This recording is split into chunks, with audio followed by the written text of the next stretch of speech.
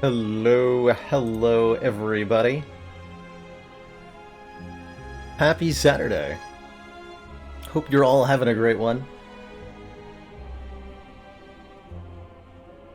It's going gyrocentric, Kagasbaj, and I want to say Sewers 500, but I don't know if that's correct. How would you like me to refer to you? Either way, glad you could catch the stream live.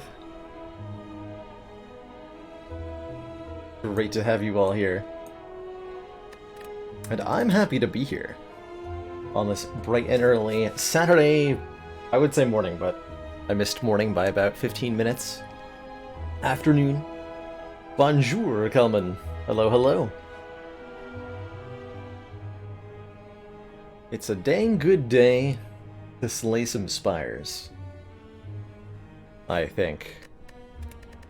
We had a bit of a rough time last stream. Got our butts handed to us 3 out of 4 times.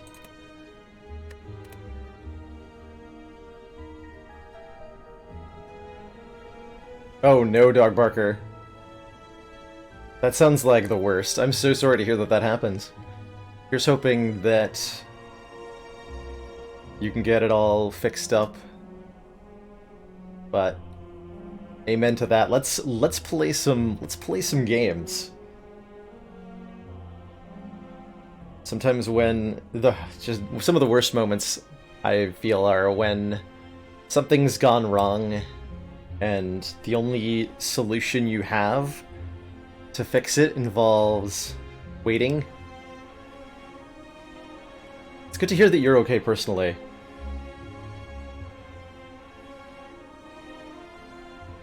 Hopefully today will provide a nice mental reprieve from the recent events.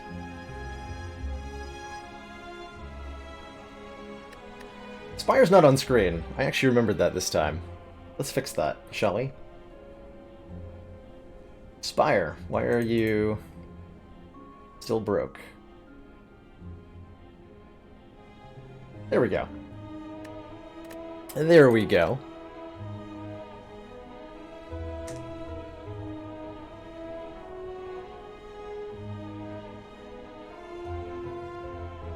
Insurance companies are weird. I remember I was in an accident a couple of years ago, and it was like the most clear-cut example of the other driver being at fault that ever was. Like, I was rear-ended at a traffic signal that was red, and there was a police officer nearby who, like, witnessed it and gave a statement and stuff, and it still took, like, 6 months for me to get my money.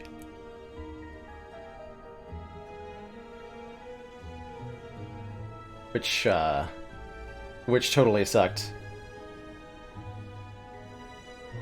And I was lucky enough to have enough savings that, like, I had a cushion I could operate from, but it was really easy to see how if I was living in a situation where I was paycheck to paycheck, or my bank account was low, then this would have been completely devastating to just have that money that was, ultimately not mine that I had to spend, was still tied up for months and months. And I've heard of quite a few other similar experiences from others. Oh, that is really unfortunate that, like, you're in the situation where they won't cover the specific thing that happened. I know that happens a lot with homeowners insurance. They're like, we'll cover everything except floods. Because floods, we don't want to pay for. And then that exact thing happens, and oops. Bad times. Bad times. Hey, Adonis Incarnate. Hello, hello. So speaking of money, actually, and empty bank accounts,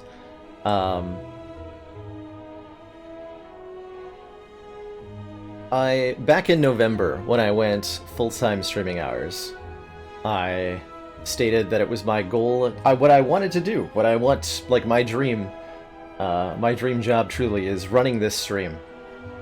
And I would like to be able to have that be my profession. if possible. And over the past 6 months, we have gotten a lot closer to making that dream like a true reality. I've been doing... During the semesters, I've been doing part-time work on the side at a college near me, doing chemical stock managing. And I think that the semester's starting up in Commander, the end of September. One of our most valued the end of August, supporters says continued support of the XCOM Thunderous project. Knights! Thank you so much for those 7 heckin' months of Twitch Prime support.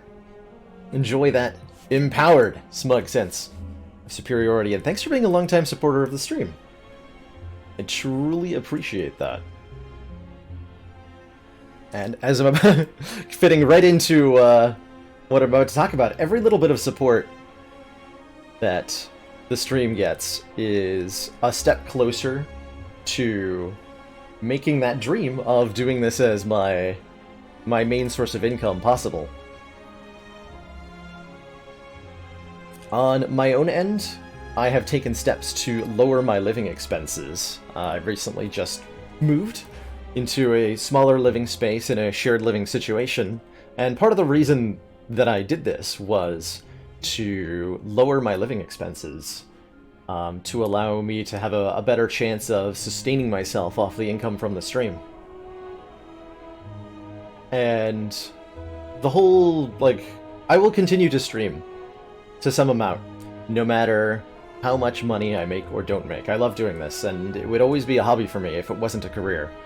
But one of the big reasons to make it a career for me is because it allows me to spend more of my time doing this. And so I figure the best way to...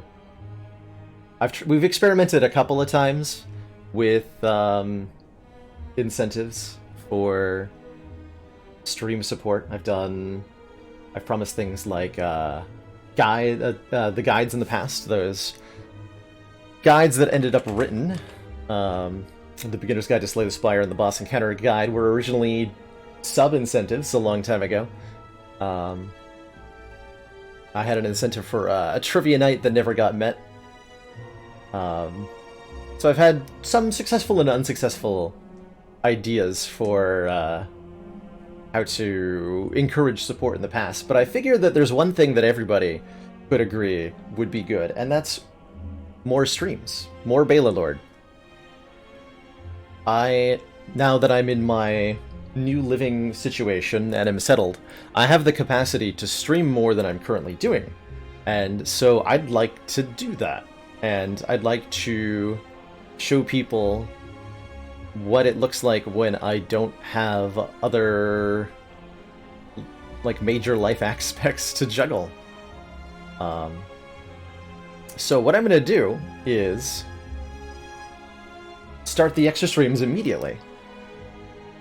Starting right now, well, technically starting, I think on Monday is going to be the first bonus stream, but starting immediately, we're going to be doing 6 streams a week instead of 5. 20% more Balor. That means more Slay the Spire, more variety content, more whatever it is that you come to the stream for, there will be more of it.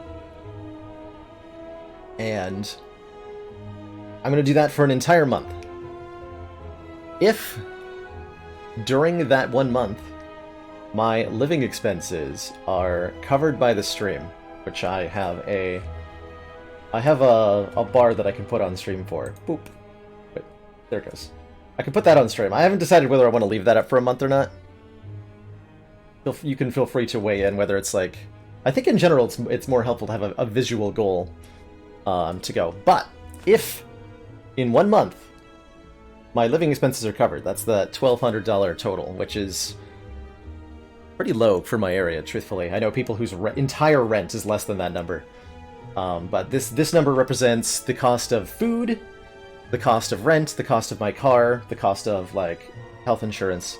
All the things that it takes to keep me a functioning human being for 1 month is that goal.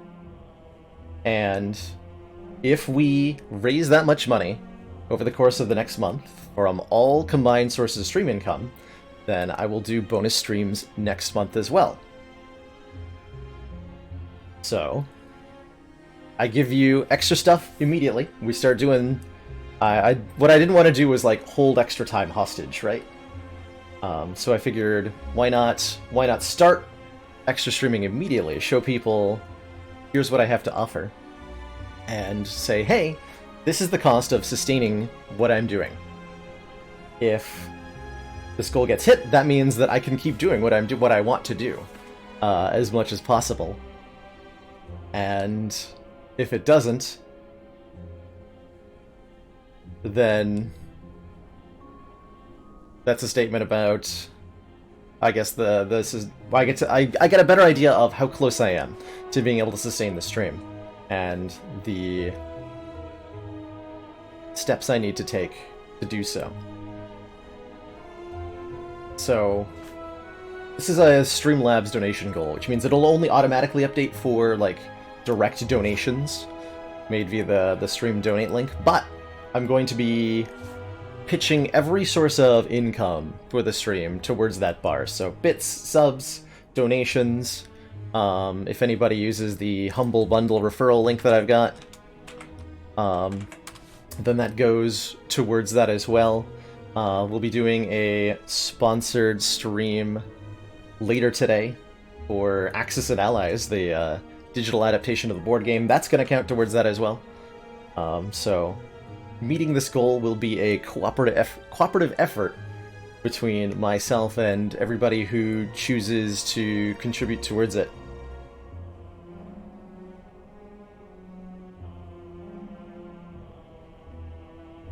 Glad you like the streams and content, Slaydon. Thanks for being here.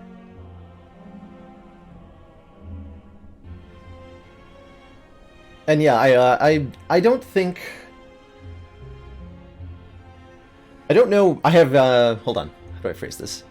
So, I am not certain if... I hope to be surprised by the outcome of this little project. But know that if this goal doesn't get met, it doesn't mean that I'm going to give up on the stream or on my dream of doing this full time. It tells me how close or how far I am. I fully intend to keep working on the stream and growing the community, growing it as a business, and investing in it, no matter what the result of all this. But my hope is that we can get some more stream going.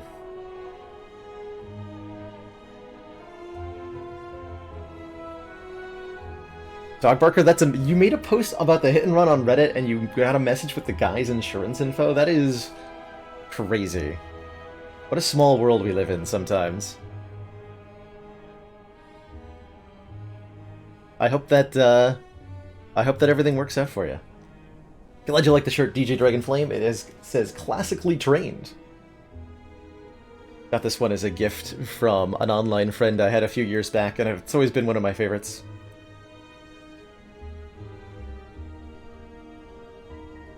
Alrighty. It's all about the stream, yeah. More stream, more fun.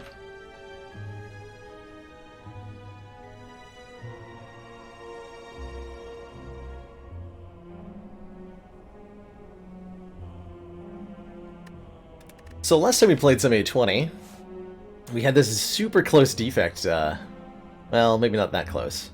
Took 73 damage in 3 turns. Oh, I remember this. Our buffer didn't line up with the big hit, and we got completely obliterated. Or because our incense burner was on the wrong turn. I would have liked to know if had the incense burner lined up perfectly, if this fight would have been winnable. But I'm not sure we had the damage to win it, even with. Let's settle this like adults. That's an awesome shirt, DJ. You should post a picture of that in the Discord. I would love to see it. Here's a link. We had we did have an awesome Ironclad win though, with the Necronomicon Snekoi Whirlwind nonsense. This run was beautiful in so many ways. 2 Immolates, Reaper, 2 Offerings, Whirlwind, Uppercut, Necronomicon. Nonsense. Glorious. So, that means that Ironclad's next in our rotation. So in basic math, this would come down to, let's see, so that's a great question, actually. If I'm doing 6 streams a week, that means we're doing 24 streams a month. So 1,200 divided by 24 means I need $50 per stream on average, which for 6 hours of work is, what are we talking money-wise? That comes out to less than minimum wage in my area, ultimately. This is what I'm asking for, to be clear. I'm asking for less than minimum wage.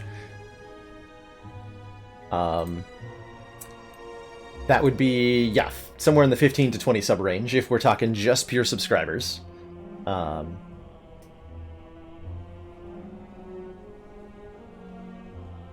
Donations, bits, sponsored streams, everything else. Counting towards that, probably, I don't know, I haven't looked at it recently, how much of my income is from subs, but it's somewhere in the realm of half. So if ratios stay at that level, then we're talking like 5 to 10 subs.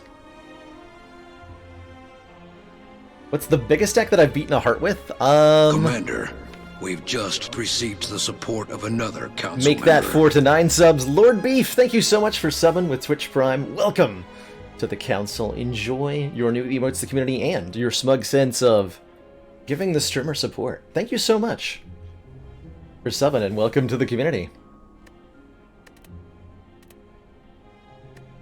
I know we've done like in the high 40s before. We just set it on victories here. We just received the support of another council member. Hiya, Junko! Benkei, excuse me. Hiya! Thank you so much for that tier 1 sub. Welcome to the council. Enjoy your new emotes to the community. And thanks for subbing. With that smug sense, superiority. Great to make it official. Thank you. My guess is going to be about 47 cards. Looks like, wow, I'm very consistently, look at all these wins. 34, 33, 34, 34, 37, 30. Very, very consistently do I fall in the 30 to 40 range with these wins. Nothing less than, well, oh, there's one less than 30. 25 on this one. What was this run? Oh, the Searing Blow run. Okay. Even the Searing Blow run is 25 cards. Amazing.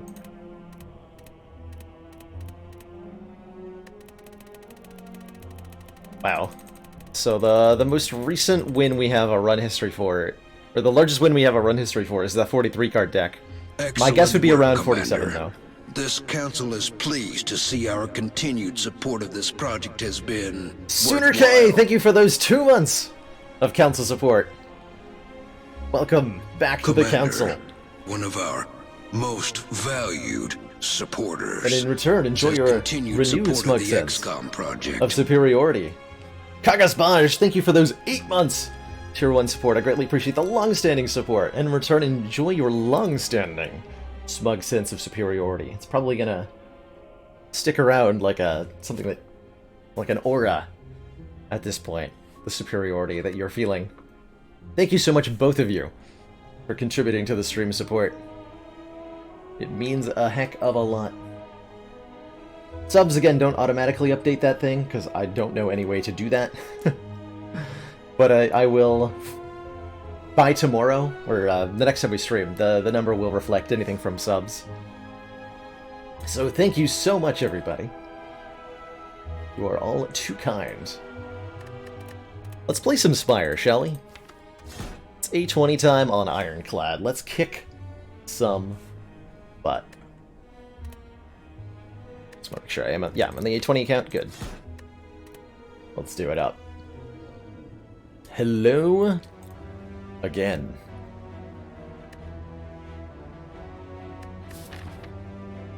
What does our act layout look like? Ooh, I like... Oh, man, I really like this back half of the act. Fire, Elite, Fire, Burning Elite, Fire, going into Guardian. That right there is the kind of Act 1 I dream about.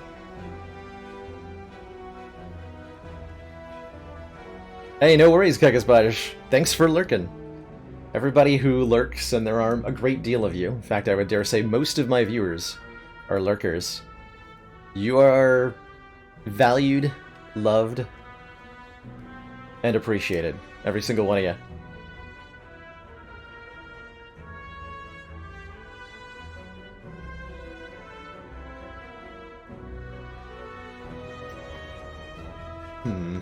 Kind of want to go this way and take on the 3 elites and 4 fires route. I think my best start option is 100 gold, but we don't hit a store if we go that if we take that bonus.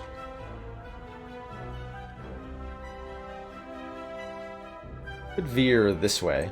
Could try to get a store and a question mark. So that's a little questionable. Haha, questionable. Question mark. Get it? Could take a random boss relic start. Although I think if we get 4 energy, I think it would actually work out really well.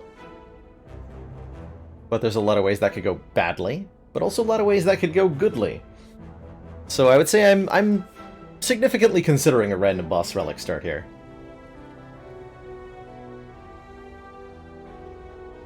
Do I have a path I can take that is good if my random boss relic is atrocious?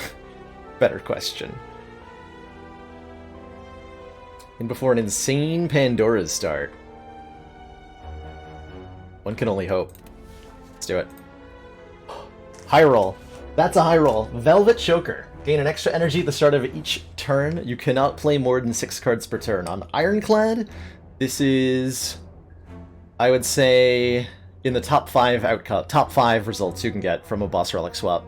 It is the single best energy relic the Ironclad can start with, I want to say.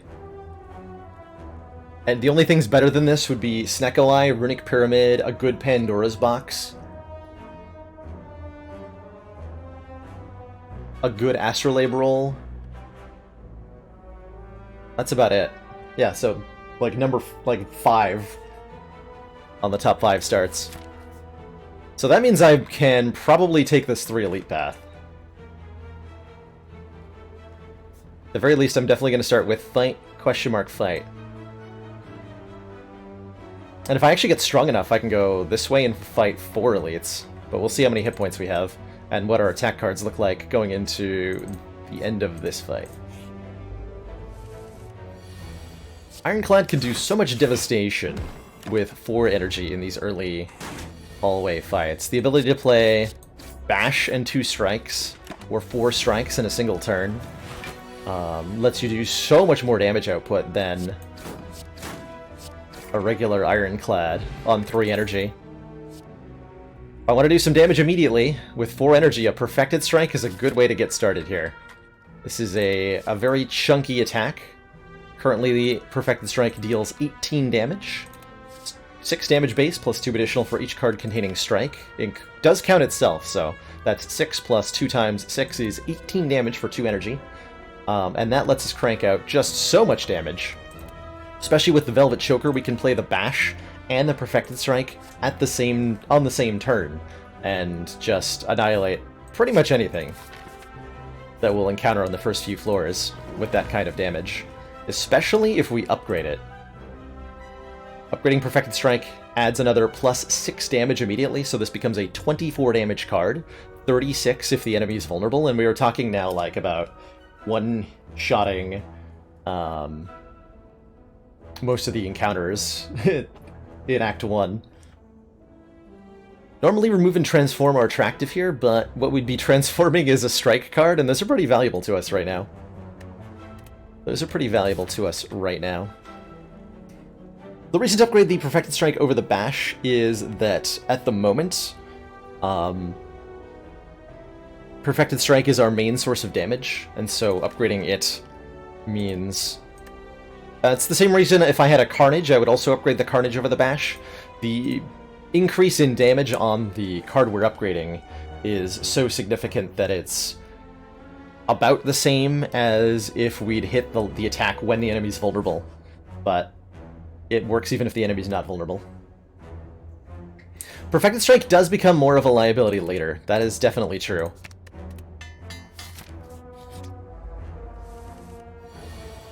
See, like, I can just dunk that guy immediately. Thanks, Perfected Strike.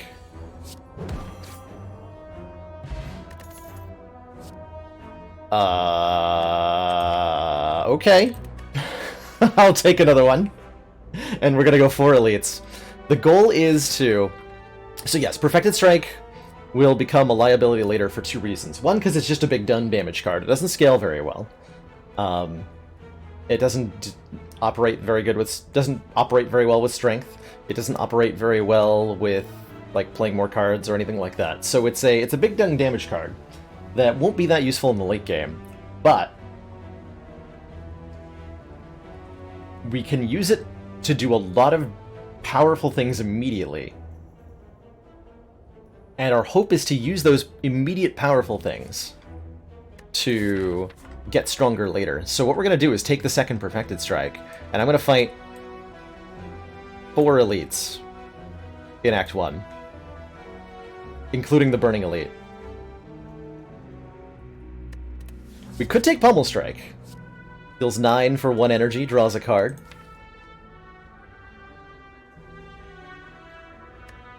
That'll help scale better into the late game. With 4 energy, I really do like having the Perfected Strike. I'm gonna take the second one. Gonna do it. Oh, interesting. Oh, interesting. What's the drawback of True Grit? Gain 7 block, exhaust a random card in your hand. I would not say that True Grit... Well, unupgraded, True Grit has a drawback, which is that the card that it's getting exhausted is outside your control. So the idea, again to clarify, the idea behind going double Perfected Strike here is so that we can just smash our way through 4 elites. Like, this is so much damage in the deck that we might even be able to take all 4 elites without resting once on 4 energy. That's the hope. I'm thinking about spot weakness. Strength scaling isn't that helpful yet, but it will be later on. And it's the kind of card we can start thinking about already. True Grit's a good block card. It doesn't go well with Perfected Strikes, because you're often exhausting strikes, but it is 26 gold, so that's something. I think I want that spot weakness more than I want anything else. Do I want a True Grit for 26 gold? Yes. Yes.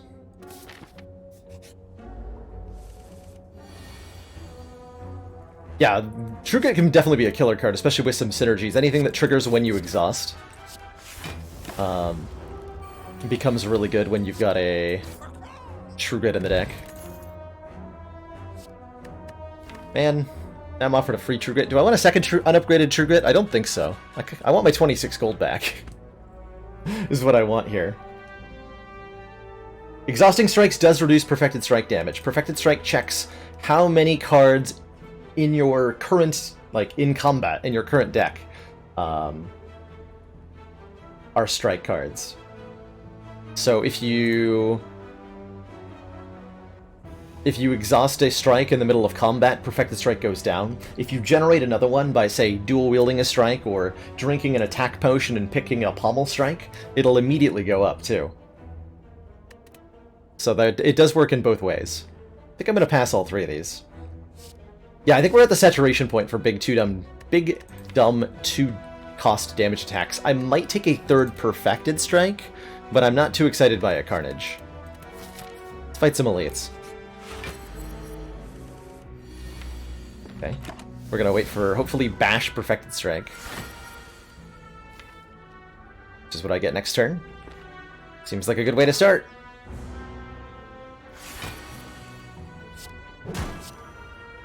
$40 damage. Wakey wakey. Looks like Perfected Strike, defend, True Grit. Deal another 30. This is going to deal 24. What's the odds? If I bash Perfected Strike next turn, is that going to kill it? A Perfected Strike deck is definitely possible on Ascension 20. Like, you can go all the way to and defeat the heart with if you had a particularly good Perfected Strike deck. That requires the stars to align. You need, like, for that to work really, really well, for that to be strong enough that it, like, smashes the heart, you're gonna need something like Necronomicon and the Paper Frog.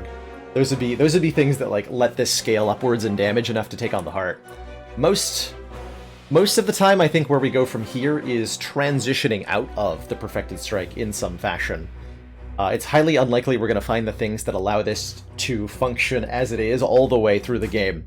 Instead, we're going to look to build some kind of additional scaling deck that uses the Perfected Strikes as front-load damage to take out stuff like triple Jawworms or triple Cultists or the Red Mask Gang. Those fights where you need front-loaded damage immediately, the Perfected Strikes will fill that role. And we're going to use things like, I don't know, Demon Form, Barricade, Corruption, Limit Break, some sort of long-term scaling plan to carry us through the later game fights. Wondering if I Spot Weakness, take an extra, yeah, I think I do. I think I Spot Weakness, Perfected Strike, True Grit. Take 17 and try to get a kill this turn. Which I do only because I played Spot Weakness last turn. Good call me. Okay, Bag of Prep is excellent as a first relic. Start a combat, draw 2 extra cards. At the moment, that means we're really likely to draw just, like, lethal damage on turn 1.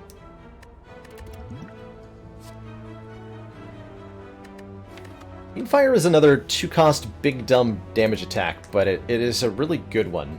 Especially with a Bag of Prep, so I'm probably going to take it here. Exhaust every card in your hand, deal 7 damage for each exhausted card. This does kind of delete the Perfected Strike scaling, probably, because we're exhausting some number of strikes, but the number of synergies you can get with Fiendfire, like with a Dead Branch, like with a Feel No Pain, like with a Dark Embrace. I think there's enough different directions. Like I said, we have to transition out of this at some point. Why not pick up pieces of that immediately? I would like more relics. The boot! Oh boy, I'm sure glad I clicked on that 3 times. Sure glad I clicked on that 3 times. How is Corruption long-term scaling? Corruption's not long-term. Sorry, how do I explain? It's not scaling in longer fights, that's for sure, right? Corruption is an immediate boost in power, but a long-term, like eventually you run out of cards. But it's the kind of card that builds a lot of synergies, or like interacts with a lot of synergies. So it's a card, when I call it long-term scaling, this point what I mean is it's a card that's really good in Act 3 and Act 4. But is less good immediately. I think that's what I was trying to say.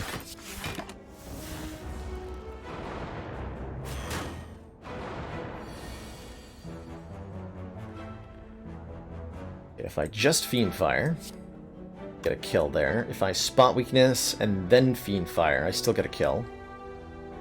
But I'll have to take 10.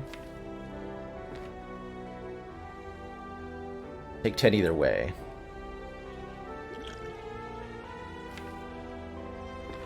Could use my Gambler's Brew, but I don't think I'm going to. Let's go in Schwermuta, by the way.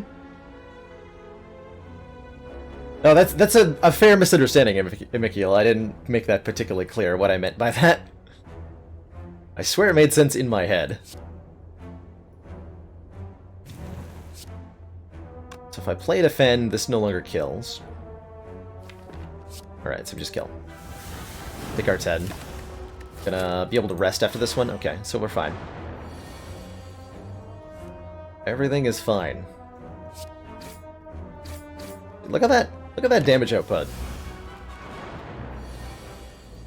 Look at it, and behold!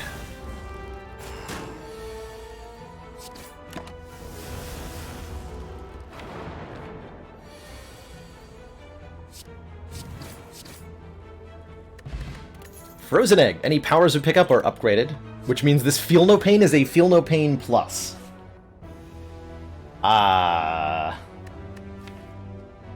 I have a Fiend Fire. I'm taking the Feel No Pain plus, please. Thank you. Thank you. Yes, please. Yes, please.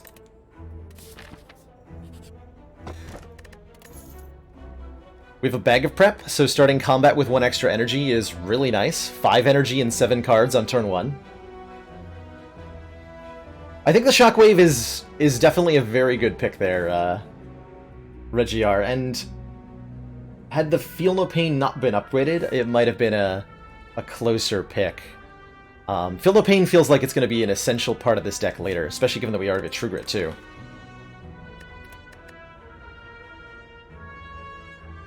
It's a visual bug, yeah, and that only occurs, Mikhail, if you'll only see the card won't appear upgraded only if you picked up the Egg Relic on the same floor as the card appeared. Every future power we see will show as upgraded in the card reward screen. But there's the slight visual bug, which I guess they can't fix, because it's been talked about for a while. And they tried to fix it once before, but if you pick up the egg and the card on the same floor, it won't show as upgraded. Yeah, we want this Spicy Elite to be triple centuries, don't we? We super do. There's upgrade here to be 100% sure, but I'm pretty sure we crush both elites pretty easily.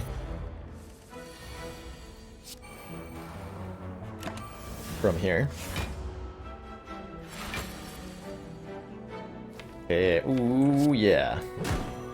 So I'm just gonna bash, which does not wake up the Legavillain. Next turn we get to play both Perfected Strikes. For 40 plus 30 damage, so I did 70 damage there.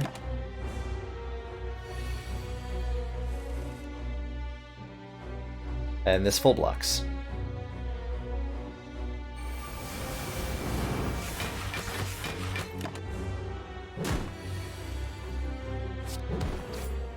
Good fight!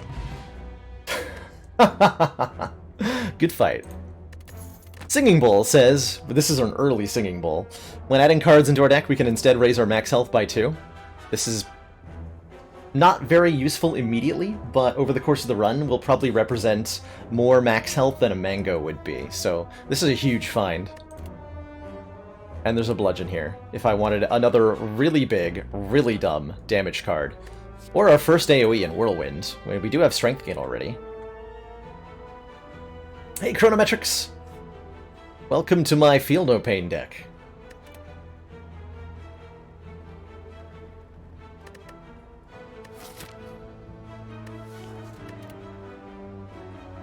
Whirlwind's looking pretty appealing. We need, like, some amount of block to beat Guardian, presumably.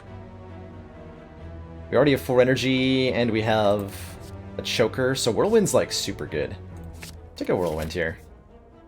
And do I upgrade it immediately? No, I think I upgrade True Grit, given our Feel No Pain. Behold the knob.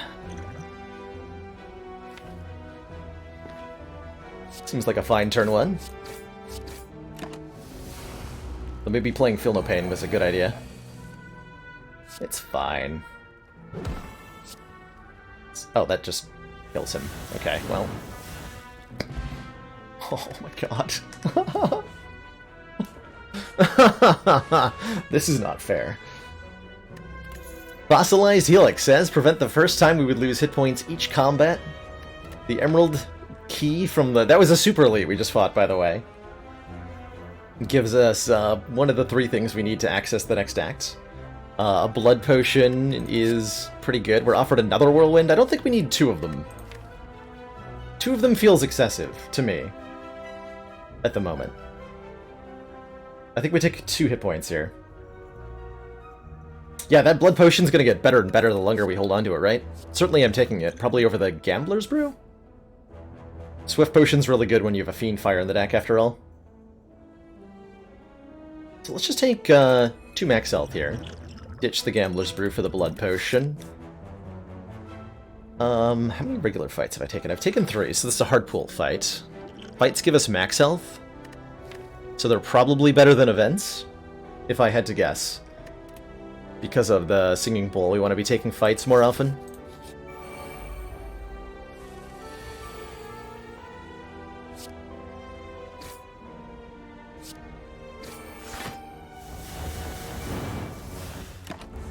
Unless you find the banana. That's true.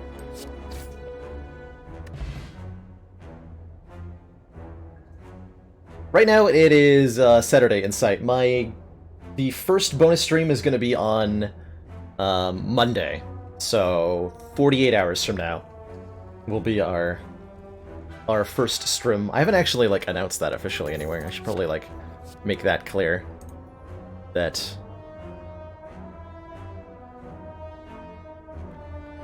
that's when I'm going to be doing it. Pummel Strike. More card draw, and it makes the Perfected Strikes better. Makes Fiendfire better. Yeah, I think we want a Pummel Strike quite badly. I'd like an upgraded Pummel Strike, but maybe I just take the upgraded one? Or maybe I just take this one and then upgrade it, is what I meant to say.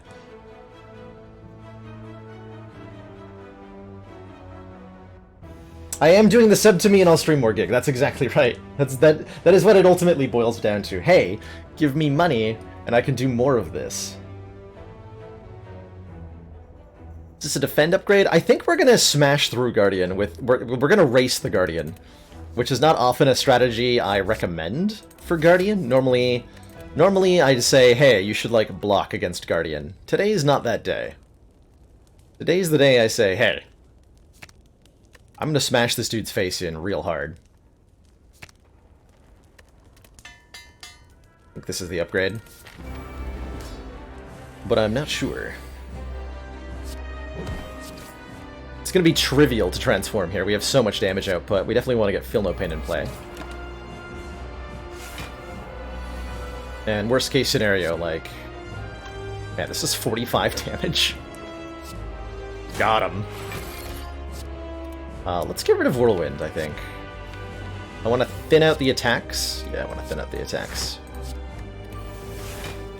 Next turn, I'm losing my buffer stack. And that's okay.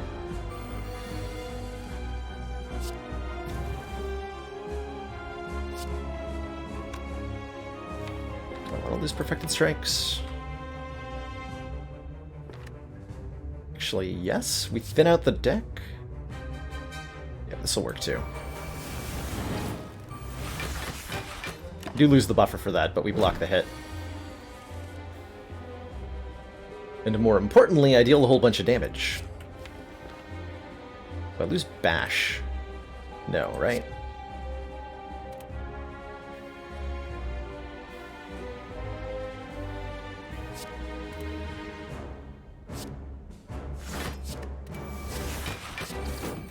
That.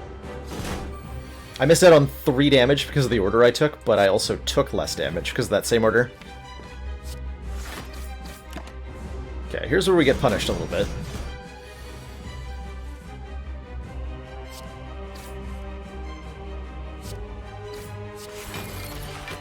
Continue to thin out the attacks, but we're like already have won the fight pretty much, as you can see. So everything's good. Everything's good. Boop. No problem. No problem. What do I take? What the heck do I take here? Holy crap. Can I please have all of these?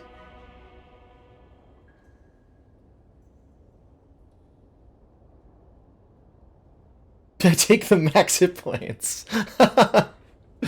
Brilliant. So, Demon Form is really powerful strength gain in long-term fights. This is the kind of card we need to take if we want our deck to be able to kill Act 3 bosses. Dark Embrace says, whenever card's exhausted, draw 1 card. That makes Fiendfire really powerful. If the Dark Embrace is in play, because it'll draw a whole bunch of cards.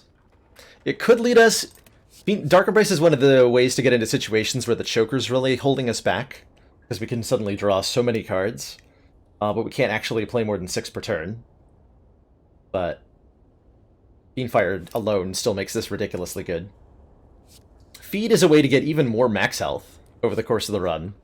So our goal would, if we take the feed, is to just chonkify up by scaling with Singing Bowl and max health, and use that to get like 150 max health by the time we reach the heart.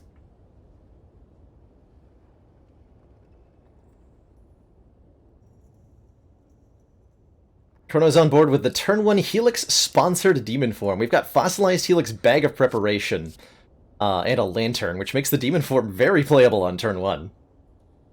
Very playable on Turn 1. And gives us really powerful offensive scaling that'll go really well with Whirlwind and Fiendfire. I'm down. Ooh. And here are some options for Boss Relic. Our choices are Ori. Upon pickup, choose and add 5 cards into the deck. Cursed Key. Gain an extra energy every turn, which I don't think we need for the record. When we open a non-boss chest, gain a curse. Or the Runic Cube. When we lose health, draw a card. So, considerations. The Frozen Egg makes Ori a little bit better. Oh, we also have Singing Bowl. Oh man, okay, hold on. We have both Frozen Egg to upgrade any powers Ori offers us, and we have Singing Bowl. So every card we skip from the Ori gives us 2 max health. So that's a consideration. The Cursed Key is more energy, which, again, I don't necessarily know that we need, and I don't really want curses. But we could definitely make use of it with, like, Whirlwind, the Demon Form, the Perfected Strikes. Like, we could definitely use the additional energy. I just don't think we need it. Or Runic Cube. When we lose health, draw a card. We prevent the first time we would lose health, so the second... It only starts drawing us cards on the second time we would lose health. Yeah, Choker 6 energy. Well, when your cards cost 2 and 3, you're not even getting close to 6 cards with 6 energy. We can still get a lot of meaningful use out of that additional energy with a Whirlwind, with the Perfected Strikes. This might be an Ori, though, right? Like, we have so many good reasons to take this Ori. What cards would we want most from Ori? Corruption? Anything that says Exhaust on it, pretty much. Limit Break. More rare cards. This gets us closer to more rare cards. More Feel No Pain. Battle Trance. Yeah, let's do it. This is like the best Ori I've ever seen. Because this is one of the weakest curse keys I've ever seen, and not a particularly good Runic Cube. What do we got here? A Shockwave. Well, we're taking that. I might take a Second Wind. This one's going to be a skip. Could take a Combust Plus, but I don't think we do with a Fossilized Helix, so probably more max health. And... wait, Body Slam, Second Wind, Armaments. Body Slam, Armaments, Searing Blow. Well, we got max hit points out of some of these. But at the very minimum, Shockwave is amazing here. Although Flame Barrier's not bad either. That said, with a Feel No Pain Plus, I think Shockwave is better. Lost all non-attack cards in your hand. It's probably pretty good. So, definitely skip maybe that Second Wind I want. I don't think I take any of these. This is definitely a skip. Get rid of that one. I think I take the Shockwave. The question is, do I want a copy of Second Wind, essentially? And do I want a Clothesline or a Combust Plus? Probably no need for a Clothesline with a Shockwave. Is my gut feeling at the moment. Let's take 2 max there.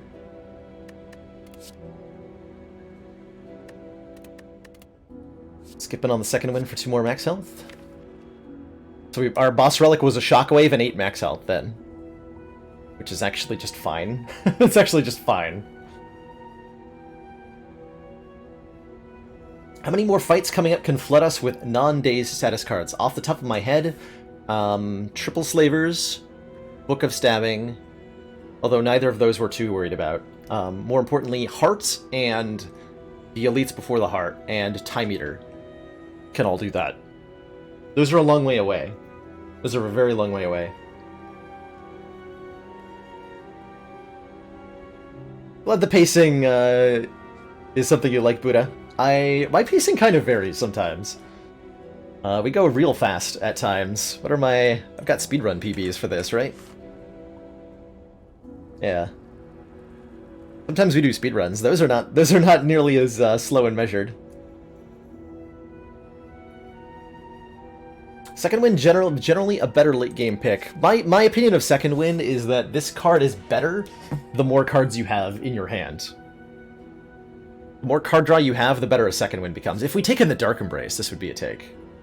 Alright, but we didn't take the Dark Embrace, so I'm going to take the hit points. Alright, we have 85 max health. And a Dream. I think we're quite competent at elite stomping, so I'm going to stomp some elites this act. We're going to take on 3 more.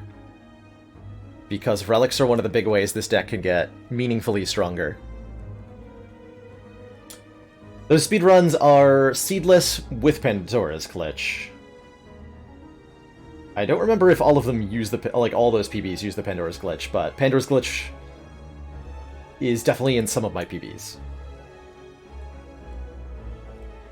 Doug Barker! Thank you so much for gifting that tier 1 sub to Knock19. Knock19, welcome to the council. Enjoy your new emotes to the community and your smug sense superiority. Welcome aboard. The notification there. Elites do indeed have a higher chance of dropping rarer cards. That's right, Amikil. We've just received the support of another council member. Relics are already good because we have the boot. True story. Alright, here's what I'm going to do. I'm going to go to this shop and we're going to buy self-forming clay. It's going to be great. It's going to be great. That Whirlwind needs an upgrade pretty badly, huh? Yeah. Oh, I can see how this is going to go already. Oh my. Fight chosen. The Pandora's Glitch is a glitch you can do when you're offered a Pandora's Box. Pandora's Box, let's see, is a boss relic that transforms all your strikes into fens. So all your strikes and defense get replaced with random cards if you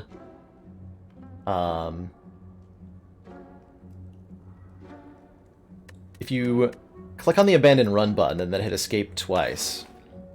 When you're looking at the cards Pandora is giving you, you skip adding them to the deck, so you end up effectively just removing every strike and defend in the deck, which can be really, really crazy strong. We showed that off on a Friday run at one point. Just the... Man, this store is insane, by the way. This store is insane. So this store has a mirror, which lets us duplicate a card in our deck. That could be another demon form if we want, or another Feel No Pain. I think both of these are very, very, very good candidates for what we add from here. Or for what we do at the store. If there's a card removal for 75 gold, we could do Happy Flower for more energy. We could take a Flex Potion, which is pretty good. But I think it has to be... Gotta be double Feel No Pain, right? That's my feeling. Double Feel No Pain here. Scale up our blocking ability here in the second act.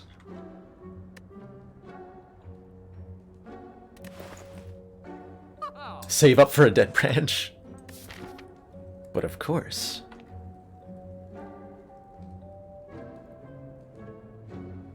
But of course. Double Ascender's Pain. Because I deserved it. Seems very expensive for a Feel No Pain. I think it's worth it, truthfully.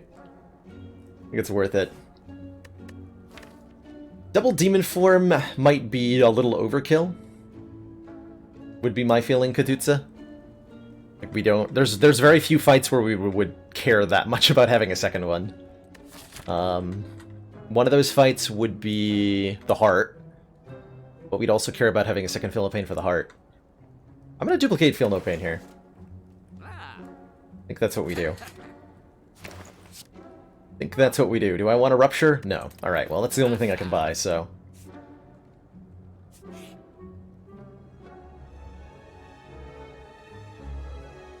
In an abandoned temple, you find a giant book, open, riddled with cryptic writings. As you try to interpret the elaborate script, begins to shift and morph into writing that you are familiar with. Heck yeah, literacy is important. Let's read. Let's read this book. Take a look. It's in a book. Necronomicon. Nope, it's a Nilre's Codex. At the end of our turn, we can shuffle one of 3 random cards into the draw pile. This is not a Necronomicon, but it's very strong. Very, very strong. This is a relic that will help us tremendously in every boss fight in the game, basically. And I'm thrilled to have it. What do I take from here? Like, what am I... Does the deck take apparitions? Yeah, we can add strikes to make the perfected strikes bigger. We can add more copies of Fiendfire. Like, this card is so good. It means we don't have to worry about exhausting the entire deck, which means we can start being crazy.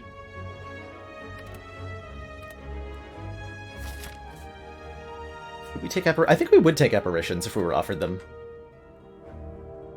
So we should take events in Act 2 here? Okay. Choose one of 20 cards to add. Could be another power. Could be a Battle Trance. There's the Battle Trance. Could also be a Metallicize Plus if we want more block. Could be a third Perfected Strike. Probably Battle Trance, right? Anything that says card draw is really valuable right now. Could be Shrug It Off too, actually. It's another decent candidate.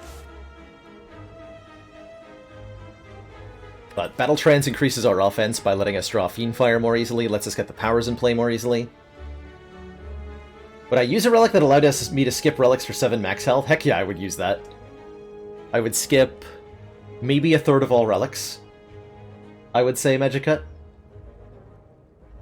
Yeah, I would say maybe a third of relics. Like, the boot would have gotten skipped here.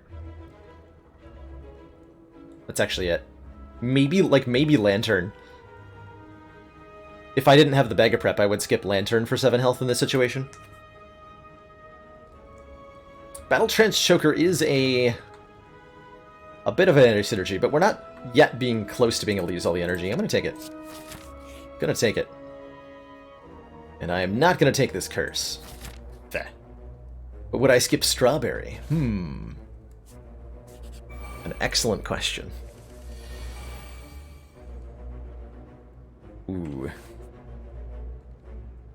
If I Demon Form on turn 1, which I have to, I don't get to kill the minions.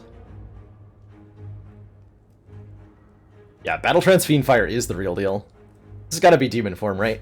We can kill the Shield Gremlin this turn with Pommel Strike Strike. And we should have no issue killing the Wizard Gremlin next turn.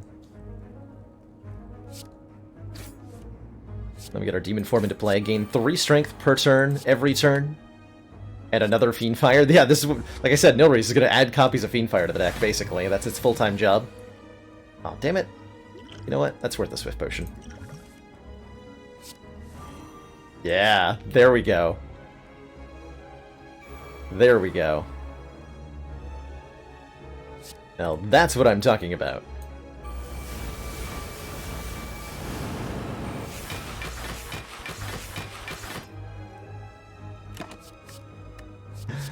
Yeah, this deck's OP. OP. Just block that if I want to.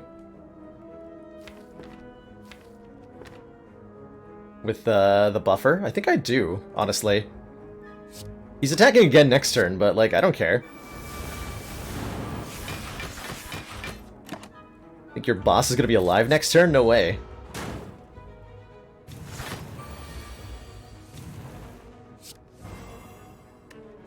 Boop. Run! Turn it! Says we can no longer become frail. Now that we have 2 copies of Feel No Pain, we probably want a Corruption, right? Skills cost 0 whenever you play a skill, exhaust it.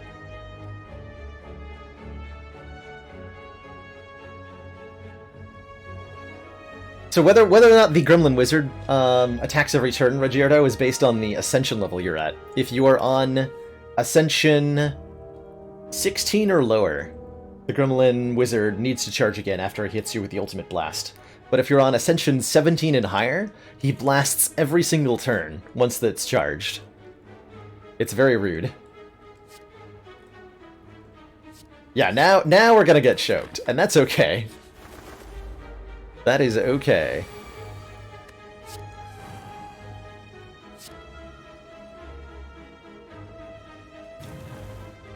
It was inevitable.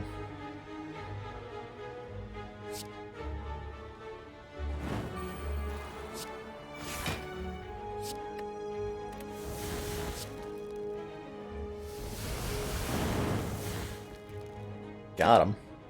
More copies of Feel No Pain? I don't actually have that many cards left to exhaust, so no. So no.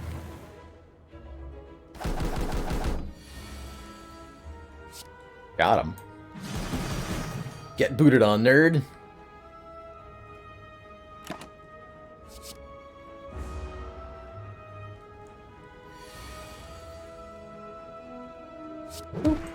Bop.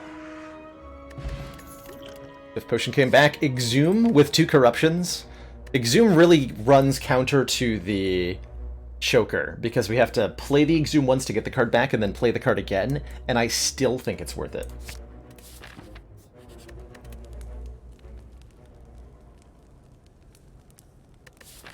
Okay, we want to upgrade Battle Trance, I think. More card draw! War Paint will upgrade 2 random skills in the deck, which is going to be 2 Defends, or Shockwave, or Exhume. That's a pretty decent Sapphire key. 2 upgrades is nice, but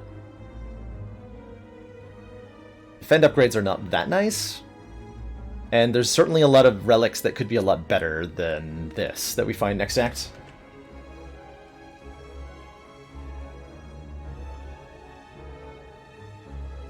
So yeah, I think this is a Sapphire key. I'll take a Sapphire key. Snack Plant. What, 28? Probably just go for the kill here.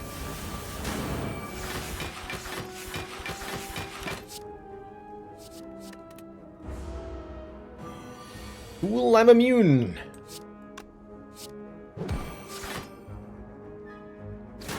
Also, you're dead. Pummel Plus. 2 damage, 5 times exhaust. We have enough strength that that's a pretty good card, huh? Like, not the best card, but pretty good. I think it's better than a 2-hit... Yeah, let's take that. Give me that. Oh, we have Boot, too, actually, so even if we don't have the strength in play... Yeah, that's really good, actually. And never mind, it's real good. This looks like Kill the Red Slaver. Bash, Perfected Strike is 8 plus 33. Is 41, plus Pummel Strike does kill him.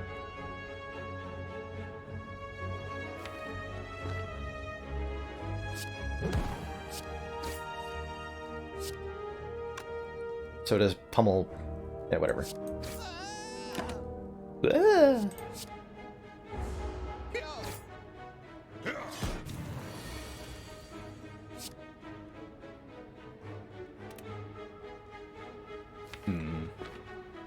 Take a reasonable amount of damage this turn. Probably have to rest. It's fine. Or I can use the Blood Potion instead of rest and get an upgrade. What upgrade do I want? I would like to upgrade my Whirlwind for Collector. Or I can try to use the Draw Potion to prevent the damage I'm about to take by drawing into Fiendfire. Let's try that first. Yeah, perfect. Perfect. Times 1, 2, 3, 5, 6 is 42.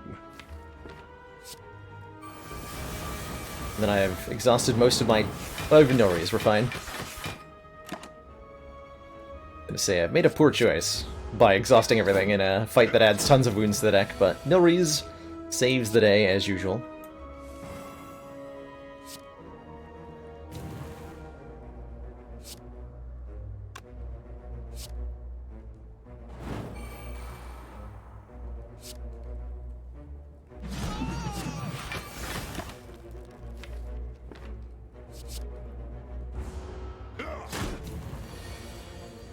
I always get at least one card that I can play.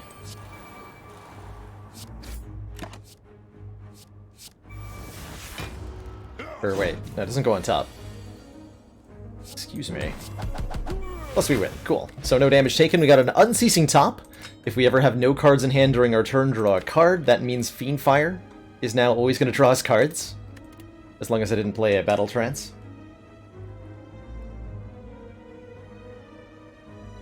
Captain Oblivious! Thank you so much for that very generous gift sub to Cool29. Cool29, welcome to the council. Enjoy your new emotes, community, and your newfound smug sense of unceasing top. Welcome aboard. Collect pummels. I think one pummel's fine. I'm trying to make it play the alert, by the way. One day I'll figure out why it does that.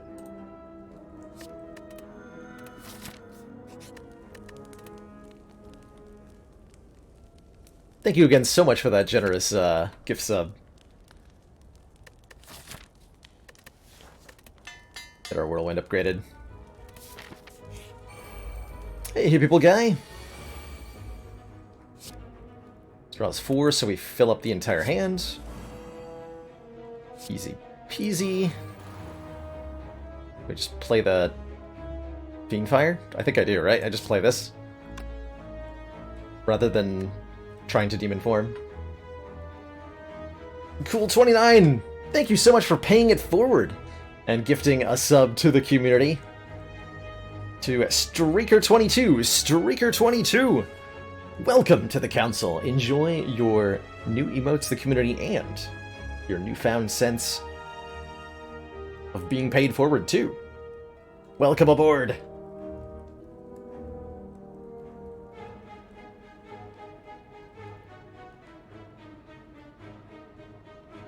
Apologies for the lack of notifications on those one random gift subs. Alright, so I'm putting out enough damage. I can just burn all this, right? I think so.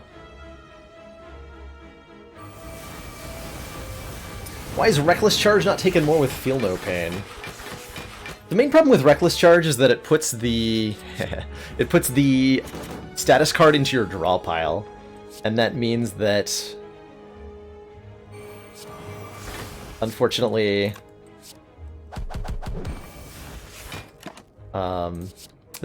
means that you have to spend one of your draws almost immediately on taking the status card. And in particular, if you draw the Reckless Charge before you get like your Evolve or Feel No Pain into play, you're just slowing the deck down. So it leaves you very dependent on draw order. Now, if you have a bottled Feel No Pain or a bottled Evolve, the story becomes a little bit different. I personally would really like to see Reckless Charge changed to... I would like to see Reckless Charge changed to put the card into your discard pile rather than into your draw pile, and I think that would make it a lot better. A lot better. Just gonna buffer this, actually.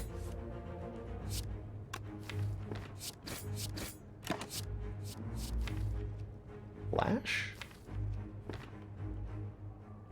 No. We'll take a Ghostly, though.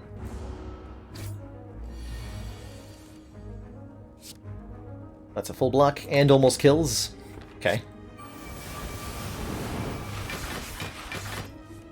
Oh yeah, and that happens too.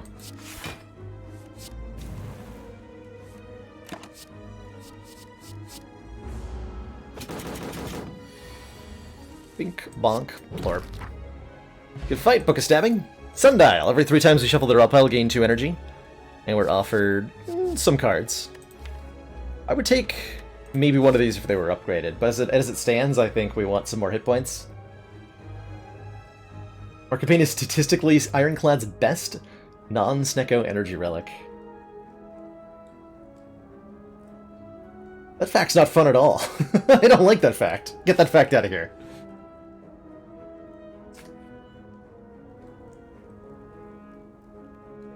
Germstud Dog just beat Ascension 15 Heart with your only scaling skills being Echo Form, 2 defragments, and 1 Capacitor Plus. Wow. Yeah, you don't need that much usually. It's being able to do stuff immediately is a lot of what's important. Being able to just put out damage instantaneously, put out block instantaneously. And then magnifying on that a little bit. But not a lot.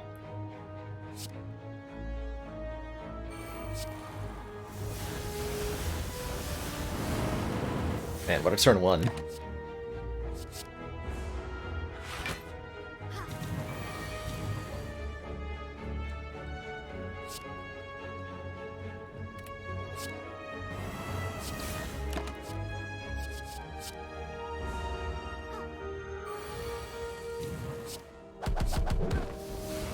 Got him. Okay, Warcry Plus I think is a little bit too Velvet Choker for us here. Though I do like it. I kind of want it, but man, it's kind of iffy.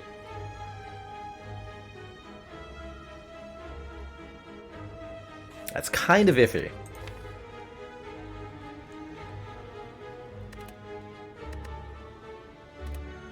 Say no to it. And I think 50 health is more than enough to beat Collector, which means we get to upgrade Shockwave. Alright, Demon Form turn 1 and we win. That works too. TBH, that works too. So I have no issue playing Corruption immediately because of Nilri's Codex, letting us add more and more and more cards to the deck to replenish what we have lost.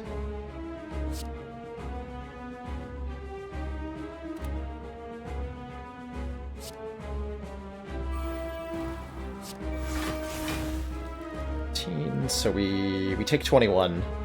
I don't get that back.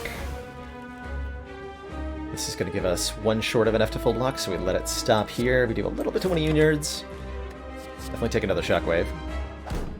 Our goal here is to kill these Torch Heads first, and then we can focus on the Collector. Shouldn't be too hard. You can see. Give me another Demon Form. Heck yeah. Heck yeah. Would have been too bested if they let eggs upgrade Nilri cards? Yes, I think so. I definitely think so. Excellent work, Commander. This council is pleased to see our continued support of this project has been worthwhile. Brother Fab, thank you so much for those 3 months Twitch Prime support. Enjoy your new blue Defect Energy badge and your heightened smug sense of superiority. Greatly appreciate the additional council funding, and thank you so much for supporting the stream. Yeah, I think we are about to do really nasty things to Collector here. Rip Collector. Excellent work, Commander. This council is pleased to see our continued support of this project has been worthwhile. An X! Thank you so much for those 2 months of Twitch Prime support. Welcome back to the council. Enjoy your renewed smug sense of superiority, and thanks for supporting the stream. Greatly appreciate it. Let's see, that's 40 blocks, so we just full block by playing Fiendfire, and we also kill by playing Fiendfire, so... Got him. Good fight. Okay, no, the game's gonna BM me with no music? Fine. Take my win away from me, if you must. If you must. So, we got ourselves here a Demon Form. Number 2, if we want one. An Exhume to get back another card. I think second Exhume is, again, getting too chokery. But I really do like an Impervious. We just showed off how quickly... Like, we killed Collector on turn 5?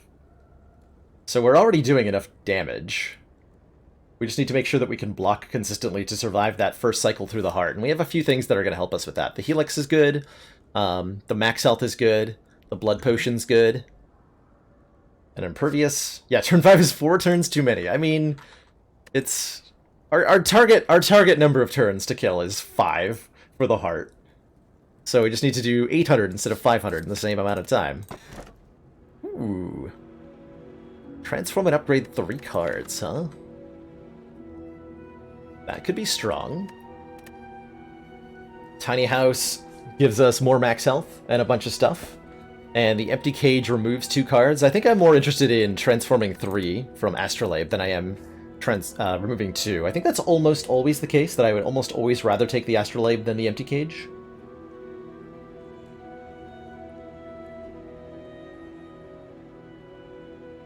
We could pivot out of the Perfected Strike. I don't think that's wrong to do here. I'd probably keep the upgraded one, but we transform, like, what, 2 strikes and maybe 1 Perfected Strike? And we're now using the Fiend Fire as our front-loaded damage and the Pummel as our front-loaded damage.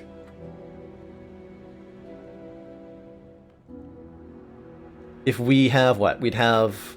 If we remove 2 strikes in the Perfected Strike, then we have 1, 2, 3, 4, 5 strikes remaining in the deck. So this is 6 plus 15. This is still a 21 damage for 2 energy card. So it's better than an unupgraded Carnage, which is fine. Compared to a 6 for 1 strike. The other option is to, like, remove a Bash.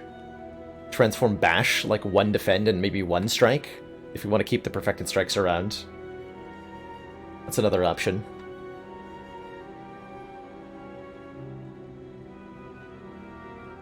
Yeah, Bash is actually pretty terrible.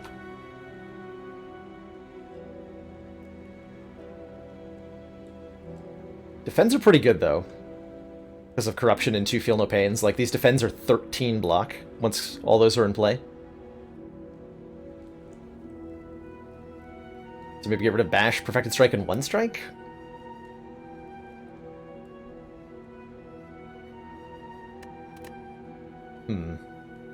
I'll take it either way.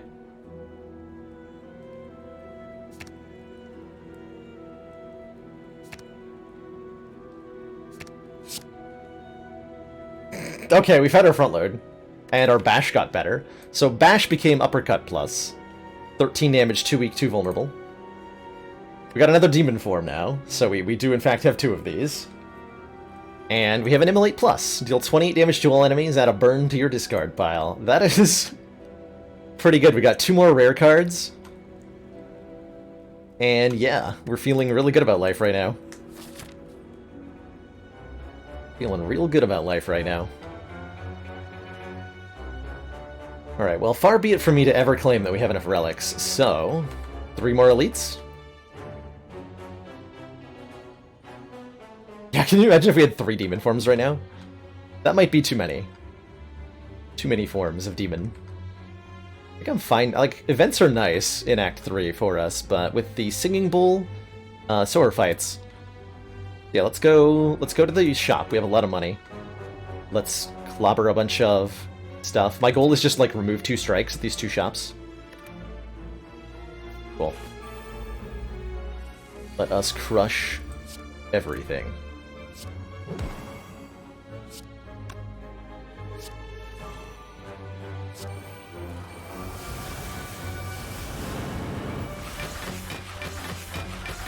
I had a kill there if I did that a little differently. Not that it matters. Got him. Take a regen pot over a fire pot. Is that too many Feel No Pains? No, it's never too many Feel No Pains. There's no such thing as too many Feel No Pains. True story. It's 5 max. Blah. Blah. Yeah, 3 is probably enough. I can't. 3 fingers. 3 is probably enough. Is my guess. That we then have all the Fiend Fires we'll ever need. Or the Feel No Pains we ever need. And now we want to bottle, like, Corruption or something. Not worth 5 max to take a curse. No, okay.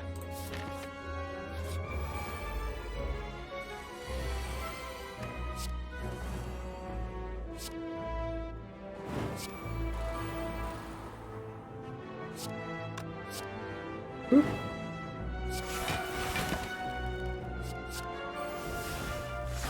Oop. Just got myself killed in Inglourious Bastards. That movie's so good.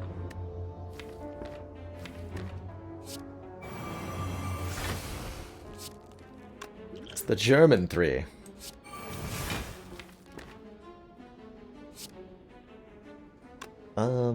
So I just need to block 16. Like so. Note that despite everything in this deck, we have never actually been choked. Not even once. Deck has never been, well, it just got choked. Okay, that's the first time. Forgot about the top there. But it took us until this long, is what I meant to say. Shut up.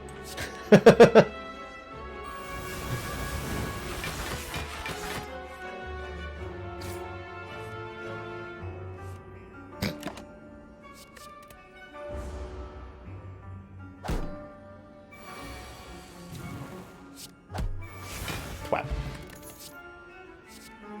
Lost a card, draw 3. I have 3 Feel No Pains, right? Yeah, I want that.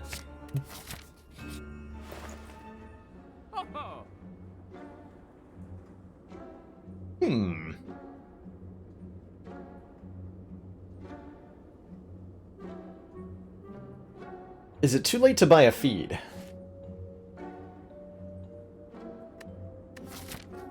Let's see, we're gonna do 1, 2, 3, 4 more fights, 5, 6 more fights. Feed represents as many as, like... Ooh, actually quite a lot of max health, because we have an Exhume. This could be a lot of max health. This feed.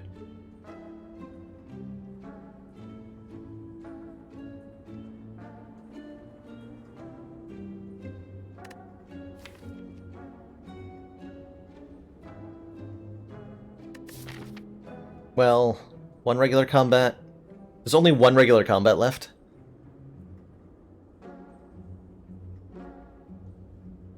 Do we need max health points? We would like it. As powerful as this deck is right now, it is, I think, one of the coolest things about this game. The Ascension 20 Heart is so freaking hard.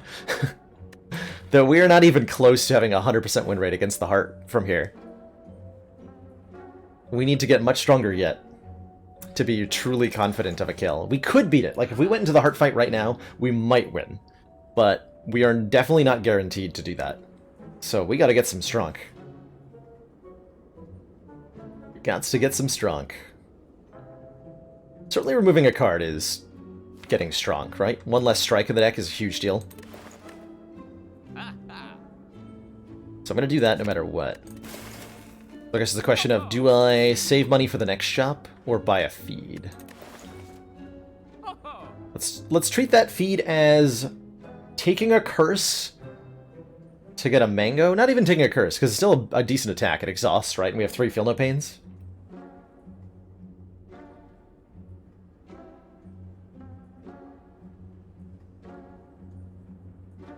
Oh, also going back to the touch back on the idea of upgrading the cards from Nilries, there is a, I don't remember the name of it. There's an egg in, I want to say, Replay the Spire, that says whenever you add a card to your deck in the middle of combat, upgrade it. So it's an egg relic that upgrades everything you get from Nilries Codex, anything from like Infernal Blade, Discovery, Shiv cards. All those get upgraded because of that relic, and then nothing outside of the combat gets upgraded. And that relic is really strong.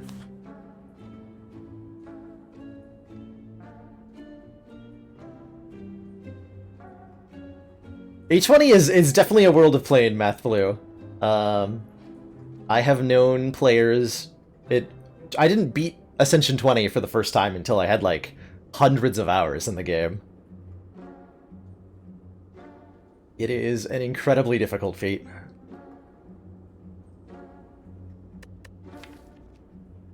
For the save money route, I think we do get to consistently feed.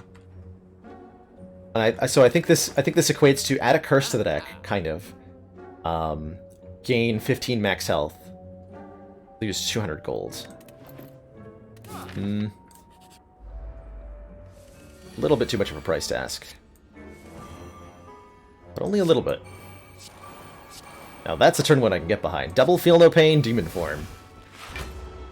I did have hundreds of hours before A20 came out, yes. So, in the interest of full disclosure, I beat Ascension 20 for the first time within 24 hours of Ascension 20 coming out, but I already had the hundreds of hours of background it took to get there. I don't know what it, like, I don't know what, we'll never find out how long it would have taken for me to get from, like, Ascension 0 the first time playing to Ascension 20, because I didn't live in that world, but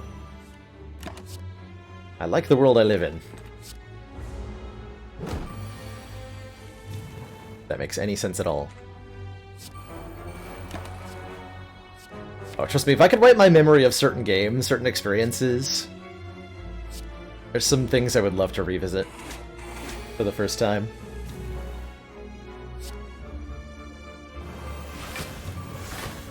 Sorry to hear that, Callan, but I was glad you were able to join for as long as you did. Thanks for stopping by.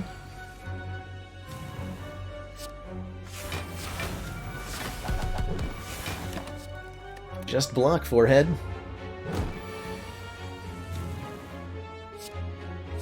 Oh yeah, that's a good question, Matt Blue. If we're just talking playtime, are we also counting like hours you spent watching other better people? Because I definitely learned most of my ability at this game by watching other people stream the game.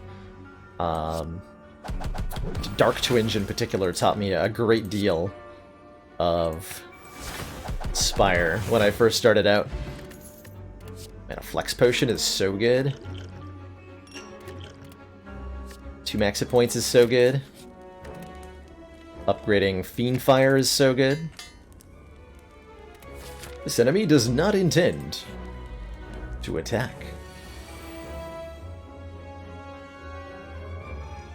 Rude. I think this is just put the powers in play. Take our damage and be sad about it. Oh, so rude. Okay, we're fine. Here we go. Jerk.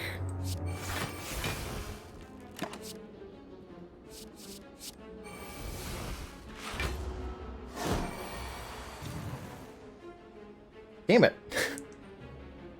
Can I just draw cards that let me block, please? Ow.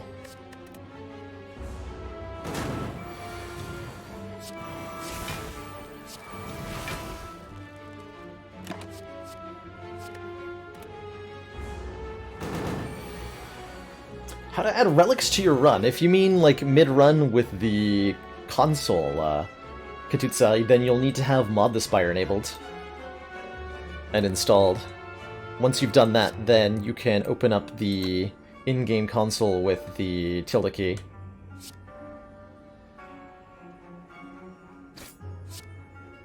Yeah, Dark Twin just played a few hundred hours of Slay the Spire, which is about, what, like 10 runs?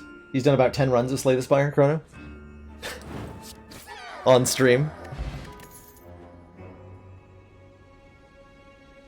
Bottled Tornado, huh?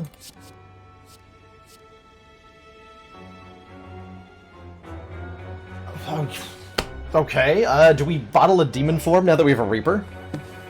Or do we take a disarm? I mean, we take a Reaper, right? We have 90 max health.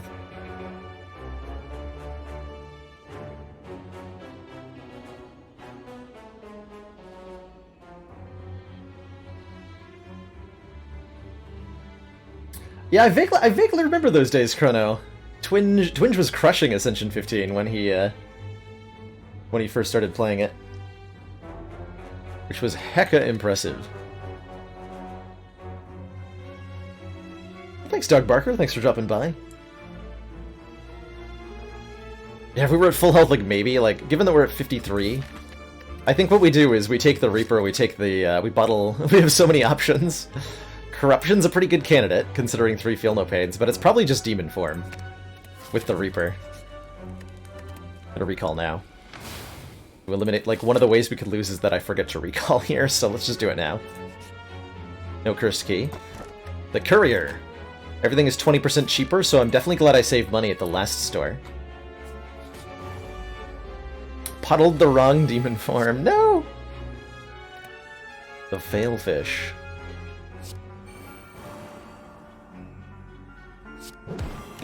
Right, poor Giant Head has, bad things coming.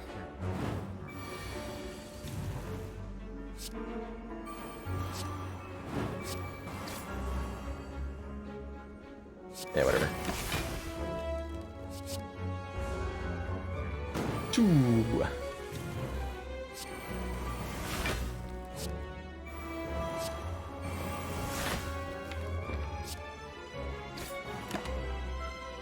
Second offering. Yes. This is the same blood potion from Act 1. Yep, we're probably going to take it to the heart now that we have so much max health. Because why the heck not, right? Because why the heck not?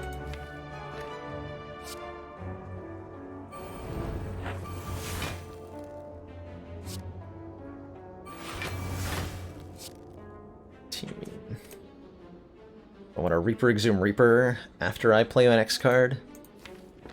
Go Perfected Strike, Reaper, Exhume Reaper, play Reaper. There we go.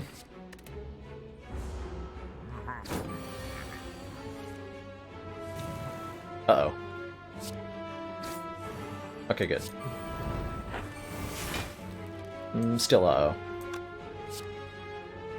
25 times 5, 36 times 4.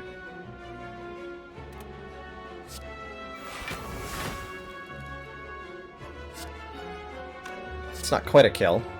Pretty close, though. And we just full block anyway, actually, so... Got him.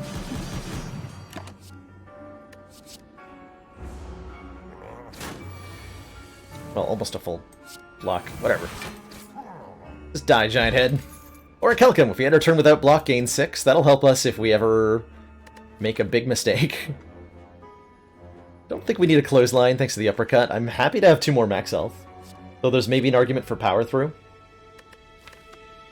There's maybe an argument for power through. But I'd rather have the hit points. Oh, heck yeah, I'm fighting these guys. I can use my Flex Potion to probably get a quick kill. We get a rare relic out of it. And we have a Reaper, so we're fine. This is one of the more dangerous fights in the game, but... I ain't afraid of no Orb Walkers.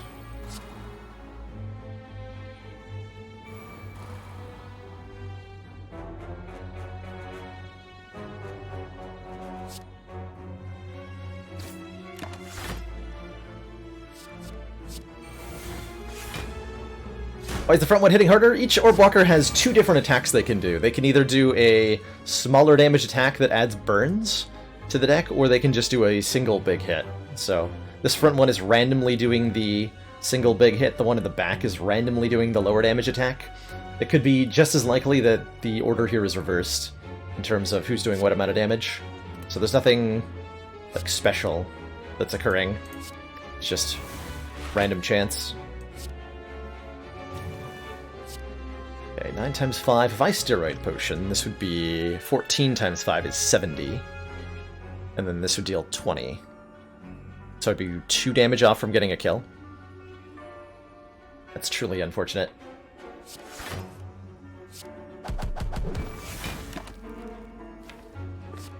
Let's take a huge amount of damage. We're going to get our health back, though, so I'm not too worried here. Here we go. Shockwave. Actually, is this Reaper Immolate? Yeah, this is looking like a Reaper Immolate.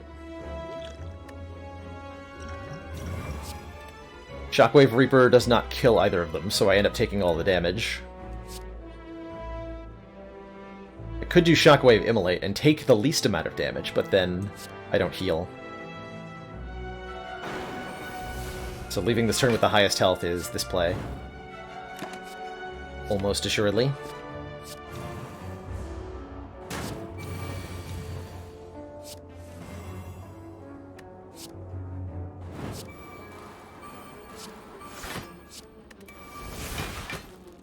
Even get Reaper back, potentially.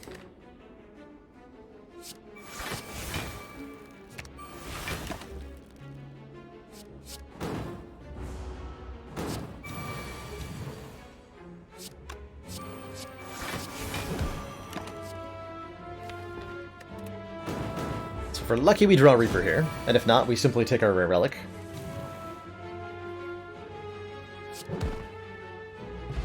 Which is a dead branch. Whenever you exhaust a card, add a random card into your hand. We can't do truly, truly silly things here with the Dead Branch Corruption, because we do have a Velvet Choker. But we probably still want it. I think. Right?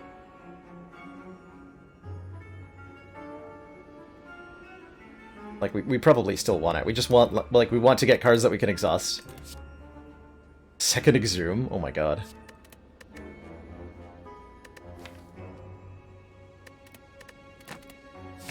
Take those both.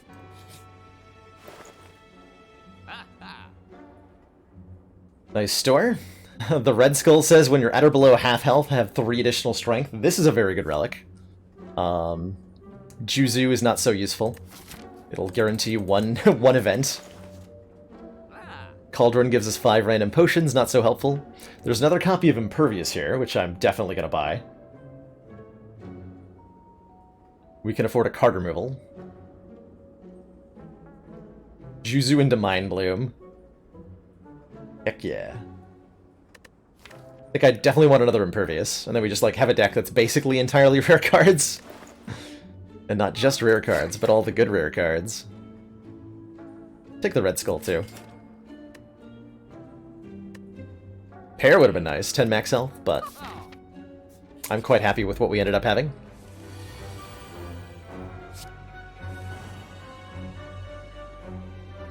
Man, this Demon Form's not easy to get in play, huh?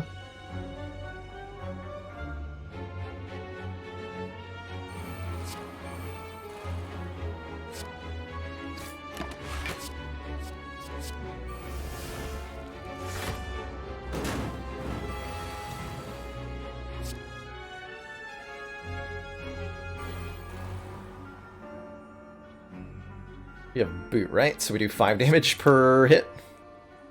I'll take it. I'll take it.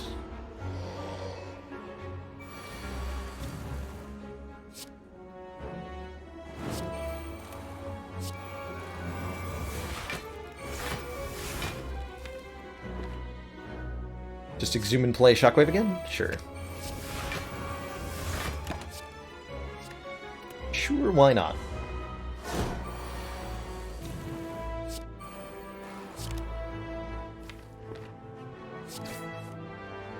This enemy does not intend to attack.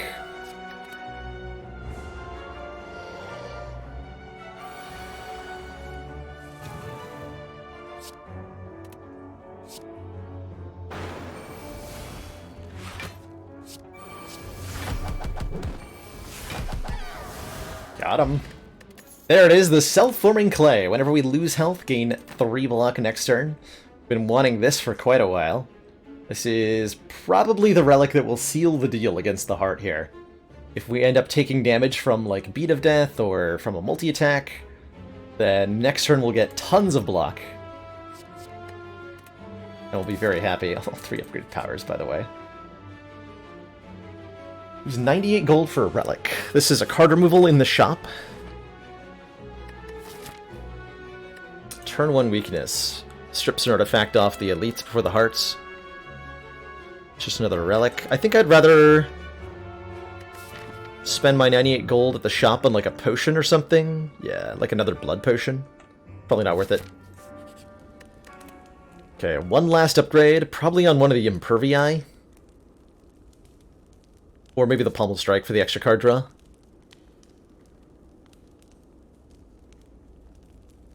Yeah, actually. Card draw.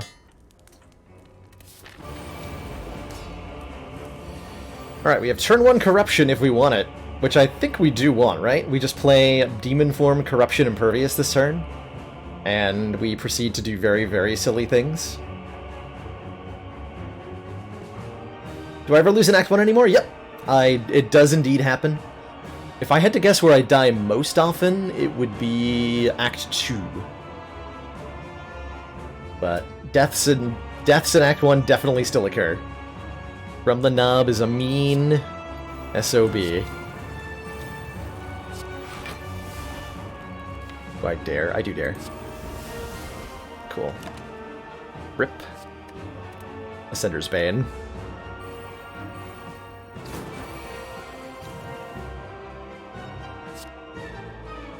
I'd like to get some Feel No Pains into play. Apparently I'm not going to, but I would have liked to. Noted.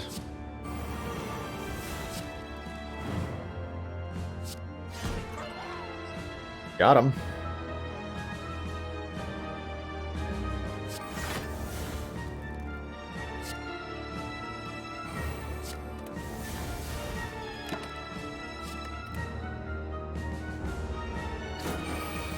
Alright, multi-attack number 1. Still have not actually put a Feel No Pain into play. So I'm going to take some damage here.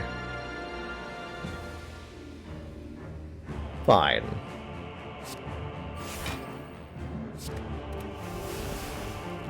Or am I?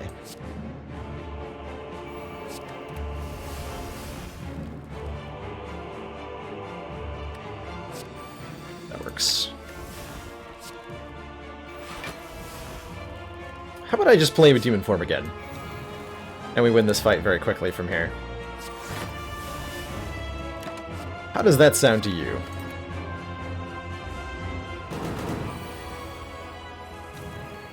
Sound good? Sounds good to me.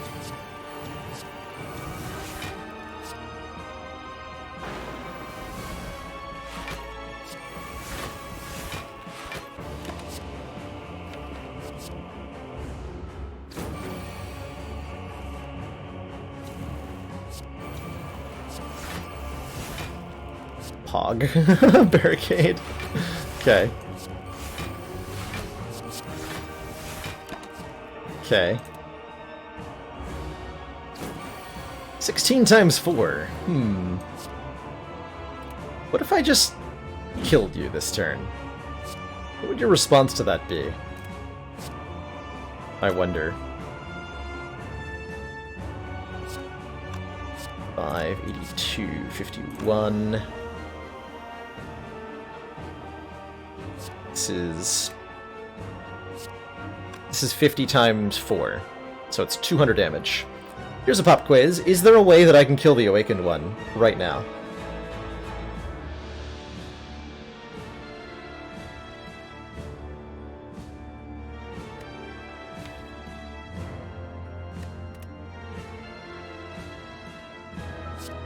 Affected Strike has more damage per energy than Whirlwind. Whirlwind's not showing the vulnerable, it's 50 damage. So the Whirlwind is better damage to energy than the Perfected Strike is. I don't think Headbutt Whirlwind is enough. Headbutt Whirlwind would be 55. Oh, Headbutt Whirlwind with a Fire Potion would get a kill. That's an option. But what about this play? What if we Headbutt Clash, Strike, Perfected Strike, play Whirlwind for 0, draw the Clash of the Unceasing top, and kill him like that. Then we don't have to use the potion.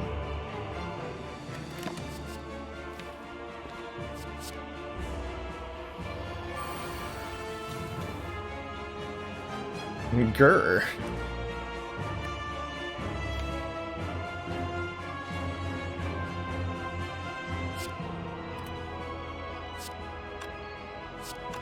Give me Impervious.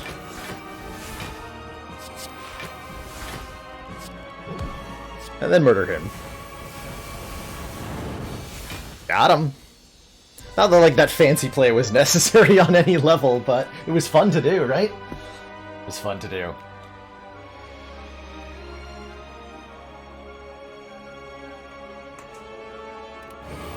Alrighty, Jonu and Decker. We actually have a Feel No Pain on turn 1? My god. What luck. What luck. Yeah, I saw your excited exclamation, Dolph. Good job spotting that one. About the same time that I did there. Very well spotted. Right here, Perfect Strike. No one... Ooh. I think it's Demon Form, but that Dark Embrace is pretty appealing, too.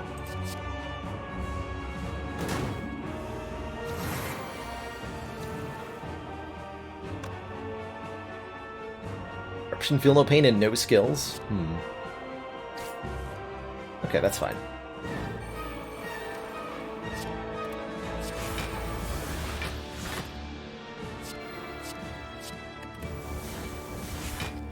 Okay, full block acquired. More Feel No Pain. I demand it. Reckless Charge is starting to look good, actually, because it gives us a card that we don't have to play to actually get use out of.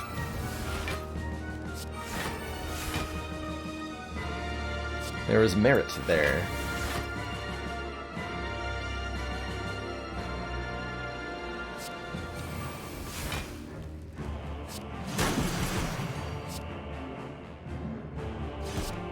Does this mean more people should take Clash with Top on Ascension 20? I think it means that more people should randomly get Clash from Dead Branch on Ascension 20 if they have an Unceasing Top. I think that's what would be the best for everybody involved.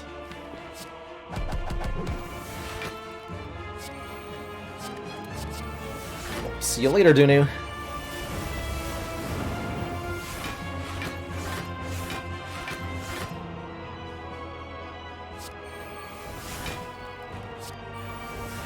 Oh, Choker's gonna stop me from double tapping this, actually. You can no longer cheat the Velvet Choker with the card double tap. You used to be able to. But those days are over.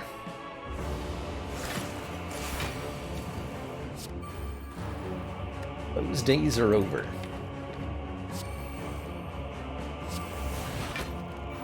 $15 block every time I exhaust a card. That seems fair and balanced.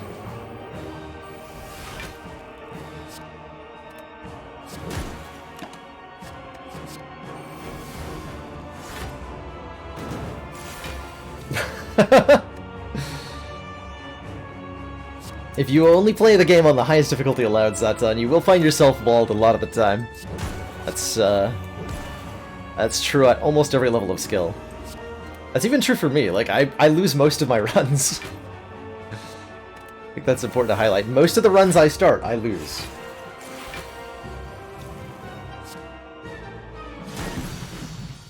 Alright, GG Donu and Deka. Two thump, a deep pulsing dread can be felt throughout the room. Is this the heart of the Spire? Is this source of this evil? Is this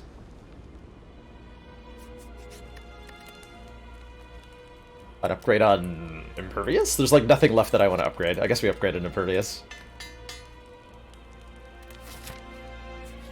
Alright, shop. Ancient Potion is a big deal. Ancient Potion blocks Vulnerable in the first cycle of the heart, and that makes us way less likely to take a tremendous amount of damage.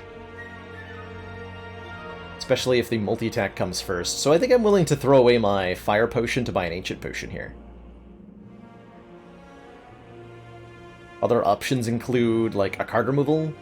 There is a Fruit Juice, but we'd have to get rid of the Fire Potion for the 5 max health. I don't think we want to do that. Just feels like an Ancient Potion to me. We block the Vulnerable, we block the Frail with Turnip, and then we are really defensive. Will I remember to use the Ancient Potion? Maybe not. The bigger question is, will I use the Ancient Potion and then lose it to the Battle Trance? That's the ultimate question. Will I screw that one up again? Maybe. Maybe. Alright, Elites. Prepare to die. Man, this could be turn 1 Feel No Pain Fiendfire, actually. And just play neither demon form here. That blocks for 4 times 6, 24. And then I get 6 new cards with the Dead Branch.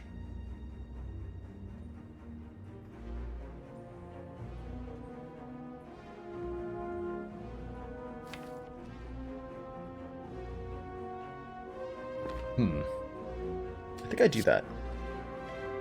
I'm gonna go for Spire Shield first. I can indeed Fiendfire into Fiendfire if we get another one.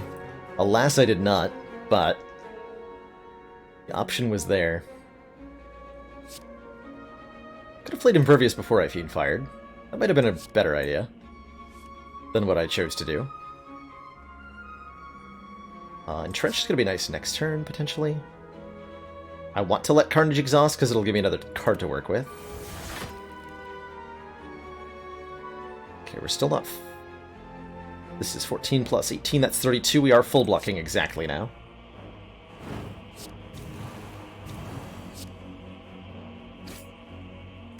Okay. Dark Embrace seems unnecessary.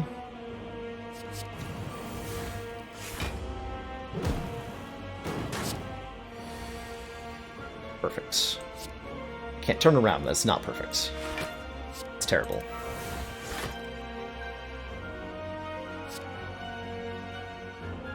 I can turn around.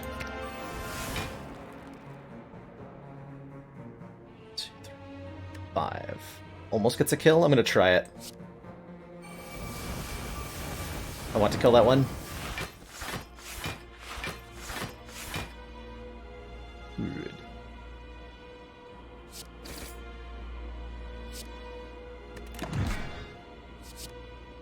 Very good.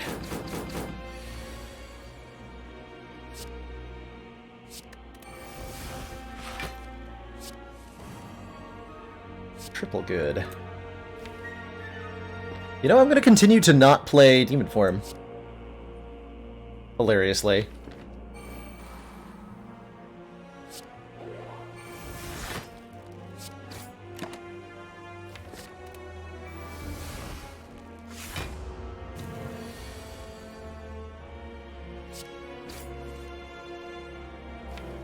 Exhume. Disarm if I wanted to. Kinda want to. Oh no, I can't actually, not if I want to play Uppercut too. Blocking is hard. Uppercut. Uppercut Pummel won't get a... I'm drawing exactly these cards next turn, but he's attacking me big time next turn. I'm actually in quite a bit of trouble next turn. But not if I don't... Not if I exhume Ascender's Bane, actually. Brilliant. That'll give me another card to work with next turn. Reaper is a block card.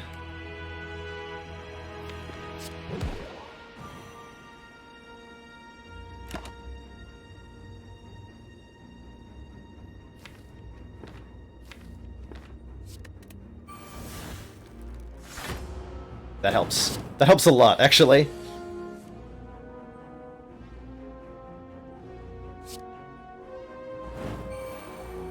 Layer Corruption, that makes this free. So I can either Shockwave Sever Soul, I think that's the play, Shockwave Sever Soul, versus Feel No Pain, Shockwave, don't get to play Sever Soul, don't get to exhaust the burns for 8 block each. Yeah, that's... wait, hold on. Still don't play Feel No Pain. Okay, now I do, though.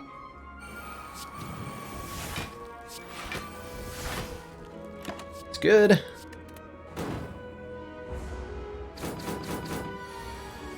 Seems very good.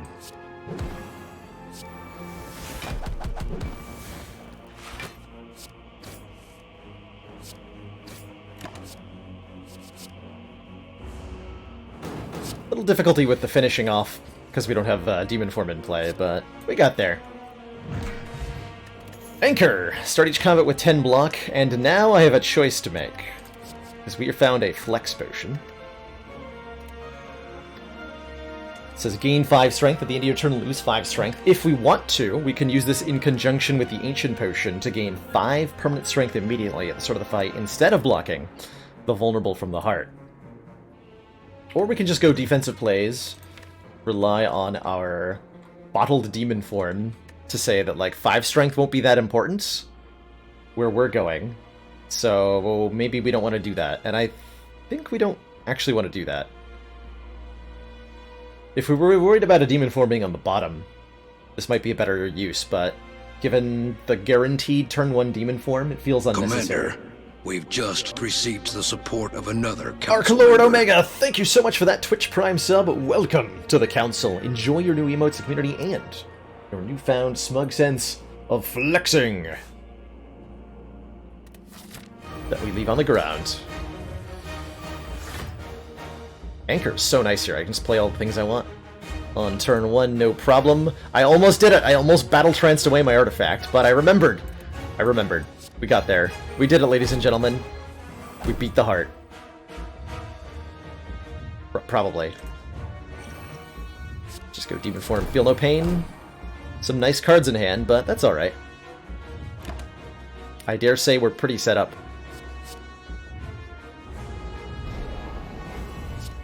So only weakened. We have a buffer to absorb this hit. So I can defend a Shockwave here. If I play the Shockwave, I take the Beat of Death before the Feel No Pain kicks in, right? Because what I would like to do is Shockwave spot weakness, but I don't think I get away with that. And also keep the buffer intact.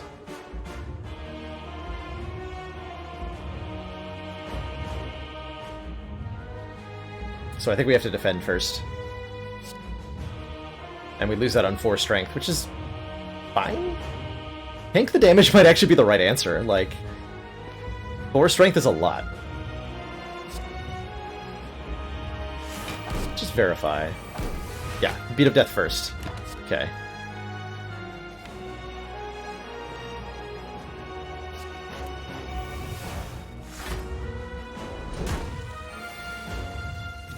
One times 15. How cute. Now I am willing to tank damage. Wait.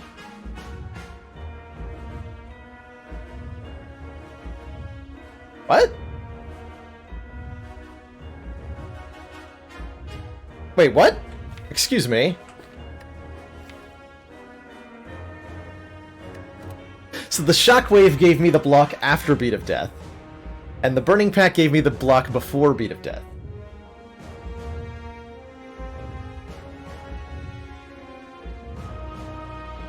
Is that because there's a difference between the card having exhaust on itself versus the Burning Pact exhausting in the middle of its card resolution, where exhausting is something else? That's interesting. I would not call that consistent, but it does make some level of sense. Sure, whatever.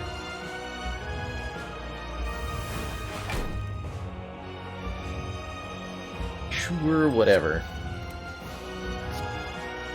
Get some damage in here. We're not perfecting this fight, that's okay.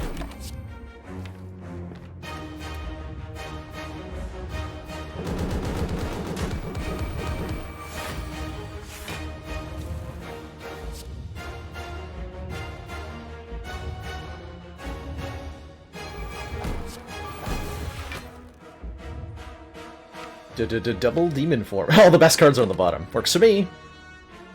Works for me.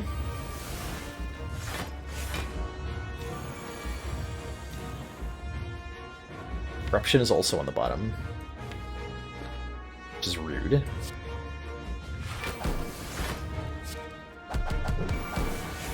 Have some damage, nerd. Have some damage.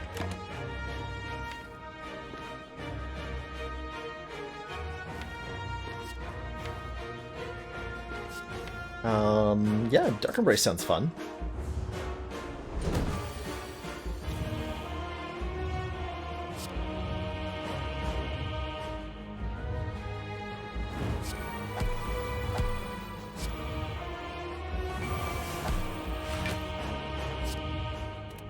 Oh man, Sundial just came in clutch.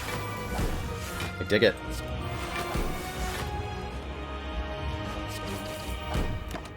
I dig it.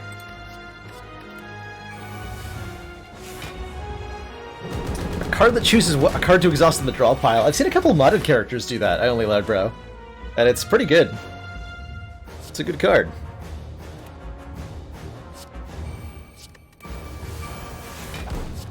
Okay, so Fiendfire just hits the damage cap effortlessly here. And blocks for 1,000,000. Might as well Reaper up first, though. Have fun!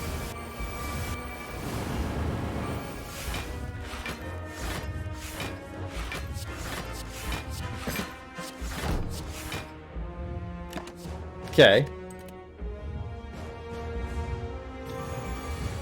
6 times 15?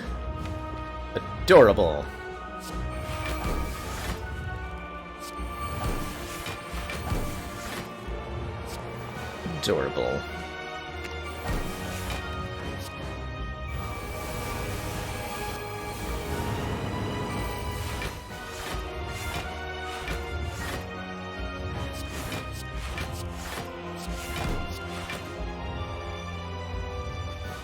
And then, just because I can,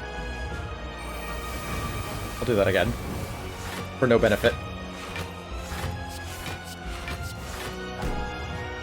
Cool. Casual 160 block. No problem. Boop.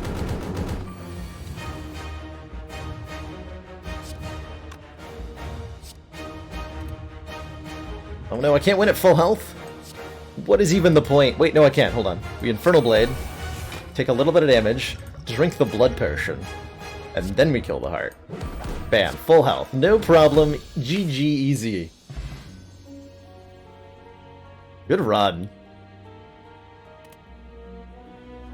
Heckin' good run.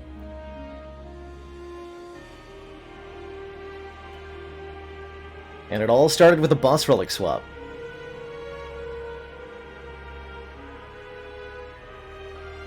Into Choker. Didn't feel too bad, despite the Dead Branch corruption. Like, we could have gone, like, so much more infinitely into nonsense if we didn't have the Choker, but... like, we never needed to play more than 6 cards per turn. GG.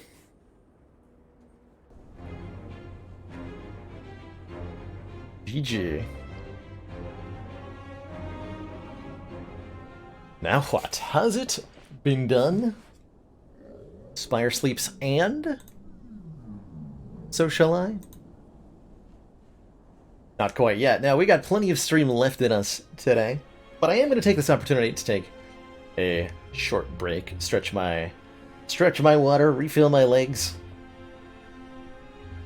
blink my eyeballs, and then when we return, we'll jump into a silent Ascension 20 heart run, see if we can't repeat that success that we just had with Ironclad.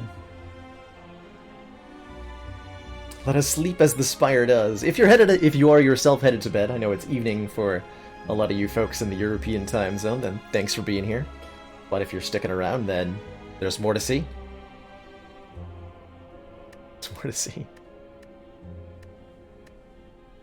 Let's see, what was our... so is that 2 in a row with Ironclad, by the way? Yes. 2 in a row with Ironclad. Not too shab. But how many rare cards this had? 1, 2, 3, 4, 5, 6, 7, 8, 9 rare cards in this deck. Although Ori did have a contribution to that. By the way, the Ori in this run ended up being really good. I think that's the best I've ever felt about Ori as a boss relic. Hey, a Black Fat Fox. Thanks for the well wishes, and thanks for being here. Alright. Gonna take a short break. When I return, more Ironclad action. See you all in just a few short moments. Or, sorry, more Spire action. We're not playing Ironclad. You know what I mean. Bail her out.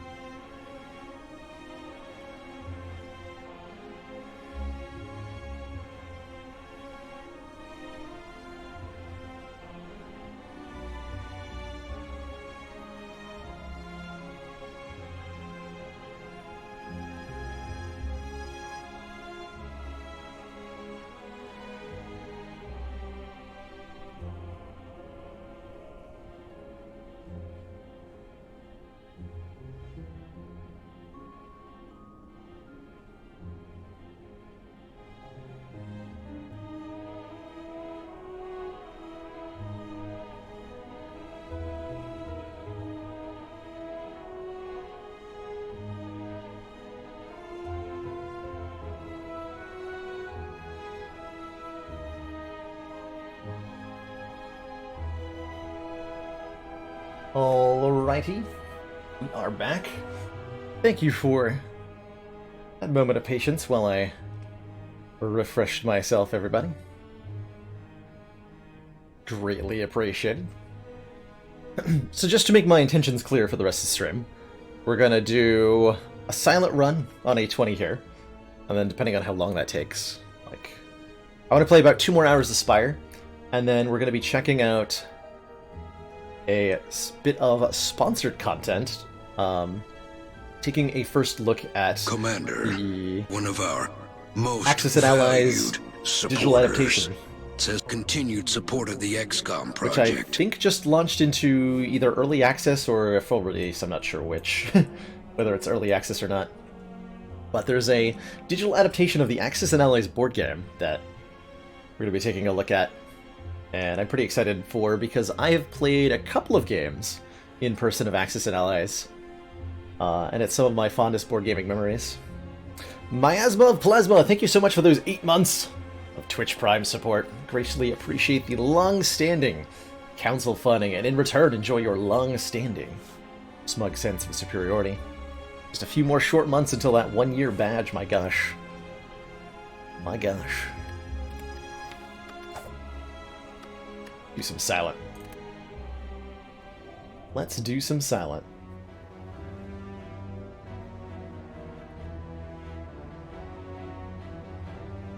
Choose. Alright, Act 1, what do you got for me? Potentially a late elite. We're fighting Slime Boss, which is always a little bit yikes. Got a fairly safe path that hits 4 fires and 1 elite. We could try something more ambitious. Wait, could we? Is there a reasonable sane path that hits like 2 or more elites? Yeah, we could trade 1 fire for 1 elite, depending on how we're feeling. Depending on how we're feeling. Regrettably, Whoa. our briefs have recently been contaminated with alien cum. Obviously, we are extremely impressed. Schwartz's Yishin, thank you so much for that incredible 15 sub gift bomb. My goodness gracious, what a show of generosity. Thank you so much for those ridiculous gift subs and for supporting the ever-loving heck out of the stream. We are extremely impressed.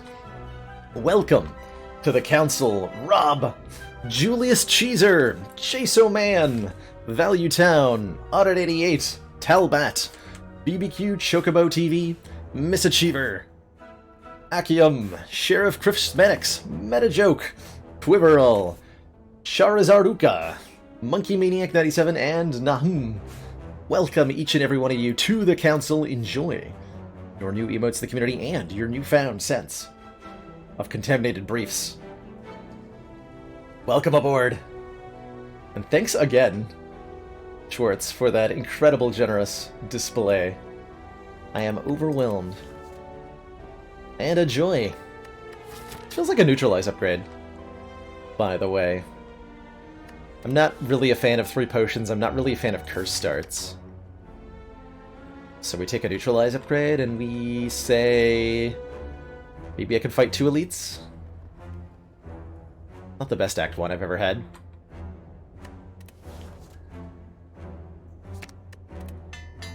But I'll take it. Just made dinner in the pause. Was I gone that long on Coming Storm? Or is that a fast as heck dinner make? Maybe 2 elites can fight me. God. The legends are true.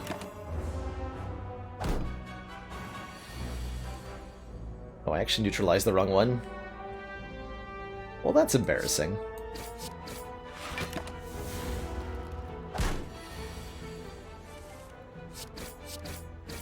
Two damage for no reason.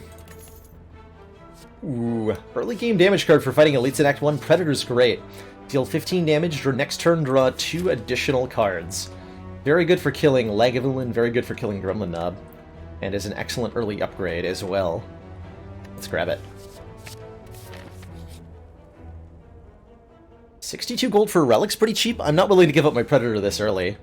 I wasn't planning on hitting the store anyway. We're gonna go to this fire, then we're gonna fight this elite, then we're gonna fight this elite.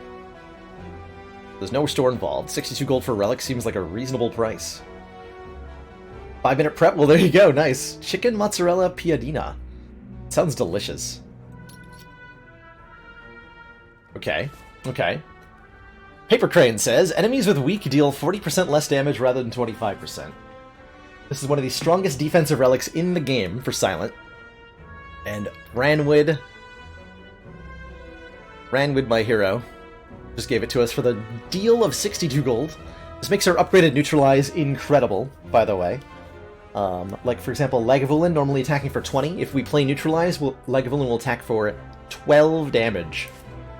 And this means we also want to pick up any additional weak cards we see, like a Sucker Punch. We will take Crippling Cloud, Leg Sweep, anything. Anything that says weaken, we will take from here on out.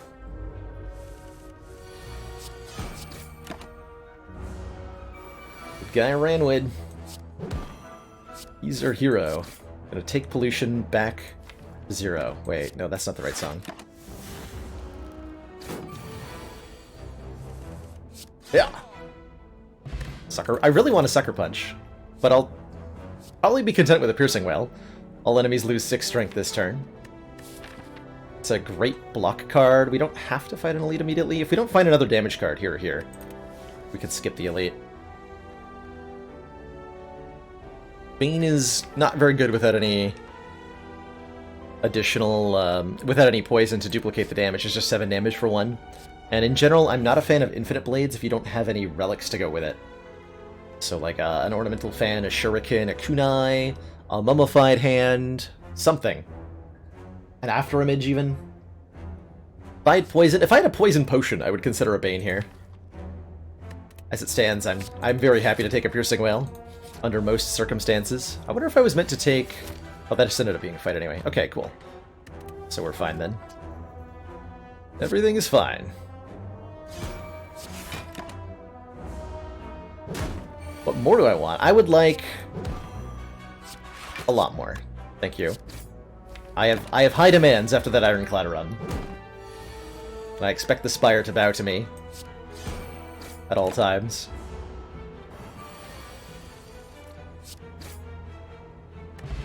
Strength Potion definitely helps. There's the poison card. Deadly Poison. Apply 5 poison.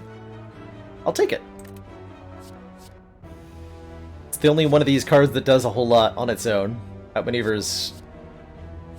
This is a bit of a niche card. There's times where this is good, like with the Runic Pyramid, but Deadly is too easy. Alright, this is almost assuredly going to be a potion out of us at some point. Because this fight is scary. Fight is scary. I'm gonna neutralize the looter. This takes him from 11 down to what, 6? 6, yeah. And I can... I wonder if I was meant to Strength Potion here. Do I kill the looter first or the slime first? I'm gonna try to take the looter out first and get my money back. This might be the wrong choice.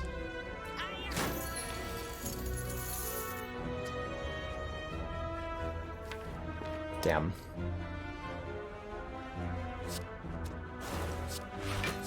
My hit points! Oh god, my hit points. Oh no. That's 21. I'd have to use both potions to kill you. Or just the strength potion to kill him, actually. But then I'd have to use the other potion to block. Jin Fizzes, raiding with a party of 3. Welcome on in, Jin, and your 2 closest friends. Behold, the Baylor Lord. How's it going, Jin? How was your stream? Sorry I couldn't tune in. I had a heart to slay.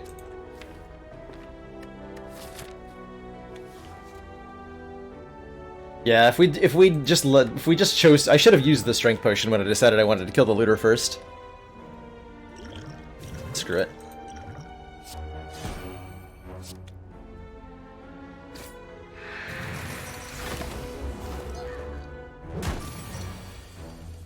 You win some, you lose some. Hit points, that is. We did not get Paper Crane from the whale. We got Paper Crane from Ranwid for the price of 62 gold pieces. Because he's a bro.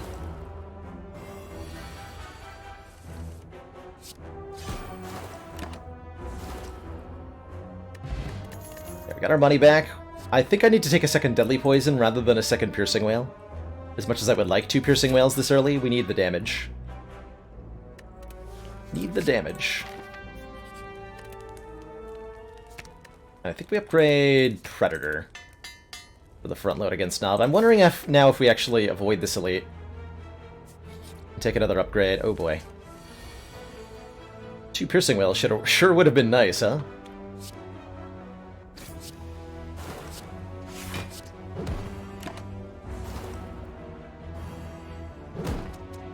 Yeah, I think we're gonna avoid that first elite. Rude.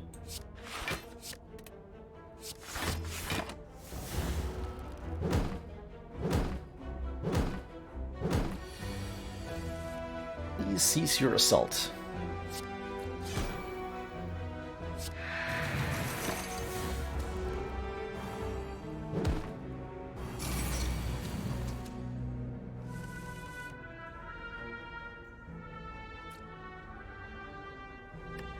Seven.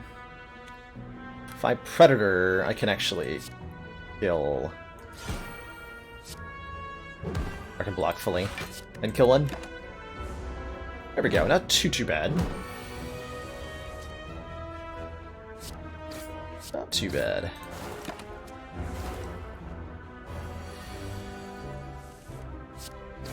If I get a fire or attack potion, we'll go here. No. Sucker Punch! Deal 7 damage, apply 1 week. Yes, we want that. We want that. And we probably want to upgrade that. Maybe even over the Deadly Poison. So we upgrade Sucker Punch, upgrade Deadly Poison, fight 1 elite. And then upgrade either the other Deadly Poison or the Survivor before the boss. Paper Crane is an uncommon relic. Yep, uncommon.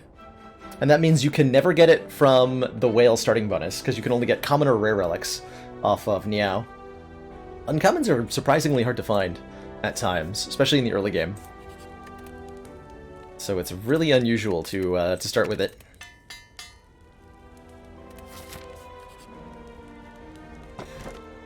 Bottle Lightning is also an uncommon. Choose a skill, start each combat with this in your hand. Do we want to bottle a Deadly Poison? Or do we just want to take a Sapphire? I think we just want to take a Sapphire Key, right? Over a bottled Deadly Poison. I would bottle a Crippling Cloud if I had one. I would bottle a Terror if I had one. I would bottle an Adrenaline if I have one.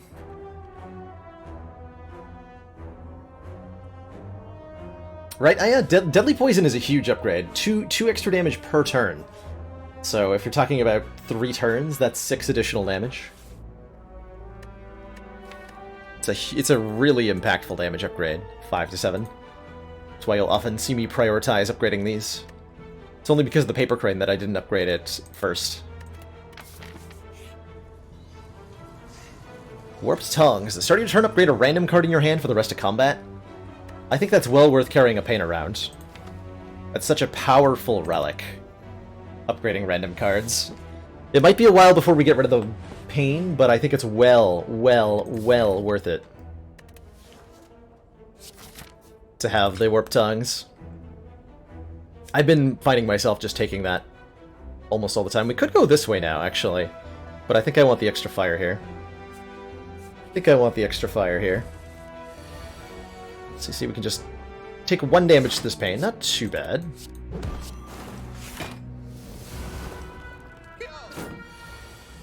Not too bad. Boop.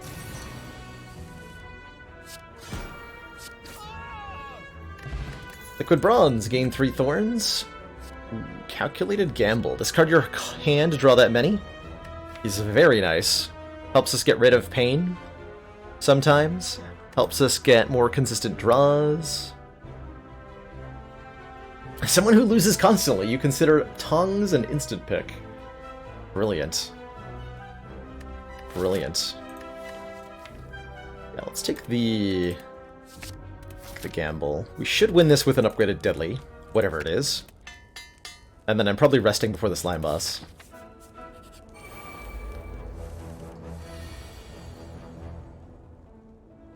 Okay, this is a bit of a painful turn. Get it? Aha!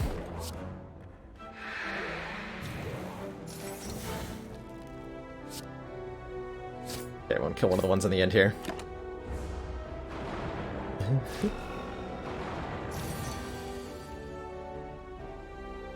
20 plus 9? Oh, I should have... no, it doesn't matter. Man, Predator's so good, though. So this is, like, Predator defend and take 12?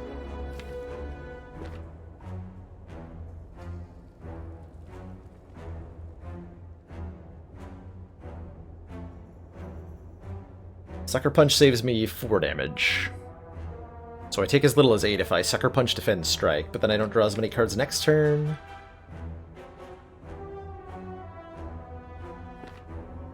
Maybe that's a good thing, maybe that's a good thing. I wonder if I was meant to Liquid Bronze in this fight. I'll be very embarrassed if I was.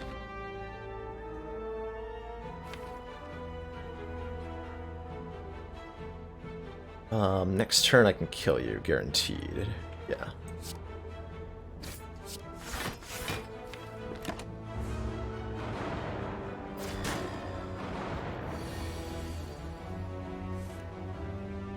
Okay, unfortunate.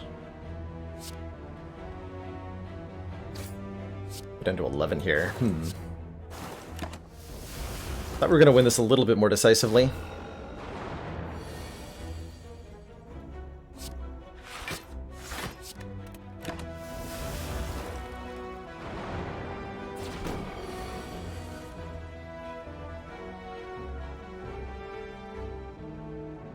Okay, Predator Gamble?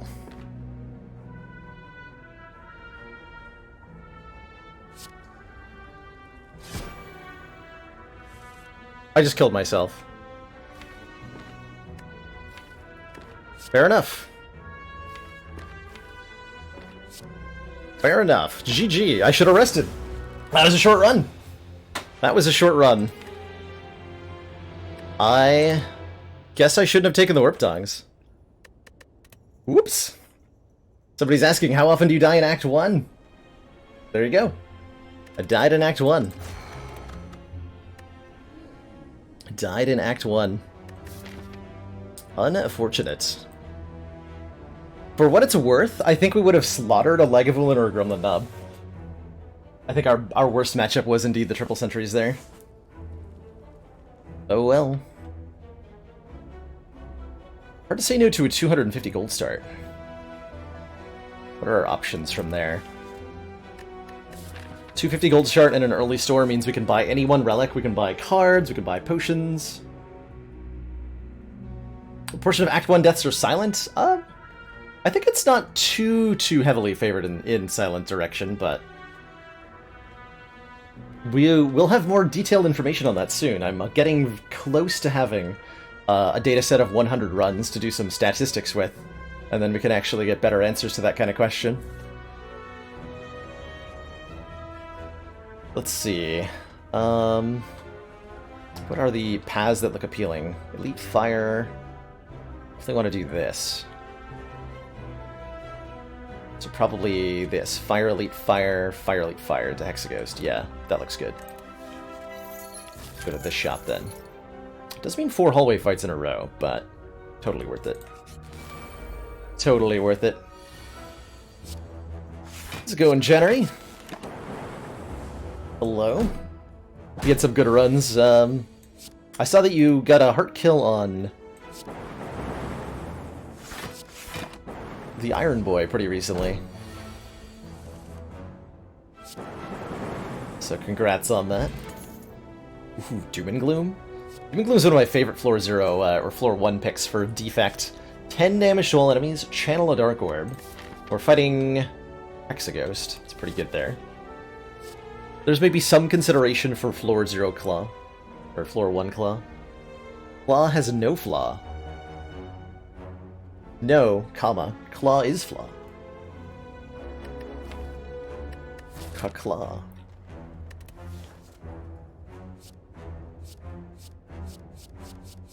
I think this is just such a powerful damage card. It's really hard to say no to. It immediately improves my outlook against elites and hallway fights in a way that Claw doesn't. Take it. Alright, shop. I see. That's a membership card.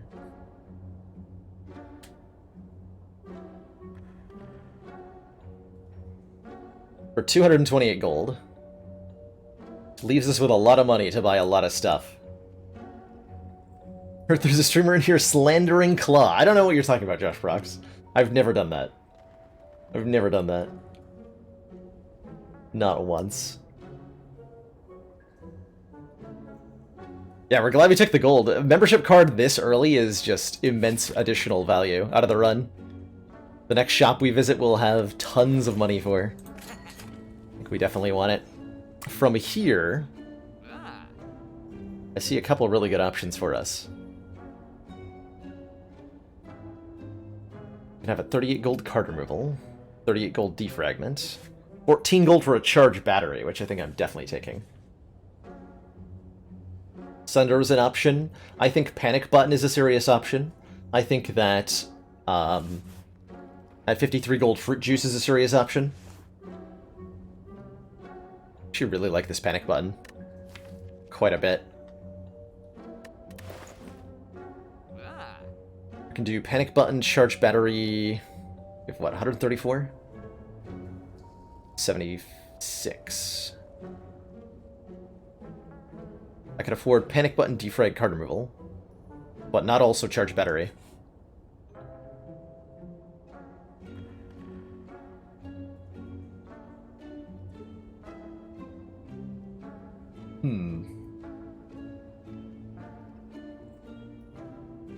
Take the defragments. Ripping Strike is pretty appealing. Maybe I just don't take the Charged Battery. How early am I fighting an elite? Not too quickly.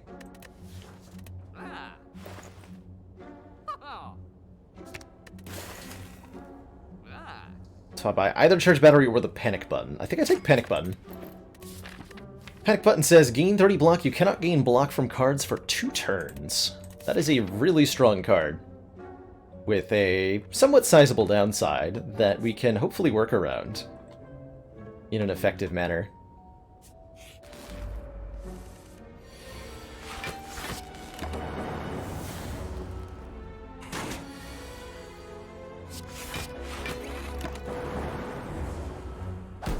I think it'll help again a lot against something like a Lagavulin or a Gremlin Nub, in particular.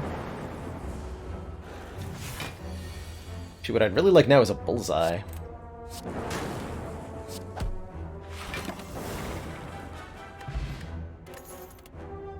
Or a Glacier? Gain 7 block, channel 2 Frost to go with our Defragment? I mean, yes? Glacier? He said, about to throw another really good run into the garbage pile. I'm taking the Glacier, definitely. And we should have enough block that we're now that we're going to be in the hardpool fights early on, we're still going to crush it. At least I hope so. That's the dream, anyway. Yeah, Frost Orbs work amazingly paired with a Panic Button. Frost Orbs can still give you block during the no draw, or the no block duration of Panic Button. Fun fact. Okay, Energy Potion helps a lot. We can take a leap if we want more block. We can take a Static Discharge so that we damage Hexaghost when we receive unblocked attack damage.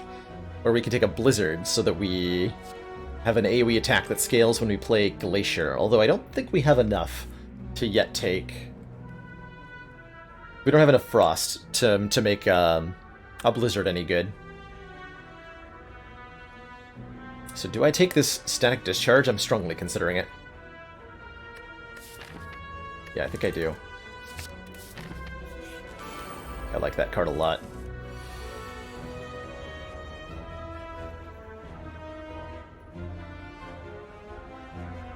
So if I dual cast and I hit the middle guy, we can just Doom and Gloom. Otherwise I have to get creative here. Nice.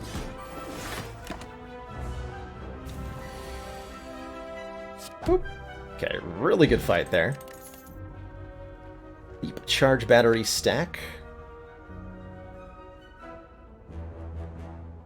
Might be a little block heavy if I take a charge battery here like I want to. We have to fight an elite, and if that elite is Gremlin Nub, we're in a little bit of trouble if we go in with this deck. Oh, just a little bit of trouble.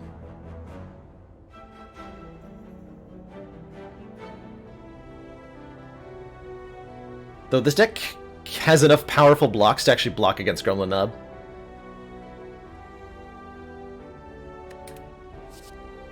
Gotta be greedy and take that charge battery. That might be a terrible idea. Then I'm gonna upgrade our defragment. Okay, not a Gremlin Nub, thank goodness. Makes my life a lot easier. If that is not a knob. See you later, Schwartz. Thanks again for that incredible gift sub, Bum. I hope you have an awesome day. I think this is where I actually panic button here. I'm taking a bunch this turn otherwise. Next turn we get defragment down, we block for 8. Yeah, this is better than not playing it.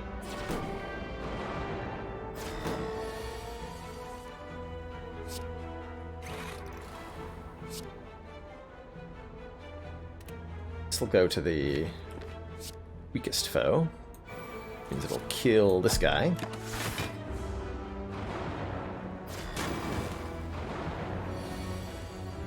Oh, I thought it would hit after before charging. Oh well.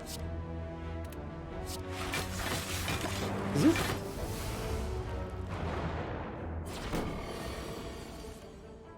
Orange Pellets does remove the you can't gain block from panic button. Yep. As does Artifact prevent it from getting put into play in the first place.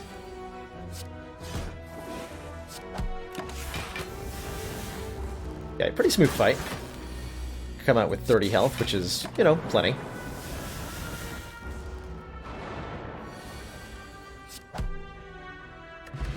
Smiling Mask. Merchant's card removal service now always costs 50 gold. With the merchant, with the membership card, we already bought a removal, so our next removal was already going to be 50, so this is a 12 gold discount on not the next, but the removal after. They don't stack, unfortunately, so this doesn't make it always cost 25. It's just sad. It's a very sad relic, unfortunately. Ooh, machine learning or go for the eyes? I think we need to go for the eyes, as we're currently a little bit weak against Nob. I would really like some damage, like a ball lightning would be really nice right now. But when in doubt, hard to say no to go for the eyes. Or machine learning. But I don't know. Might be a little early for a machine learning. That's where I'm feeling.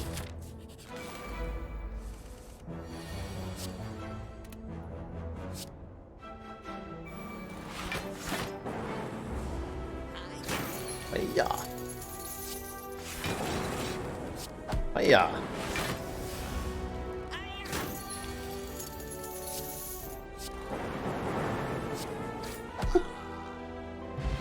Root Juice, gain 5 max health, and another Glacier?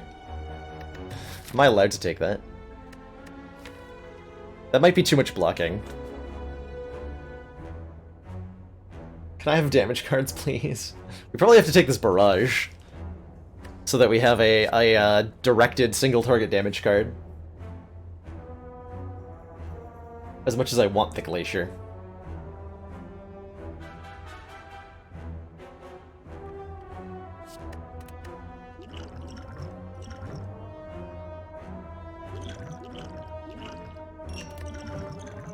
So I think I have to take Barrage.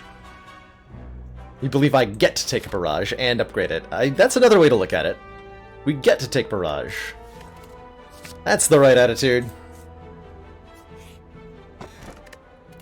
A Regal Pillow when we rest heal 15 extra. That's a very good relic. Most of the time on Ascension 20. So I'm going to snag that. I'm sure we'll end up resting at least once over the course of this run, and when we do, we'll greatly appreciate that we have that. I think our first upgrade is Barrage, so that we can kill the Gremlin Knob.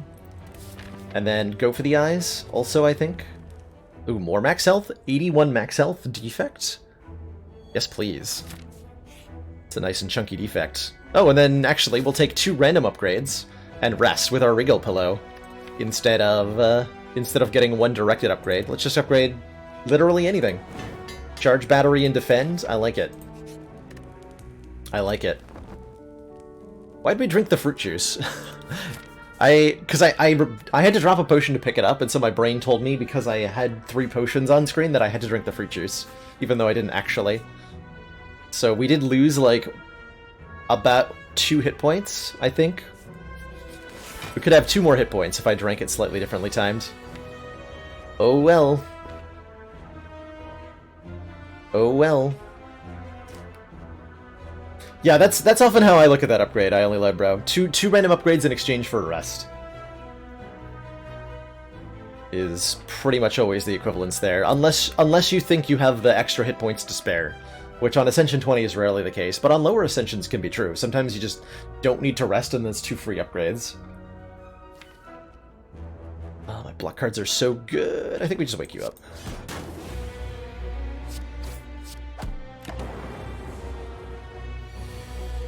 Yeah, look at these block cards. Look at how good they are.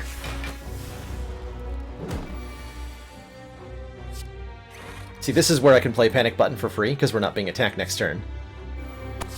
So we just play it.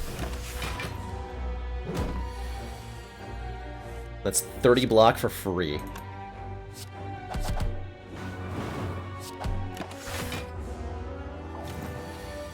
Well, for 0 energy, not for free. Alright, easy Lagavulin fight. Whetstone is going to upgrade, if we're lucky, go for the eyes or Doom and Gloom, and then a strike or something. Can also upgrade Claw. I don't mind a Storm. We already have 2 other powers, Static Discharge and Defragment. So anything that generates more stuff, more orbs, is good. I'm okay with a Storm here. Take a Storm here. Aw. 2 strikes. Set face. I upgrade Doom and Gloom for Act 2. If I were to pick a Claw, would this be a take Whetstone before taking the attack? I think in the case of Claw, it would be take Whetstone, then take the Claw. Claw's upgrade is only +2 damage, and so I would want the higher chance of the go for the eyes or the Doom and Gloom upgrade. Or even, like, I would prefer strike upgrades to Claw upgrade, truthfully. Most of the time.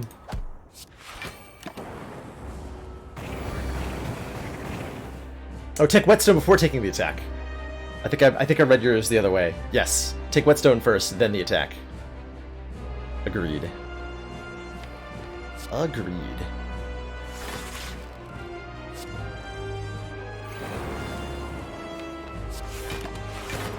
I would have liked to play Doom and Gloom there. Perhaps I should have.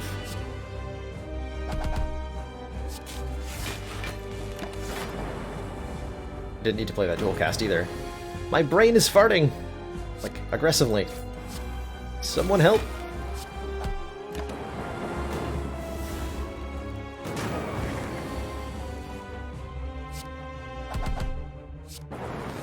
So I want to deliberately play the... Looks like we've got our work cut out for us, Commander. SD89, thank you so much for that 25 viewer host. Welcome on in, everybody. Hope you're having a great Saturday. We're doing some Ascension 20 Slay the Spire heart runs. And I'm about to deliberately take 1 point of damage so that I get a lightning orb off of the static discharge here. Boop. Take 1 to deal 10. It's a good deal in my book. Probably panic buttoning next turn. Let's just keep the damage up.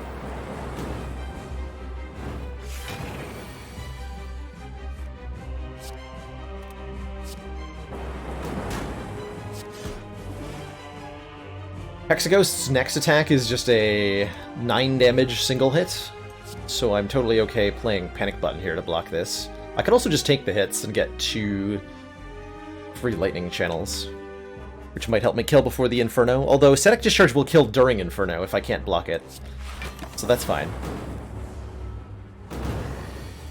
It's a really good insurance policy. Good block.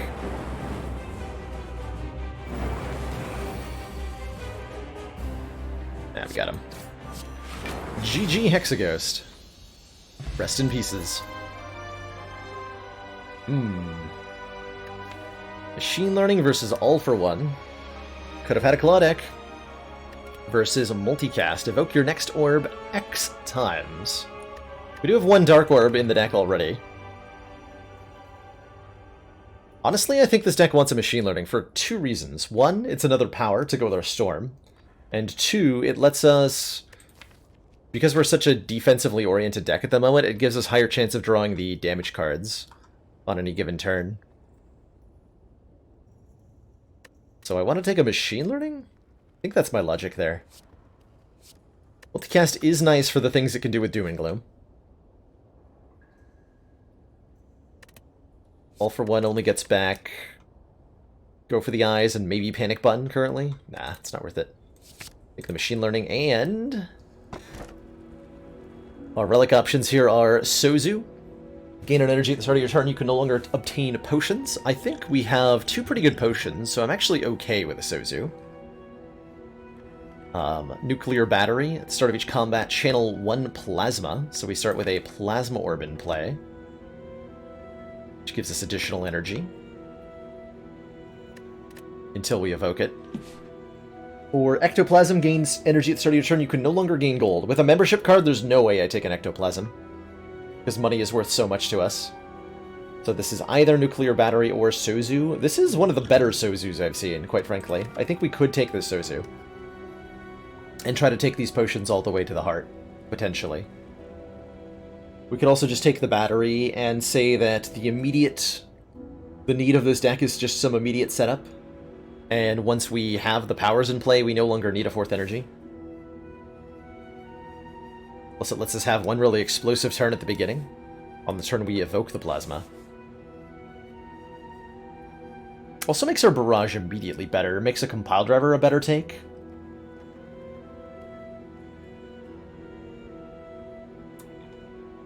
Let's take a battery. I like potions. Potions are good. I would like to be able to use a power potion in a fight. I think that would be great. Wow, do I want to fight 4 elites? Maybe?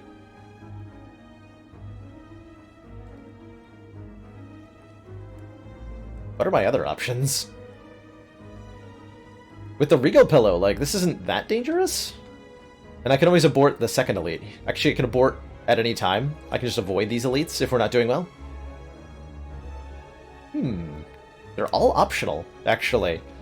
So, like, we have really good flexibility on this path. If things go poorly. How bad are we against triple slavers? We're pretty good against Book because of Static Discharge.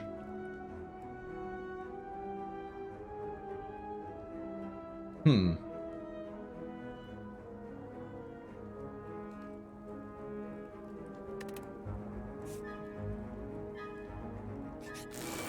gonna try it. Nice turn 1, idiot. Do I have to power potion here? No, that's crazy.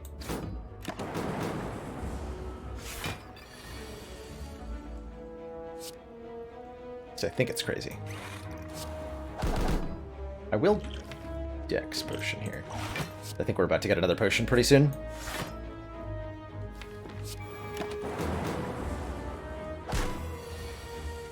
I think it is quite likely.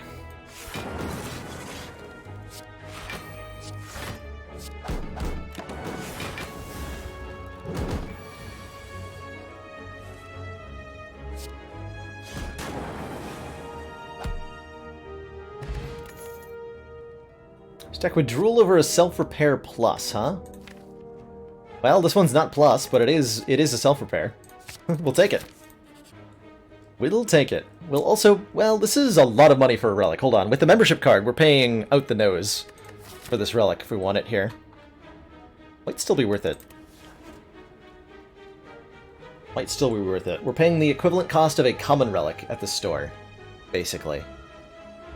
I think that's still worth it. We need some immediate power to be able to beat these elites, right? We want to fight, theoretically, 4 elites before going into the store, so we should take... We should take this relic. Rob him? Just rob him, lol.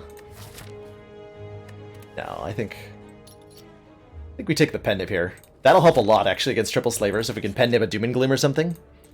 And now we spin the wheel and gain 200 more gold. Or another relic, that works too. 7 max health, excellent, excellent. Very excellent. Also very ouch. My face. Please don't kill me, Mr. Avocado. Ow. Rude. Oh man, super rude. Oh no. Uh-oh.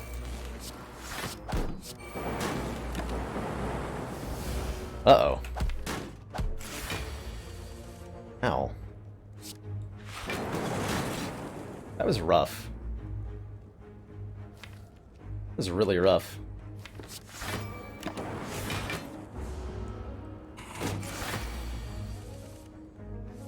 But, like, sufficiently bad that I just... Well, I'm committed to an elite, so we have to fight the one. Well, that's terrifying.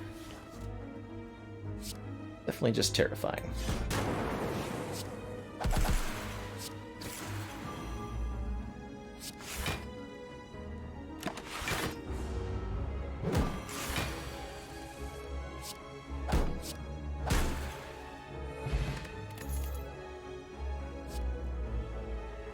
Is loop too many powers?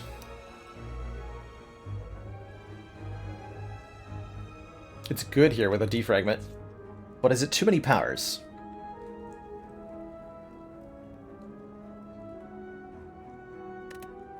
Loop is never too many powers? Hard logic to disagree with.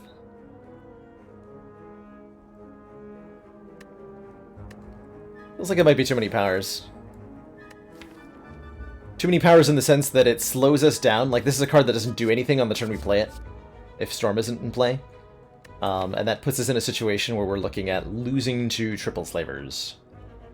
So maybe I take a second barrage, so we have a little bit more immediate damage. I think that's the take. Oh no. Oh yes!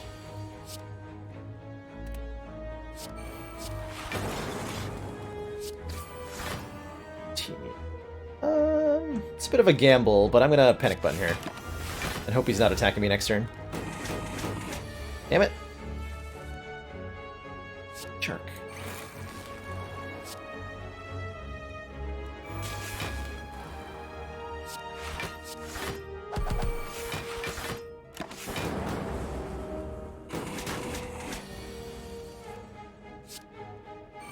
Okay, this could have been worse, so... Take it.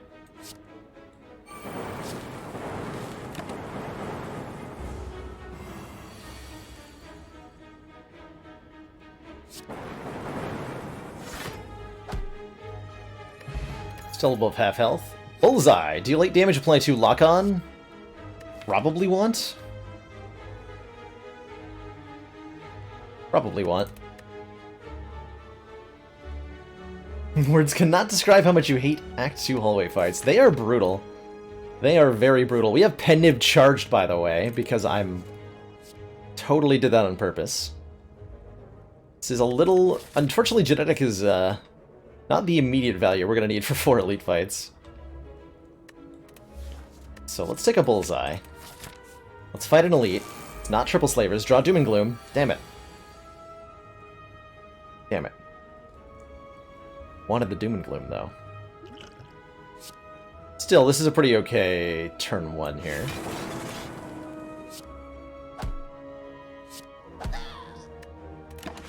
Got both nerds.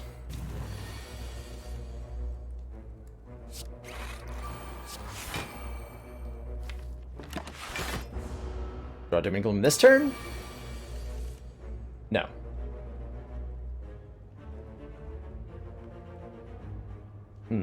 This feels like a power potion.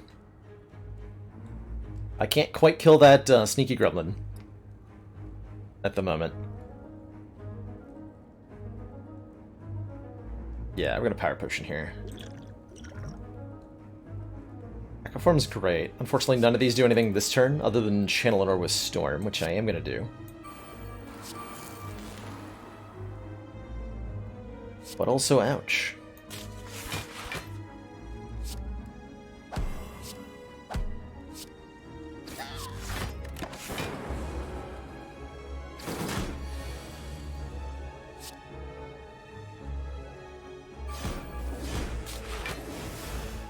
Get him.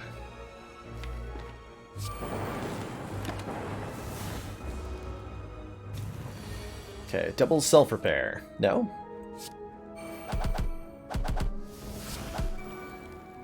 And Nib is ready? Okay.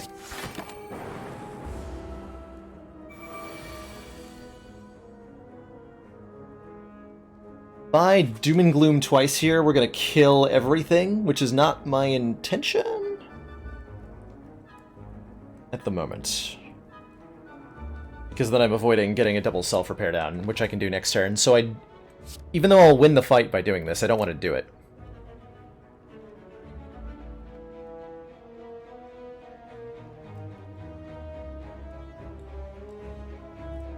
But if I double dual cast, I kill all the minions and deal 22 damage to the leader. Okay, so here's the plan. We are going to not only win this fight with a double self-repair, but we're also going to win this fight without losing our Pen Nib Charge at 9. So I double dual cast. And zap. We deal 10 damage to the leader. We double self-repair. And then we end the fight. Pen Nib's at 9. We healed for 14. And now we have an Omamori to negate our next 2 curses, and a Dex Potion, and I think a Cold Snap to get more Frost Orbs in play. Maybe? Maybe.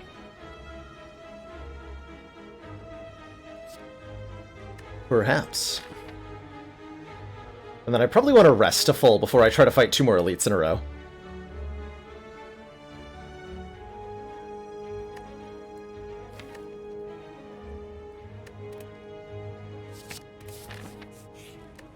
This is 40 health, so we're actually wasting some healing here. But means I won't die, probably. The triple slavers. Which is something I'd really like to avoid doing. Glacier, Defragment, Barrage? Actually, sorry, Defragment first, then Glacier. Then if this Lightning Orb does 10 damage to this nerd, we still don't kill with Barrage. Okay, well, fair enough.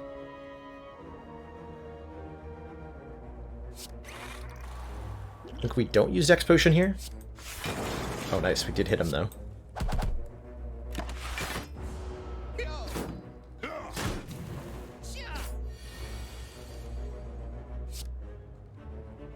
Boop. Okay, not too bad. Did lose 22 health very quickly, but it's alright. That's fine. Gotta go for the middle guy next.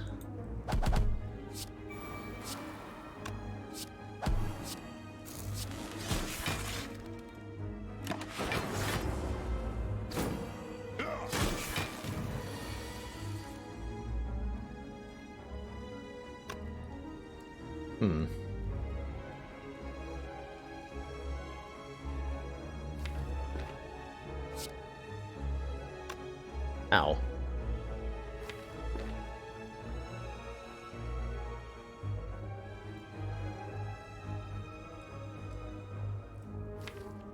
Damn it. I was really hoping to avoid some amount of this damage.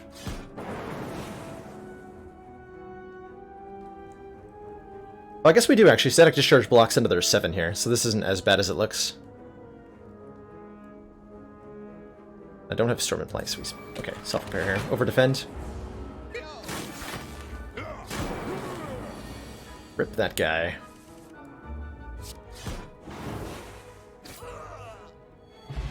Okay, not bad. 59 health should be enough to beat one more elite, then we rest again. And then we fight elite number 4. Happy Flower says, every 3 turns gain an energy. Skim plus says draw 4 freaking cards. That's a lot of cards.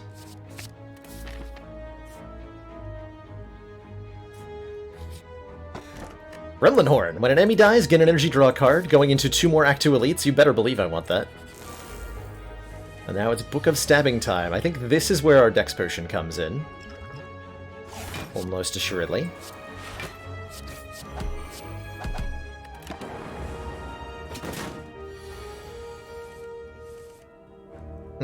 Because now we can Static Discharge.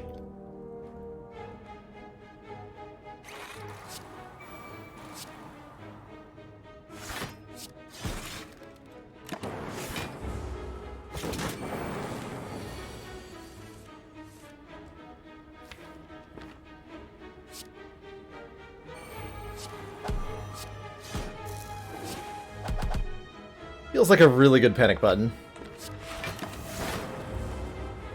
Next turn I have a chance of just killing with the discharge. Or with pure Frost Orb blocking. No, I don't. Okay, so we go... Glacier into dual casting this Dark Orb for 21 times 2.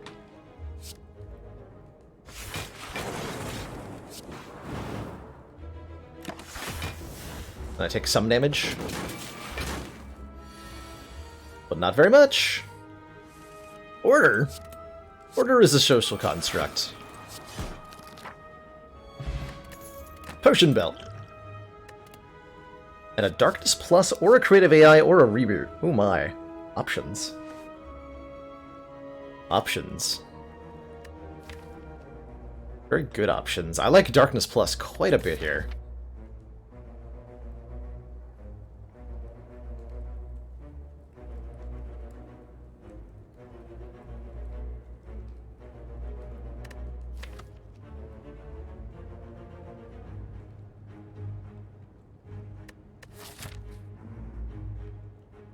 Lotion belt. Puts the lotion on its skin. Or else it gets the hose again.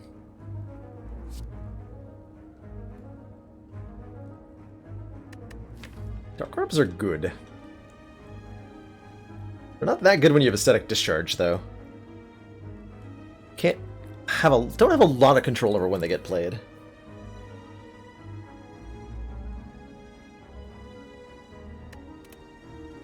Take it anyway. It's just another rest, back up to full health. Like, there's a chance we die to Triple Slavers if it goes really badly.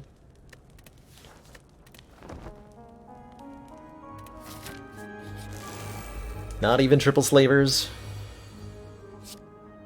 Easy game. Thank you, Happy Flower. By the way.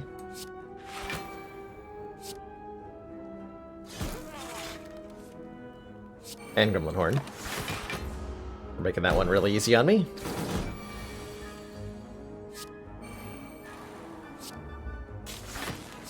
We want to take out these fat gremlins quickly here. These. Good. It's 12. 6. 6.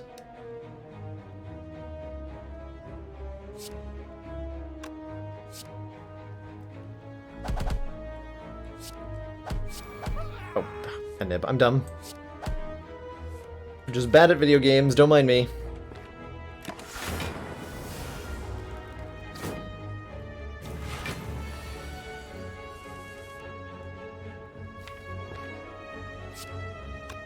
Don't mind me.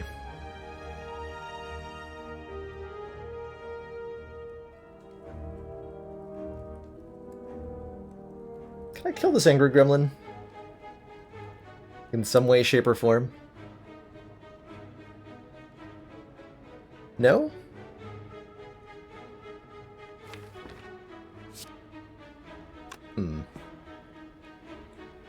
Not bad of your games, just this one. Oh, well, that makes me feel way better. It's 10 times better. These are probably getting evoked mid-turn anyway. Unless I deliberately don't, for the best block, which would be go for the eyes on the leader, defend, static discharge, then storm. Don't play either of these. Okay, we're gonna do that. Yeah, I can kill him on his turn after he's already attacked me. That is true.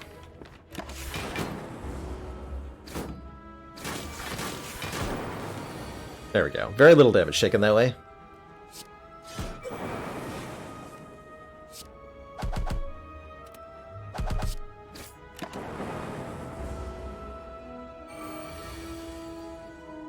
Thank you, panic button.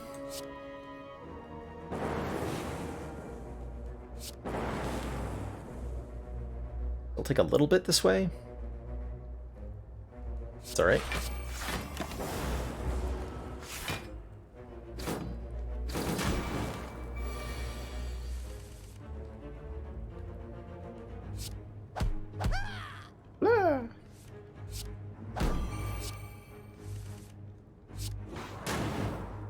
Cool, and we even leave with the pen nib charged. Ultimately, that only costs us 7 health, and in return, we get ourselves an anchor. Start combat with 10 block. Ball lightning or cool-headed, both are very nice. I think we have enough damage? He said uncertainly. Sunder's pretty good too. Sunder's pretty good too. What am I upgrading? Storm? For the collector fight? Oh, we went in at 84, so it only cost me 3 health. Well, there you go. That was a pretty good fight. That was a pretty good fight, and I feel very confident we get past collector with this much health.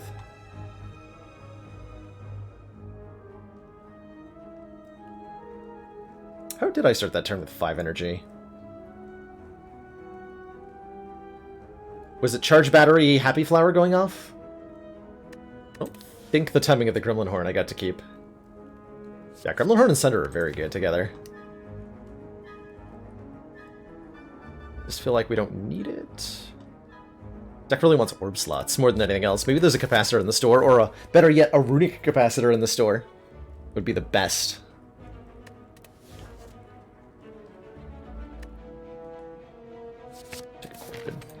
Okay, capacitor. Chemical X. Chemical X? Okay, well, definitely gonna buy a mummified hand. That's happening. This is now mummified hand heatsinks, right? Whenever you play a power card, a random card in your hand costs 0 that turn. Heatsinks, whenever you play a power card, draw a card. And we already have how many freaking powers? 1, 2, 3, 4, 5. This makes 6 powers. I can't not do that, right? That's not even all of my money. That's not even all my money.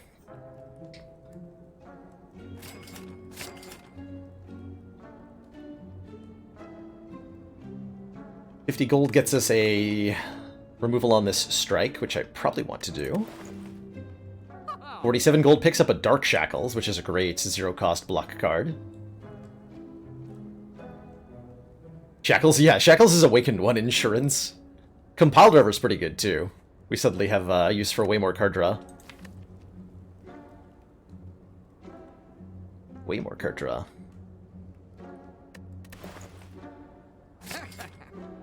I'm gonna go Dark Shackle strike removal.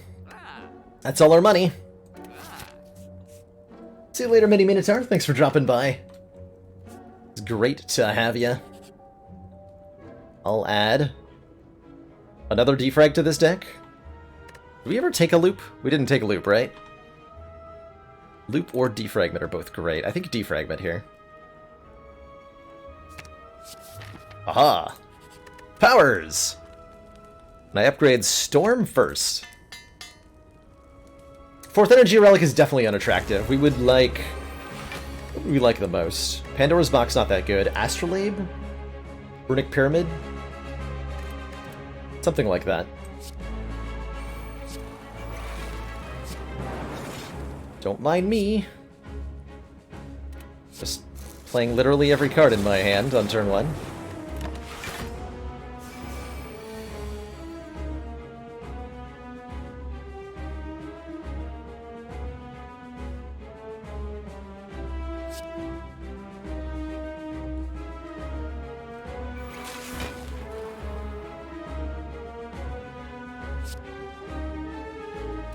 I think I dual cast this Dark Orb to kill one of the minions.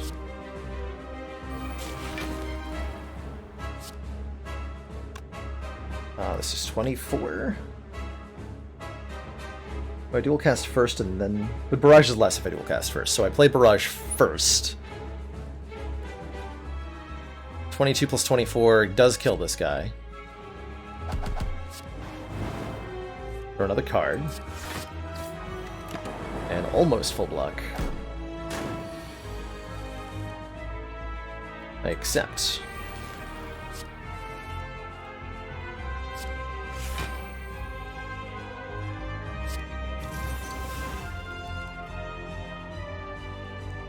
Bullseye Cold Snap?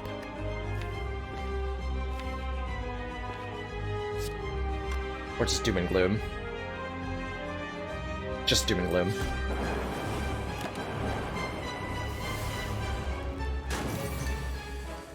Did I get to enjoy the remainder of Chenery's appalling Ironclad run? I caught that he won with Ironclad once on a... Was it Dead Branch Corruption? Or... No, it was the Duvudal 4 Curses Limit Break. I saw the end of that run. If that's the one you're talking about. If that's not the one you're talking about, then no.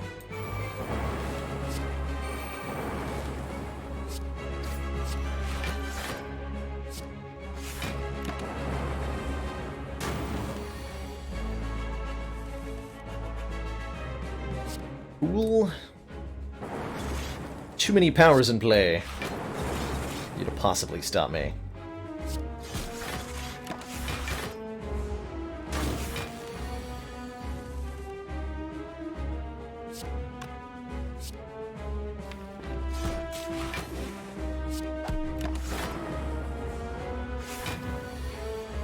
Lecture's very aggro today, huh? I think I brought my panic button.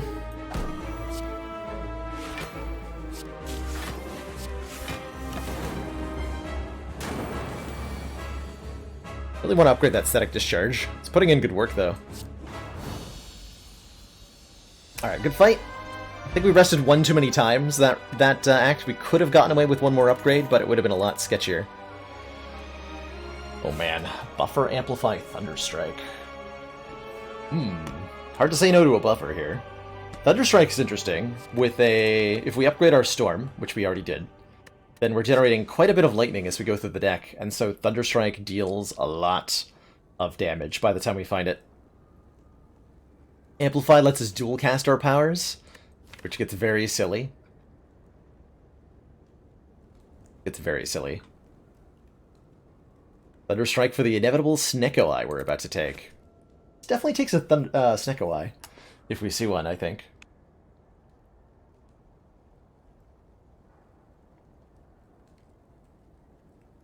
Right, Mycius, that Pendib. I wish I could take credit for it lining up as well as it has, but I've not been thinking about it that hard, quite frankly. It's just total coincidence. Just total coincidence. Act 3 Troglodytes.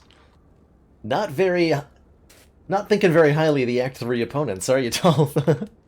I love it. Troglodytes.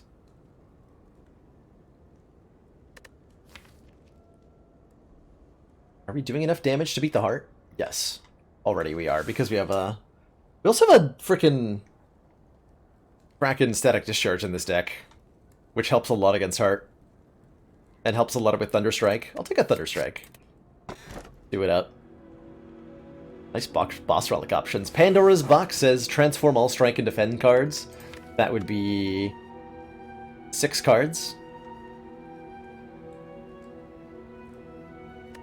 There's Astrolabe, which says transform and upgrade 3 specific cards, which could be like Strike, Strikes, Defend.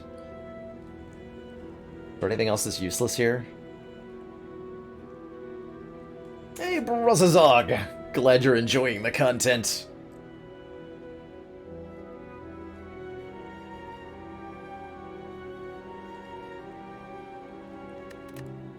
Or Coffee Dripper for even more energy, but we can no longer rest with our Regal Pillow. Resting's pretty good for this deck. I think I take an Astrolabe. Transfer on upgrade 3. We try to get even more powers. Maybe it's Defend, Strike. Upgraded Strike's not that bad.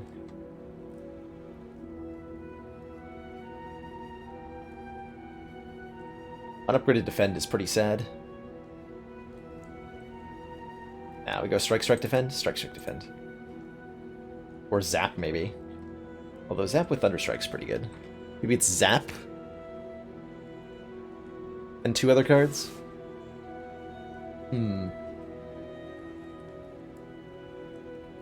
I'd like Zap if it were upgraded. As it stands, I like Strike Plus better than I like Zap, because I get to target where the damage goes. So we do 1 of each. We get ourselves a Multicast Plus, a Charge Battery Plus, and a Streamline Plus. Those are definitely better than the cards we just replaced. So, good upgrade. Very good upgrade.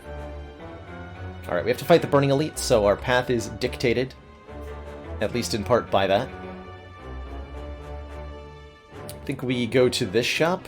We'll have plenty of money by the time we get there. We could go to this store, and we have, like, enough money for a card removal or something. But not a whole lot, even with the membership card. I'd rather save up so that we can afford, like, a rare relic by the time we reach that. So let's go this way. Get an upgrade. Fight the Burning Elite. Maybe, like, rest, because we almost died to Reptomancer or something. It's gonna be great. Going to be great.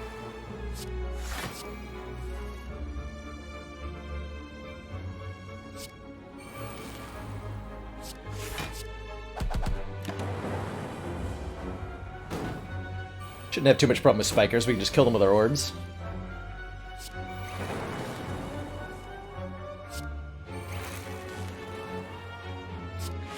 Behold, I have free Thunderstrike.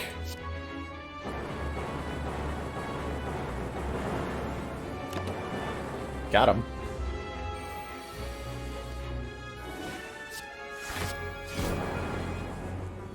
Alright, full health, an attack potion.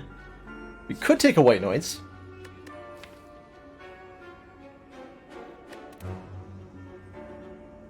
We could take a white noise.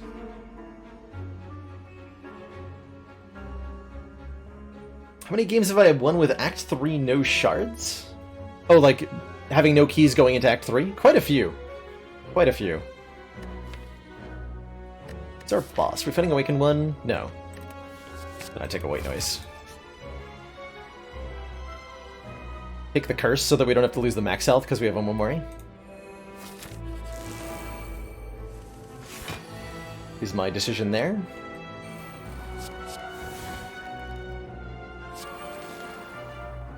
Doom and Gloom.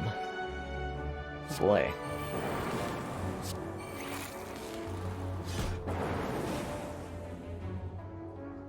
Oh crap. Taking 10 here. Unfortunate.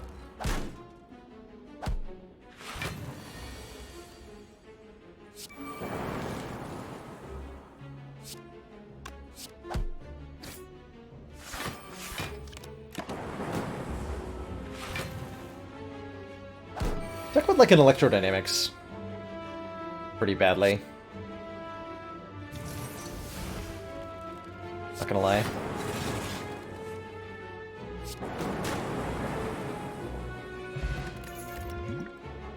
I don't want another Self-Repair. I don't want another Barrage. Do I want another Cool-Headed? Yes.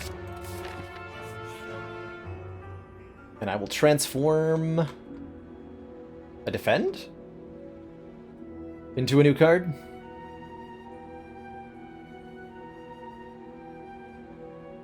We're getting close to the point where the Self-Repair wants to leave, but not yet. Second Static Discharge. Okay, so that means I don't have to upgrade the Static Discharge, I think. More powers is pretty good right now, so I'm happy. I'm happy. Alright, just play literally every card, lol.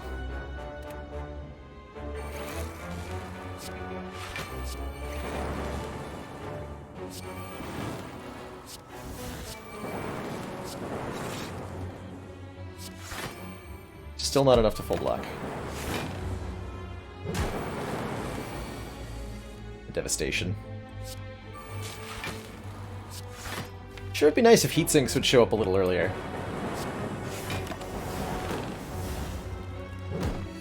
Just gonna put that out there.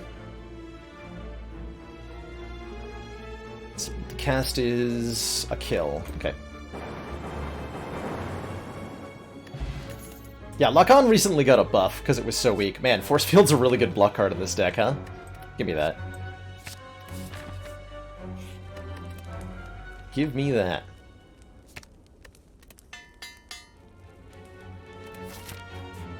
Alright, Burning Elite. I hope you're ready to become Die.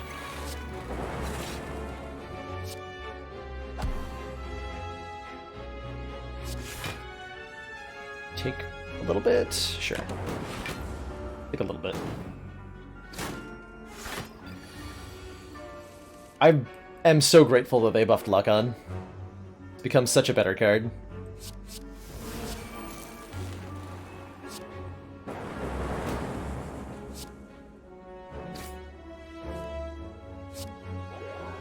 More like Dork Shackles.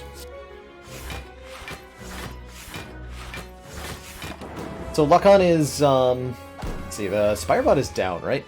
Lock-On used to be 8 damage and 1 Lock-On, and the Bullseye the card, 8 damage and 1 Lock-On, and the upgrade is now 11, and then the upgrade was originally 10 damage and 2 Lock-On.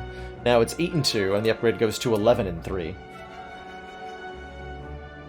The original incarnation of the status effect Lock-On caused your orbs to always target the specific enemy that you hit the status effect on. And that's no longer true either. Also, ow? Also, ow. Like 22 damage here, really? Rude. Not willing to use any potions or anything, just gonna be sad about it.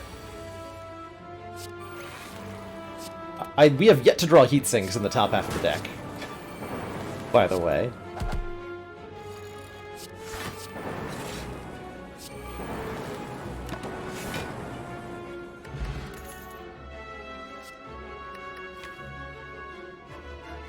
I think we continue to take these. Alright, plus Strength Nemesis is very scary. We finally got heat sinks early on, though. Wow, look at this opening hand. 5 powers. I dig it.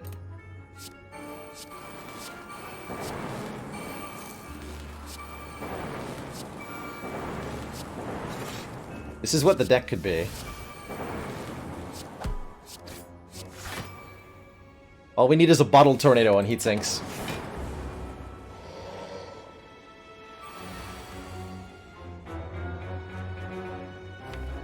A little bit of a yikes here. If we're lucky, we'll draw into Panic Button, courtesy of heat sinks or something. Or Glacier, that works too.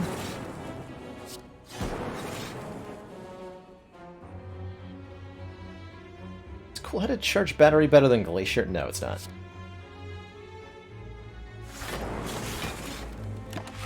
Okay, take 6.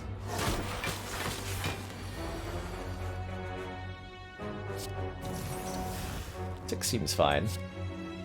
7 times 12 seems fine, too.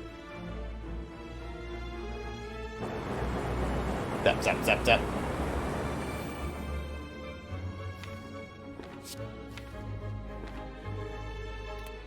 I could just take this damage to get a kill this turn, guaranteed. If I block, he might do the big hit again. He'll be intangible next turn. I think I just intentionally take this damage to make sure I win this fight. It's only 2, actually. Totally worth it. Bag of Marbles! Apply 1 vulnerable to all enemies at start of combat. Probably gonna pass on those. Have to take the blue key here. No! My bottle heat sinks! How dare you, game? How dare you? Rest in pieces. Heat sinks. Damn it! Damn it. Alright, let's recall here. So rude. So rude. I'm thinking shop. We have to go to either both or neither shop, and we do want to go to one, so we go to both. Or actually, we can go this way, I guess, if we want to. What we got here? We can afford a thread needle. Start at end of each. Start each combat with 4 plated armor, which is good. We can take a second heatsinks instead, which is possibly better. That solves the bottled heatsinks problem, is just having 2 copies. Does make us a little bit vulnerable to the Awakened one. We might actually just die to Awakened one. A bomb. The bomb is here. I like heat sinks, and I like this ancient potion to gain 1 artifact. Which can block vulnerable against the heart, which will be a big deal for us. Be a very big deal for us.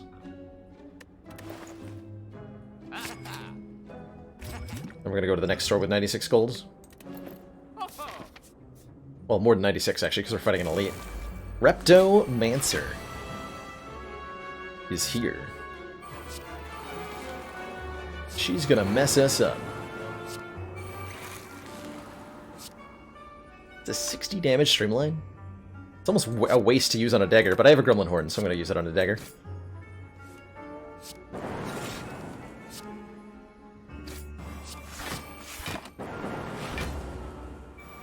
Has the Cauldron always been that weak? Yeah. I think it got buffed, actually, at one point. But it's pretty much always been terrible. Alas. Okay. Apparently screw that guy.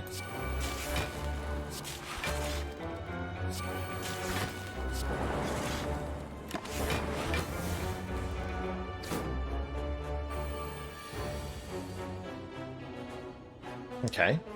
Doom and Gloom will murder everything? By everything, I mean like one thing.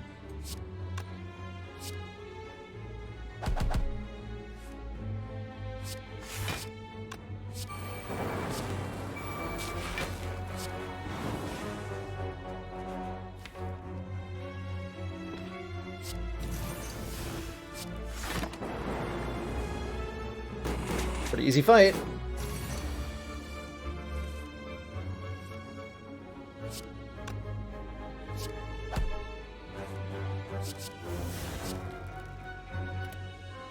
I want to multicast that. My Cold Snap, dual cast. Better. Just Bullseye, Electro. Then multi. Good fight. Molten Egg. When we add any attacks to the deck, they are now upgraded. A little bit late. We could take a Ball Lightning Plus. I don't think we want to, but we could. We certainly could. How about a Fire Potion?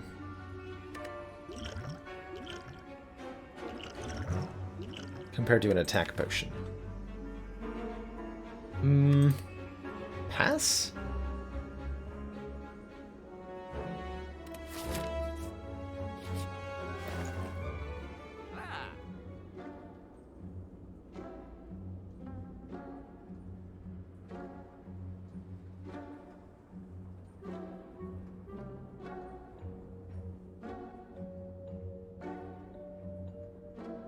So we've got orange pellets here. When we play a power attack and skill in the same turn, remove all your debuffs. That's pretty good. We can also take a buffer. We can take an oddly smooth stone, start combat with 1 dex.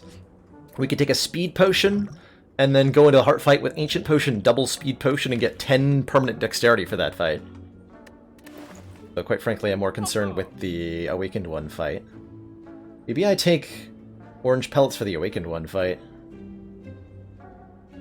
We're very easily going to pellet proc. We can take second Thunderstrike if we want to. I can't afford the speed potion alongside the pellets, sadly. Otherwise, I would definitely take pellets and swap out the speed potion for the ancient potion. But it's still pretty good. I think that's what I'm going to do, is take orange pellets here. And we're going to do fun stuff with that. Oh, hello, Transient. Hello, hello. Transient's an opponent that sticks around for 6 turns, hitting harder and harder, but every time they take attack damage, or any kind of damage rather, they reduce their damage output for the rest of the turn by the amount of damage they took. What? 30 sinks? Okay. Heat sinks does this deck have? What?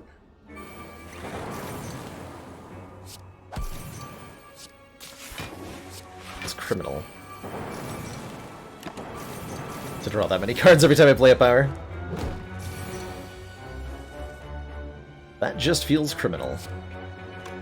How about 14 times 8? Does that work for you?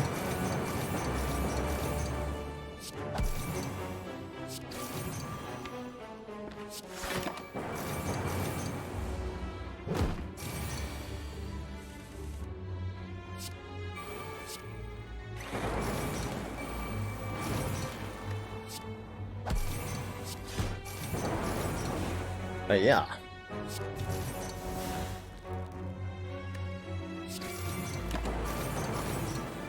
How's it going, Sigger? Hello, hello. You've stepped into a wonderfully amazing defect run. It's 12, 18 times 4 is enough.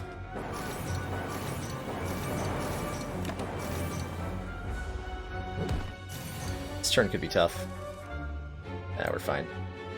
70 damage off Thunderstrike. Don't mind if I do.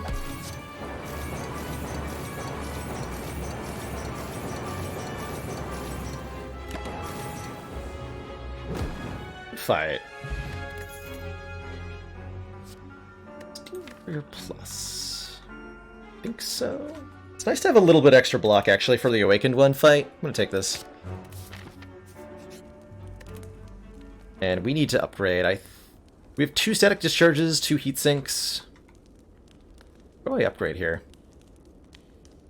Machine learning, maybe? So that we can draw extra cards on turn 2. To help us combo out stronger. It's not a bad upgrade. We could upgrade Bullseye for the extra turn. I think it's machine learning. Upgrading the Cool-Headed is not bad either. All of these give us 1 extra card draw. Could upgrade one of the 2 heat sinks, but with 2 copies of heat sinks, I don't think we're too concerned with upgrading either of them. Upgrade machine learning. We're gonna end up using potions if we end up fighting the Awakened one, by the way. Just as a heads up.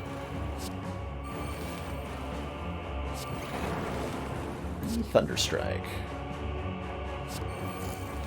Pretty exciting.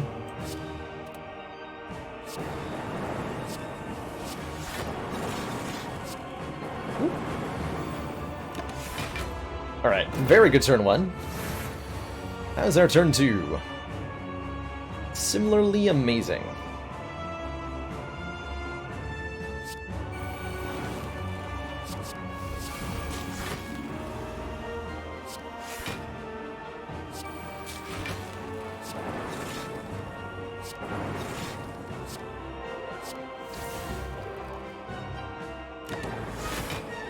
Actually forgot I could have used Panic Button and removed the debuff from it. Totes forgot that was even an option. Oops. That's alright.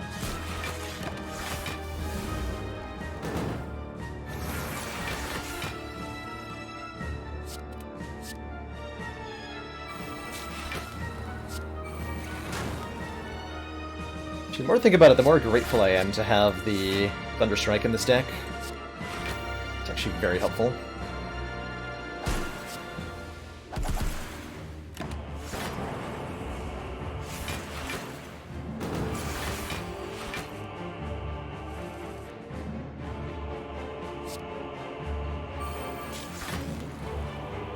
Convenient.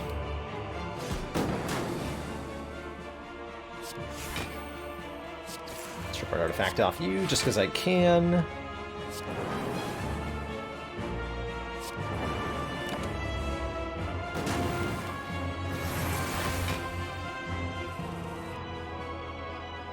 That's a nice panic button. I like that panic button.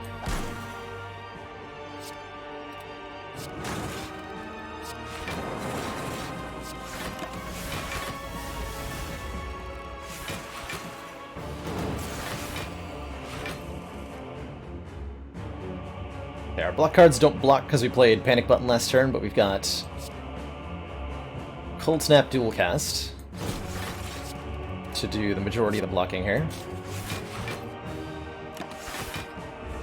Easy. There's Thunderstrike. So this is 7 times 12, which is not actually going to kill anything. But we're out of ability to generate lightning orbs. This is kind of where our deck peters out. This is about the best we can do. That's not good. That's really bad. This is not going to be enough. Well, that's big trouble. 7 times 12 would kill Deka, but each single hit is to a random enemy, so we're not going to be able to kill either of them, because I don't have control over where it hits. Oh man, we're almost at Pen Nib? Okay, so we want to try to go around again then. And Pen Nib this.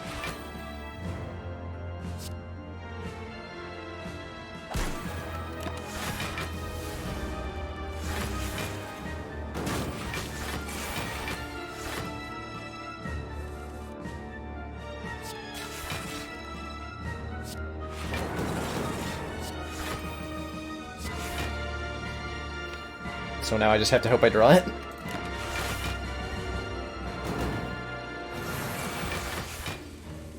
Good.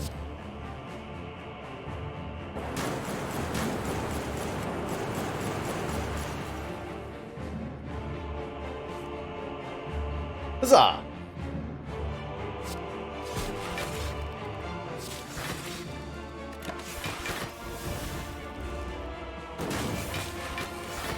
Okay, we took some damage, not too much.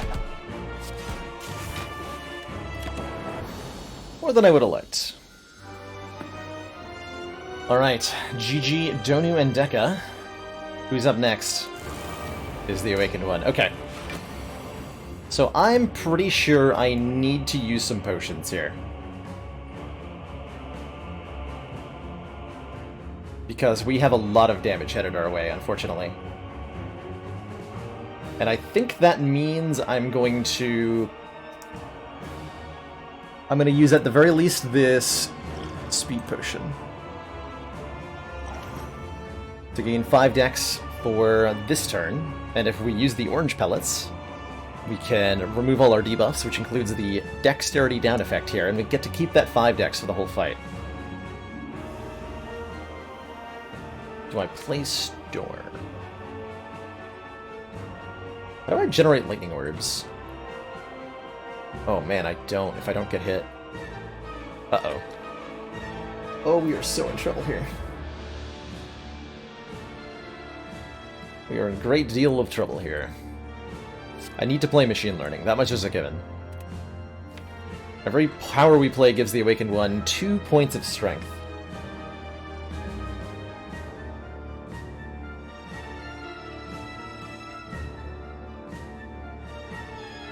We play the Panic button this turn as our skill. I don't want to give up Dark Shackles.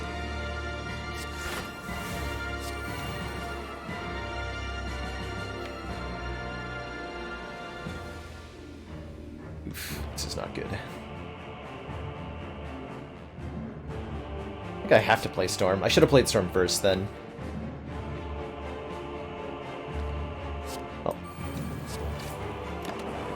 Alright, so we keep the dex. Awakened One has 6 points of strength already. Gonna be great. We don't want to play too many more powers just yet.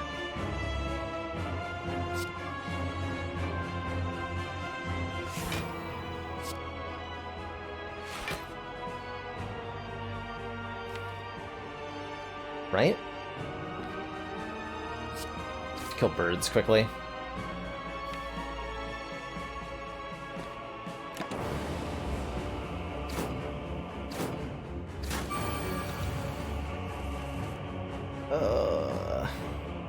Dead? Dead question mark. I have no way to mitigate this because we didn't draw... Hello, block cards? Anyone? Hello? Well, that's bad. I can kill one of the birds. No, we're not dead this turn. Hold on. We can kill at least one of the birds here. I think we have to commit more of our potions to this, though. Yeah. Unfortunately.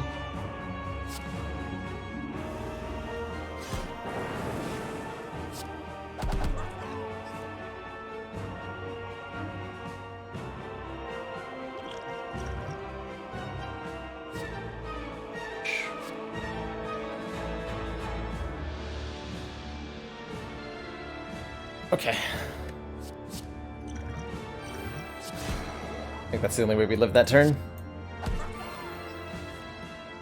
God, that was bad. Probably still going to die.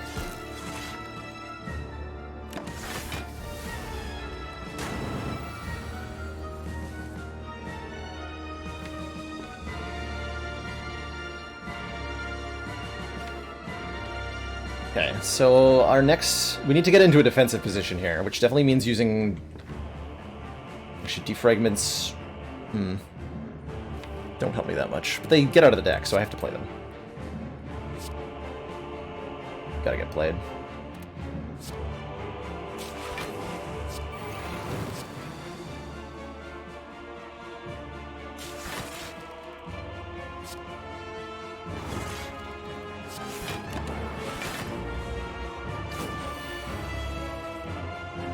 Okay, what do you give me, white noise? That I'll play. That's worth playing. Power, skill, attack. We get to keep the focus. Okay, okay. All I have to do is block that. No problem, right? 16 times 4 is 64. So we're currently blocking 20. This becomes 33. If I play the defragment, I block for more. I have to play that.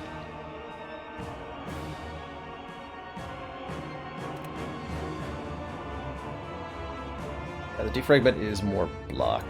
Static might help. Sad but true. I don't think we want to play it though, because it makes him do more damage.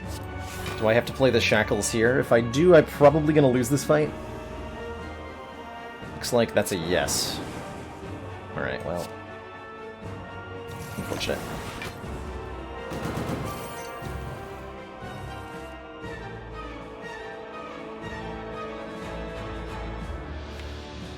Wish I had a recycle to get rid of some of these.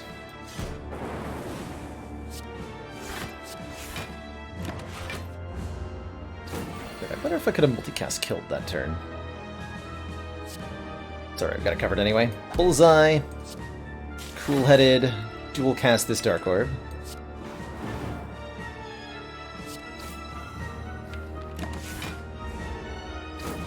Kill him this turn. Right? Snap is 6. Then Barrage is 30? It's not a kill.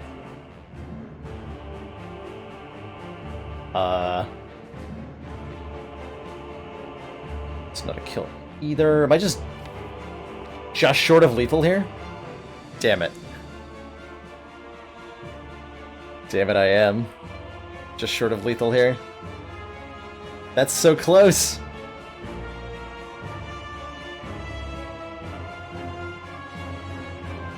+18 + 12 + 6 is 36, tragically. Not 46.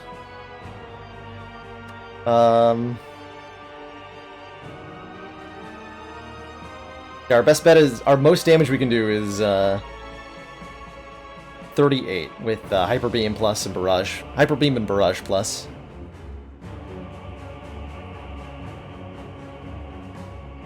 Dang. So there's no way to survive. Because we can't evoke the Dark Orb. As far as I'm aware. Static! Yeah, wait, static. Unfortunately, there's no static discharge in play. So there is no static to do. We played neither of them to avoid giving strength to Awakened 1 here. So that won't save us. But I like where your head's at. That's what I wanted to think too. Needed one more orb. I needed a ball lightning instead of this strike. Commander, the strike could have been a zap, just by the way. received the support of another council member. I removed zap over the strike plus, and that was a mistake. That was a really big mistake.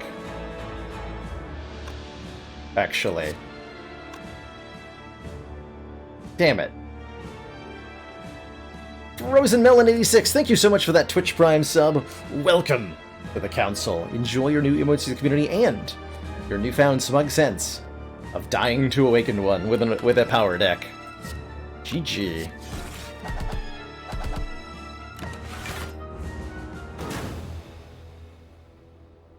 You are slain.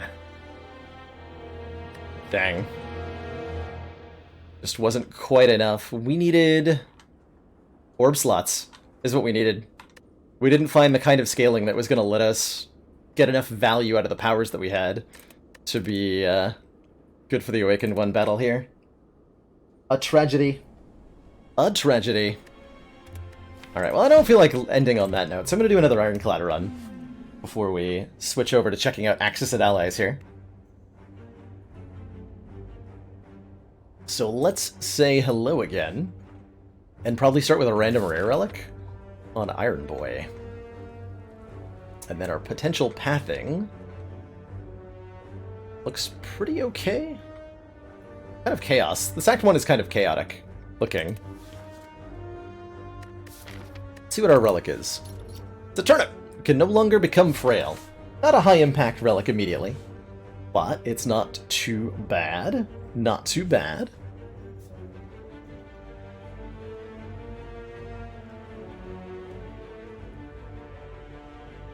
So not particularly powerful, so we should take a little bit of a defensive route through our acts. Ideally getting a fire before our first elite. I like this back half. Nope, we go elite fire and then fire elite, elite fire. That's kind of iffy. That's kind of iffy. But I like it. Okay. That's the goal. That early elite might undo me. We will see. And just shy of getting a kill this turn if we draw a triple strike. Draw a triple strike. No problem then. Come out of this fight with more health than we entered it. That's always good for a floor 1 fight on Ironclad. It's not always guaranteed to happen. Anger is an excellent floor 1 damage card to add. It's a 0-cost attack. It'll help us beat an elite. I think we're happy to have it through most of the rest of the run. So I will greedily take it. Let's do it. Particularly good on turns like that where I draw it alongside Bash and then it's +9 free damage. 9 is a lot. Cleave for some AoE helps a lot in the slime boss fight. Helps a lot in triple sentries, which we might be potentially fighting. Helps a lot in the hard hallway fights of Act 1, which we might have to fight one of. Pretty okay with that. Don't like the adding a wound to your draw pile part of... Well, I could have killed one. I should have done that. Missed my chance. Taking 3 more damage than I needed to here.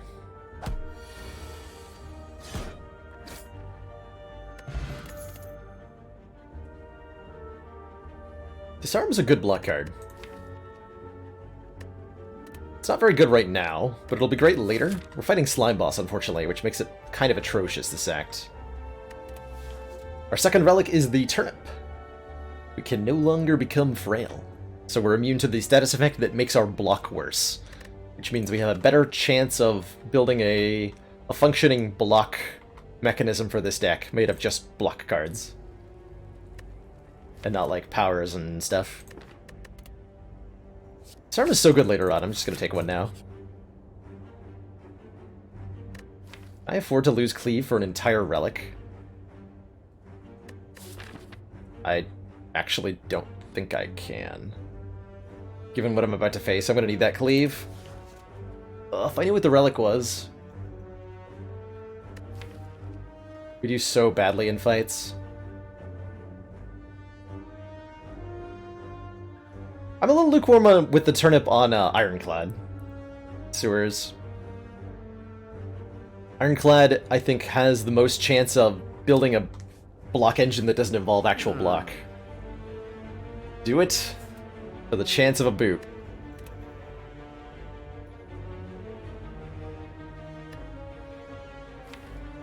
Could be a dead branch. Alright. At the start of your turn, deal 3 damage to all enemies. That's better than Cleave was. That's like Cleave being played for free. All the time. That's super worth it. That is super worth it. I like it. Whap. Please don't attack me again. No, you rude fool. Could have just left me alone. Yeah, we're in a little bit rough shape card-wise here, but I think we have to take this Perfected Strike because I have basically nothing else. And this card does a lot of damage, and we have to fight an elite right now, so I'm taking the Perfected Strike. Carried us through early fights last time, it can do so again. This looks like as good a time as any to wake up the Legavillain. Draw Perfected Strike. Good. I think I just take the full 18, unfortunately. It's definitely a bit of a race.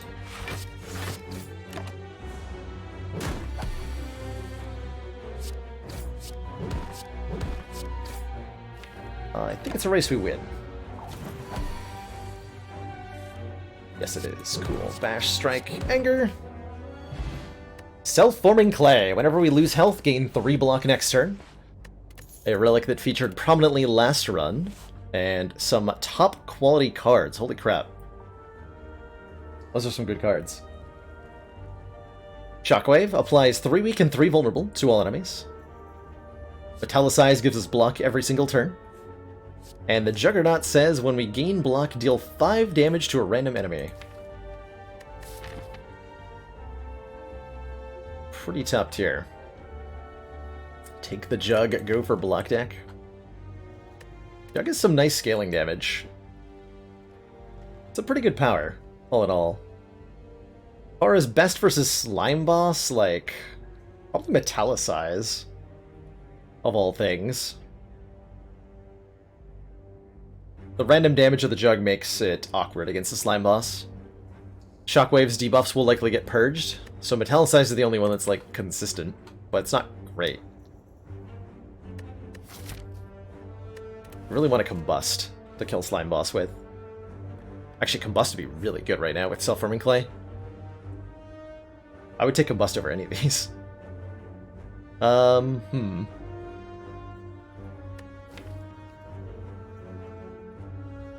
Yeah, the Juggernaut is nice with the Self-Forming Clay, that's for sure. Probably have to beat a Gremlin Knob here. Which one of these is best against a Gremlin Knob? Shockwave? Or Metallicize? And then against Legavillain, Juggernaut's probably the best. Huh.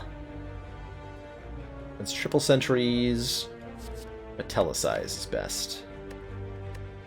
Signs are pointing me towards Metallicize, but that feels weird.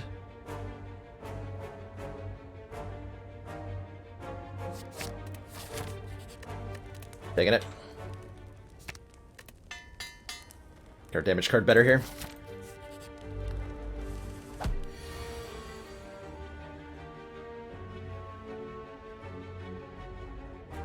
Well, this is a rude fight.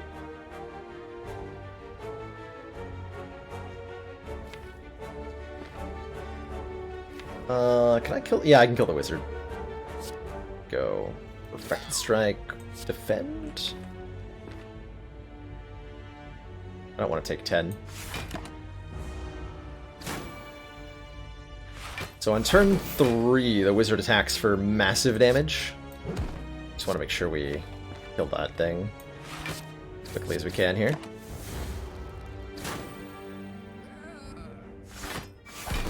Good. Very good. Hourglass did a lot of work in this fight.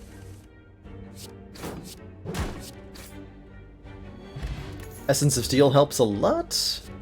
We don't have any strength, so Twin Strike's not that good. Warcry procs exhaust stuff. Havoc plays the top part of our deck, but exhausts it. This is either a Twin Strike or a skip. Oh, we have a Perfected Strike? Let's take a Twin Strike. A little bit more front load. Makes the Perfected Strike a bit better. And we're offered a Shovel, which lets us dig for relics at rest sites. Or we can take the Sapphire Key and say, no thanks, I would like to upgrade my cards instead. Did Jug really originally do damage to all enemies? Wow, I did not remember that. I do not remember that. Dig. Relic. Dig? Dig Sapphire Key dig.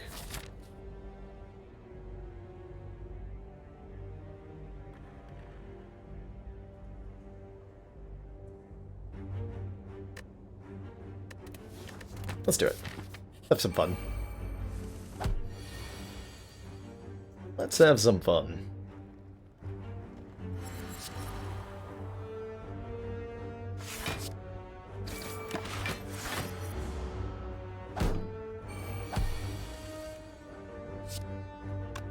Bop.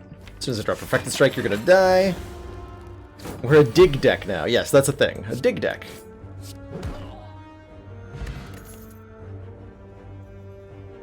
Shrug it off is blocking. Blocking is nice. Blocking is very nice. Thunderclap's okay for the AoE vuln. I think Shrug is just fine. There's some room for Blood too, but I don't have a Combust. Take a Shrug. 3 Shrugs. And obviously we're digging, because why wouldn't we? Mango, 14 max health. Defect Run died to the Awakened one, Schwartz. Tragically. Taken before its time. Well, taken in a very predictable way, actually. I think anyone could have seen that coming.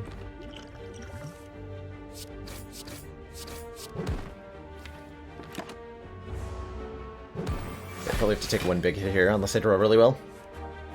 Nope. Not draw really well. It's not too big a hit, though. Bronze Scales. Start combat with 3 Thorns.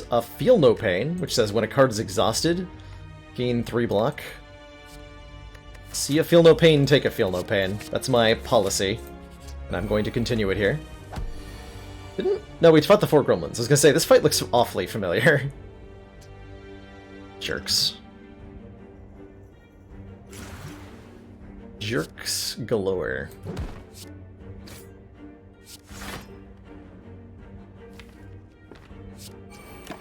Feel no pain in play here. Yeah, the Hourglass has been putting in work. Super happy we have it.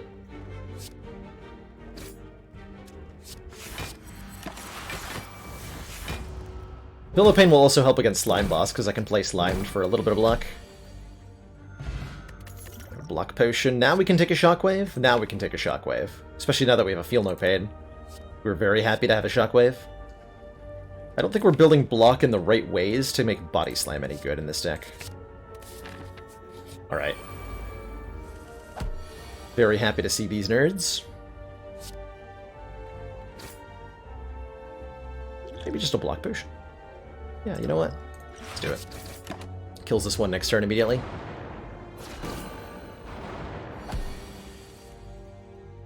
The game.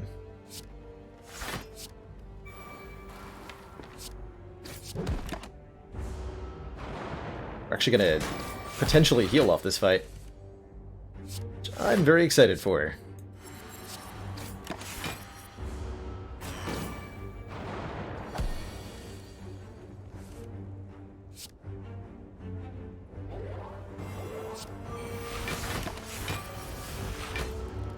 All these little instances of block. The Juggernaut would be good now.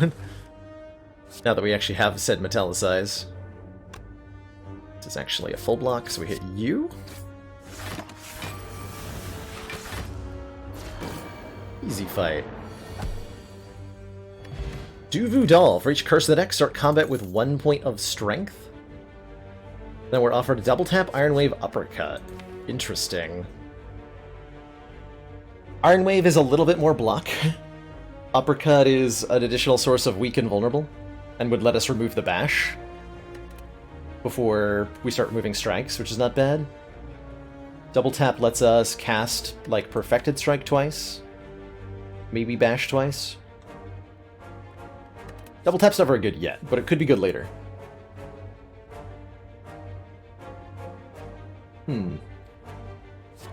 Could also skip. These aren't, like, the most amazing. I think I'm down for a uppercut here. Or we just take a Snecko Eye after the boss. Obviously, we dig. And get a Paper Frog. Enemies with vulnerable take 75% more damage rather than 25%. Which is very nice. Yeah.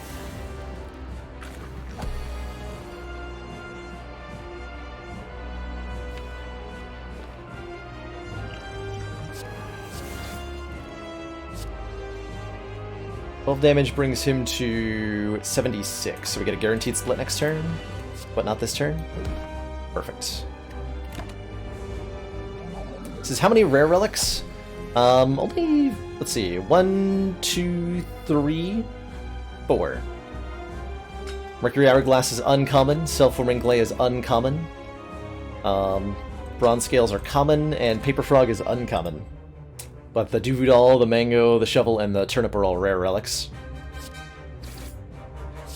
So 24 or 24, well.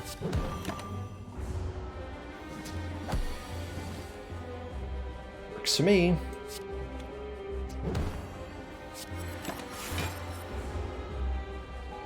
Ah! Get wrecked, nerd.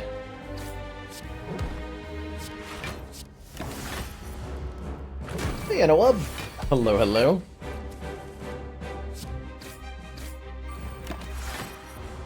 Just in time to see Slime Boss get murdered by the Mercury Hourglass. Pretty much single-handedly. And a Blood Potion. Maybe we can carry this one to the heart, too. Impervious versus Demon Form versus Bludgeon. This deck would appreciate the long-term scaling that is a Demon Form for the offensive side. On the defensive side, an Impervious is really nice. And helps us get through the hallway fights of Act 2 with little worry. We have really good damage relics, so we're not actually, like, too worried about our ability to output damage in hallway fights. Any of these will be fine for the Snecko Eye I'm about to pick up.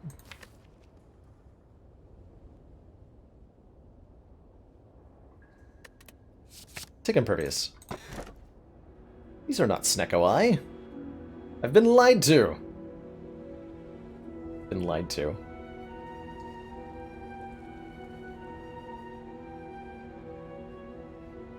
Alright, options are Sozu, gain an energy at the start of every turn. We can no longer obtain potions. We got pretty good potions, actually, so, like, I kind of like this. Or Busted Crown, gain an energy, but future card wards have less cards to choose from. This deck definitely wants more cards. So maybe I take a Sozu? Certainly I'm taking energy here. I don't think we want the third option, the Lizard Tail. When we would die, heal to half health.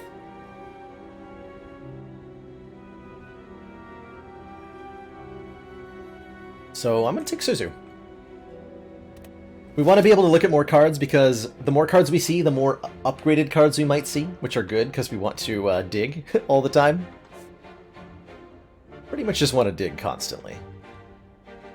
It's an addiction. Looking at paths through the act. I kind of like fighting the Burning Elite. This act. So our pathing next act can be better.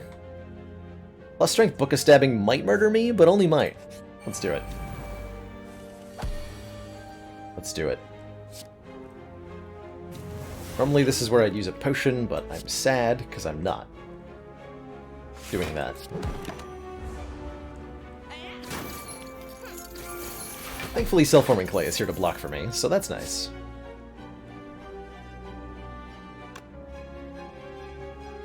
Boop.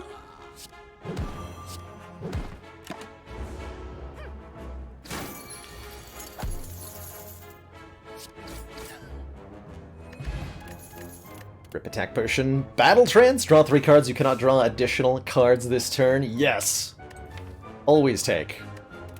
Always want. It's an addiction. It is. It is. Ooh. Choices. Choices.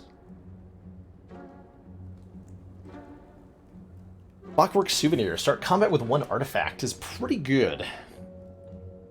Have I seen your message in general?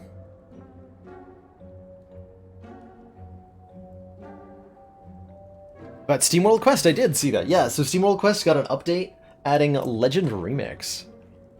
I don't know if I'll revisit SteamWorld Quest, but that does at least add some temptation to look at it again. It seems like it's getting a good amount of post-game support, of course, which adds the temptation to just, like, continue to wait and see if they update it more. Blue candle to go with our Duvu doll, and then we grab a bunch of curses.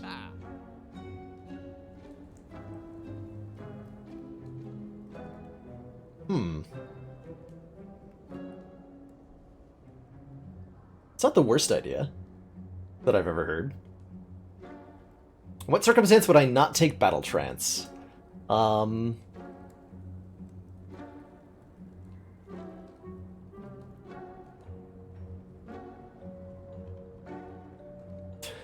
Trying to think of literally any circumstance where I wouldn't take, like, the first one. If I've already got a couple, then I might not take one.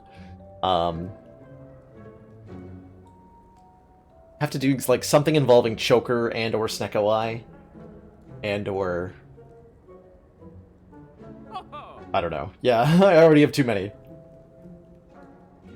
Do we lose the artifact if something tries to make us frail? No, we don't. If something tries to inflict frail, the turnip blocks it before artifact tries to.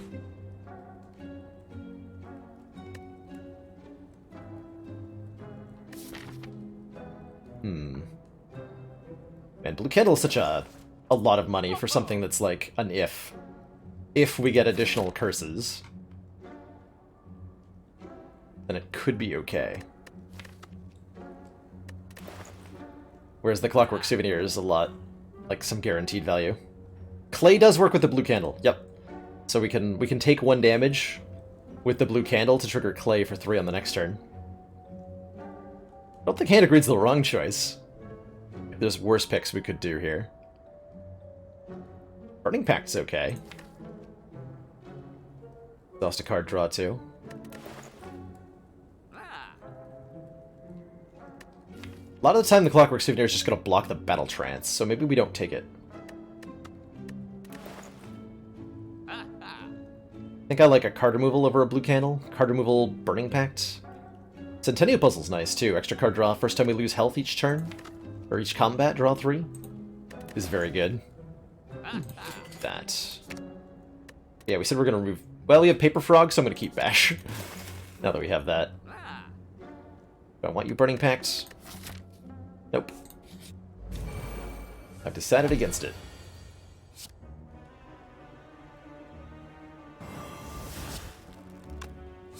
This is 24 versus 32.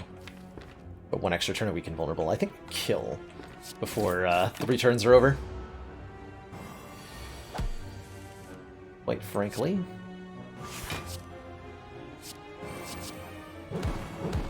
As long as we draw a Perfected Strike this turn.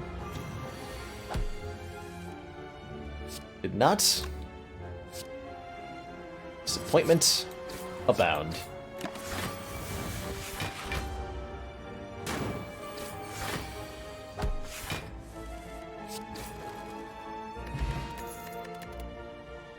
I'm taking the second one. Might as well. Now I would have actually liked the Clockwork Souvenir, now that we have 2 copies of Battle Trance, but oh well. I will take a curse for a Writhe. because it gives us a point of strength. And we have Magic Flower. Healing is now 50% more effective. That makes the Blood Potion is currently going to heal us for like 30 plus health. That's so cool. Magic Flower bites? It does make our Perfected Strike trash, but our bites will heal for 3 each if we take them. So we go down to 62 max health. And we heal for 3 every time we play a bite, which will allow me to continue digging at every fire.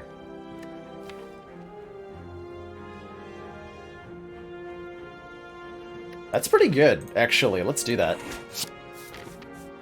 Commander, one of our most valued supporters, says continued support Carney of the Magic, XCOM thank you so much for those project. 8 months of Tier 1 support. Greatly appreciate the long-standing Council support. Did you hear dig? You sure did. You heard the sound of a man digging up an ancient tea set, which says, when you enter a rest site, start the next combat with 2 energy you didn't have before. Incredible. Nom. Nom.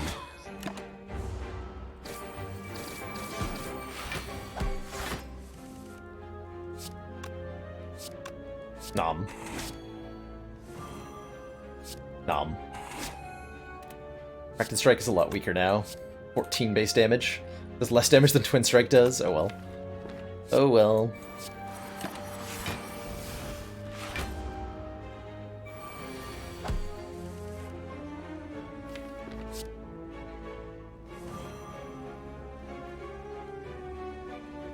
See, you'll actually die to my thorns. No, you're gonna get blocked. Or yeah, you'll die to thorns. Yep, yep. If I hit him with an anger.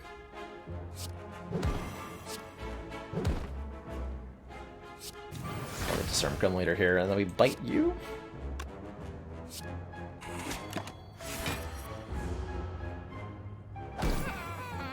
Still become weakened and frail. That's okay.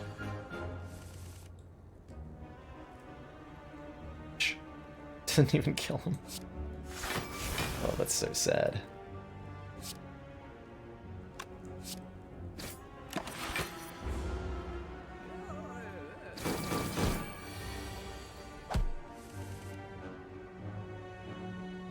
Remember the time I had heart with... So here's the screenshot Commander, you're asking about. We've Nelly. just received the support of another council member. We blocked it with frost orbs. Rexter, thank you so much for that Twitch Prime sub. Welcome to the council. Enjoy your new emotes, the community, and your newfound smug sense superiority. So many subs flying around today. Thank you so much, everybody, for this ridiculous generosity. Again, all subs today are going to go towards that counter at the top, pushing us closer to bonus streams every week next month, which we're already getting for free this month. 6 streams a week, every week, throughout the next 30 days. And I hope that to make that a semi-permanent arrangement. If the streams can sustain my living expenses, then I can stream a lot more than I have been. Charon's Ashes. When we exhaust a card, deal 3 damage to all enemies. We have so many relics that are just upping our damage in really great ways. This is more AoE, which is excellent. We have plenty of cards that exhaust. Suddenly the blue candle looks a lot more appealing, but oh well. Clothesline Plus? Like a Clothesline Plus.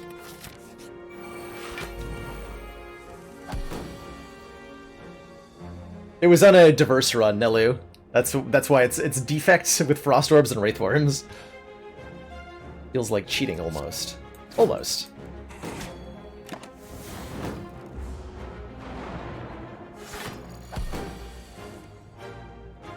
Almost. Ow. My face! I can't believe you've hit me in the face!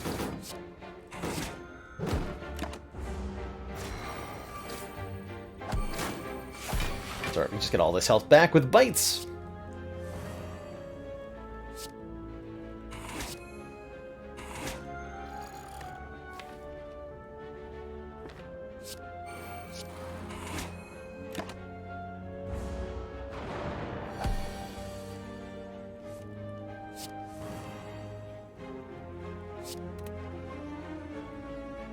Tell size, 2 days is almost a full block. I think if I can just kill the sentry, right, with clothesline uppercut, but I think we can get more health if we don't kill the sentry here. Although we're only going to get to bite once. It's still 2 more health. Do it that way. Exhaust all non-attack cards in your hand? Man, exhausting is really good for us right now. Don't have that many non-attack cards, but maybe this is just a shrug. Shrug. Art of War. We don't play any attacks during our turn, gain an extra energy next turn. I think that happens sometimes. Not often. Maybe it's a Sapphire Key. Yeah. Not often enough. Alright. Fight this elite, dig twice more. Obviously. Obviously. Man, Limit Break would be so good. As it stands, I'm pretty okay removing our Perfected Strike. Given that that's a 2-cost card that does almost nothing. Bandage Up is strangely good, actually. This heals 6 health and then triggers all of our exhaust energy. Fascinating.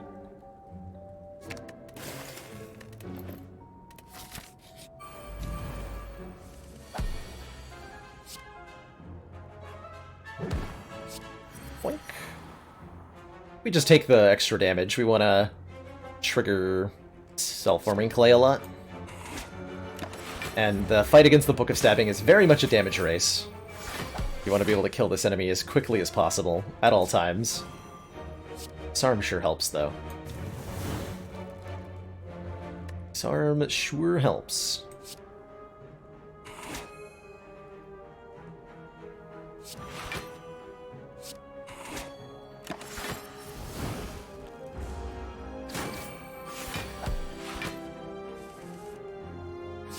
No pain, shockwave. Wait.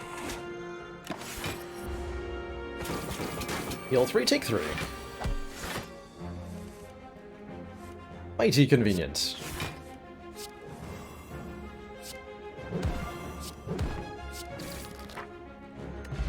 Kunai! Every time we play 3 attacks in 1 turn, gain a dex. Okay, here's where we skip a battle trance, because we have 2 of them already. 2 of them. Do I ever take the Black Blood? I think almost every other relic is generally better, Brosazog. At least for heart runs. If you're not going to the heart, the Black Blood's a lot better. For just getting you to the Act 3 boss, alive and healthy. And if you have a Magic Flower, I think it's worth considering Black Blood, because then it's healing 15. Which is tremendous. True Grit is good. We'd have to upgrade it. At some point we should probably think about upgrading some of our cards.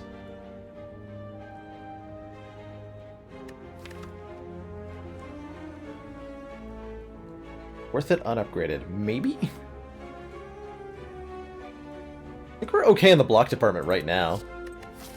Fighting Bronze Automaton. How are we going to beat that thing? Relics? Okay. Beat it with relics. Question card. Feature card rewards have 1 extra card to choose from. Okay, okay. I accept.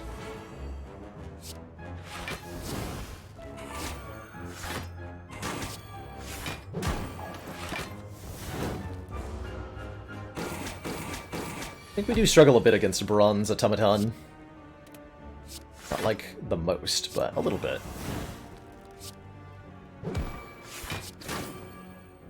Oh, I killed it. Corruption Plus with a Feel No Pain in the deck?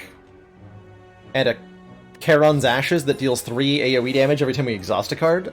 This is a must-take, right? Our skills cost 0 whenever we play a skill exhausted, and now we add as many skills into the deck as possible.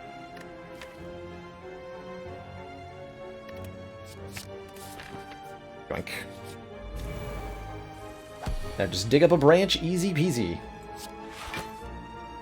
Easy peasy. Turnip! Thank you, brave turnip. Saving my life. Wow, we do a lot of damage. Yeah, I don't think we're going to need scaling for the automaton boss. I think we just do so much that we'll be okay. Thanks to our 2 points of free strength and all of these, like, cumulative damage relics that we have.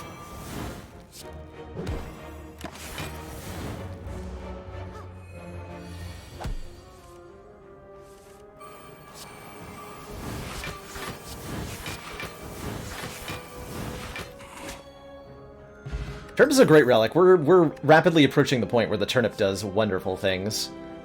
We have corruption, so we just take a shrug, right? Yeah. And we dig. 2 upgrades. On Bash and Bite, I'll take them. I'll take them. I will definitely take them. Alright. Smell you later, artifact stacks.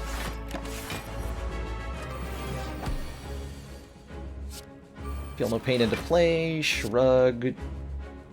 Just once? An uppercut automaton here. Take 1 damage, we draw a whole bunch of cards.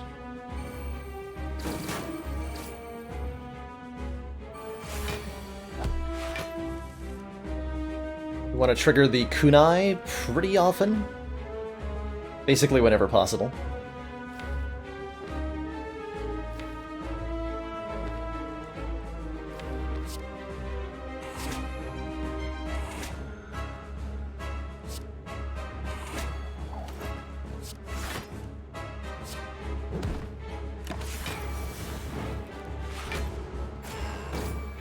So that we can scale up our dexterity for the second half of this fight.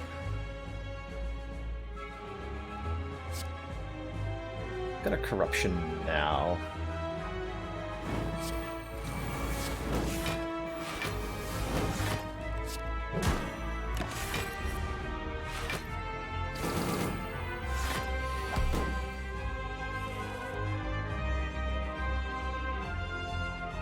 So I want to put Impervious into my hand next turn here.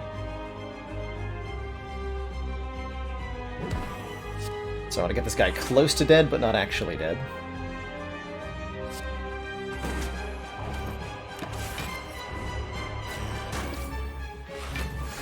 So the Hourglass kills him. Impervious enters my hand for free, and we can block with this now. Glorious.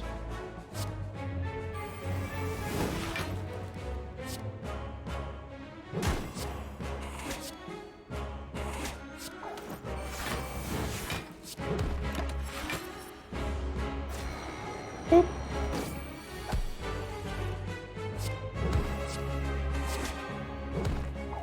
Yeah, we are a little bit worried about the deck being flooded with Angers now. But, like, only a little bit. Only a little bit.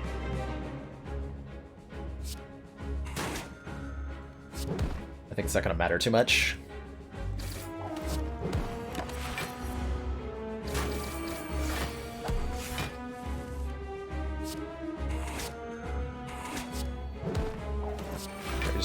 We just play the skills for the AoE damage now. Should have a kill on this turn. Or a full block if we don't draw any attacks. Or both. A full block and a kill. Which looks like it was what we got. Bash. Uppercut. Rest in pieces, Bronze Automaton. Oh man. Oh my.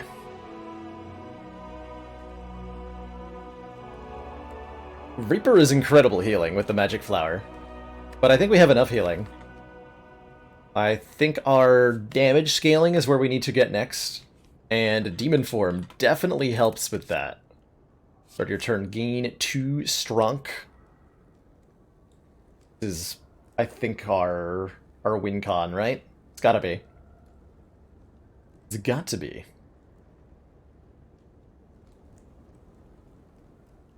If we already had a Demon Form, it'd be Reaper, easy peasy. Or if we hadn't taken the bites, I might have taken the Reaper. Oh my. Runic Pyramid? How valuable is Strunk per turn? 3 valuable. Auto, well, 2 valuable, and then 3 if upgraded. So our options here are the Fusion Hammer, gain a 5th energy, we can no longer smith at rest sites. That's fine, we can just dig anyway. We can take Astrolabe to transform and upgrade 3 cards of our choosing. Transform and upgrade Writhe, for example. Or we can take the Runic Pyramid. At the end of our turn, no longer discard our hand, which lets us hold important cards for important turns, lets us get Kunai procs really reliably, is just, like, all around incredible, I think, in this deck. Anytime you have a Corruption, Runic Pyramid is very good, and I think that's the reason we're not going to take the Fusion Hammer, is because we have a Corruption to let us play our skills for free. It is true, Shakespeare, that transforming a curse gives you a different curse. Anytime you transform a card, you get a card of the same color. So if I transform Defend or Anger or Disarm, I get a random Ironclad card. If I transform Writhe, I get a random curse. And if I transform a Bite, these are colorless cards. So transforming a Bite gives me a random colorless card, and not an Ironclad card.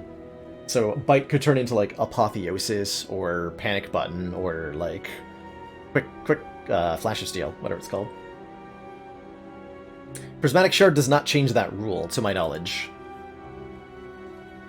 You still get a card of the type you transformed. I'm going to take the Pyramid here. Turn this into a 3-0 Ironclad streak, please. And events are very good for us right now.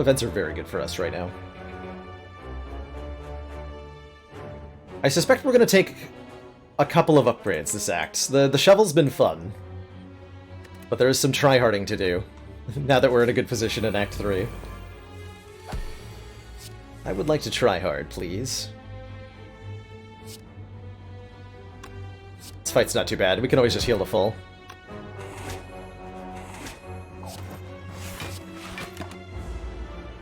So I'm not too worried about taking damage here or anything. Though it is a little rude, you know?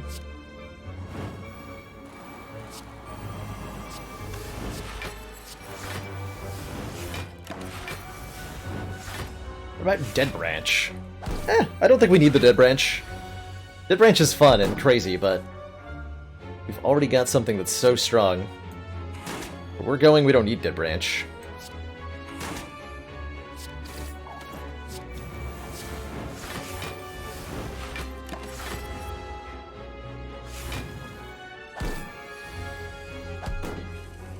Where we're going, we don't need Dead Branch.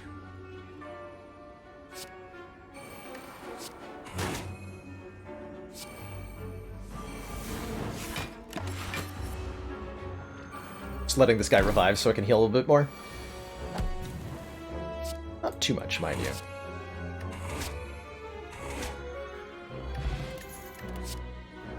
you. If you have a Corruption, there's no such thing as too many Shrug It Off. So we take another Shrug here. Thanks for the potions.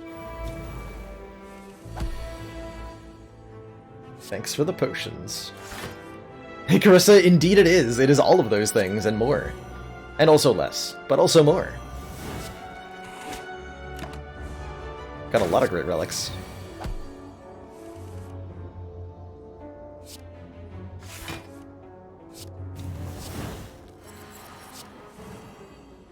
Low Corruption.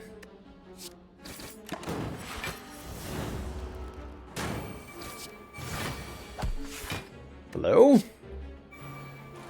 Hello, Corruption.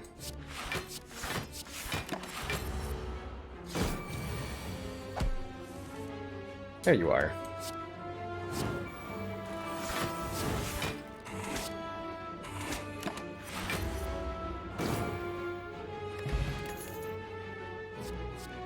Armaments Plus?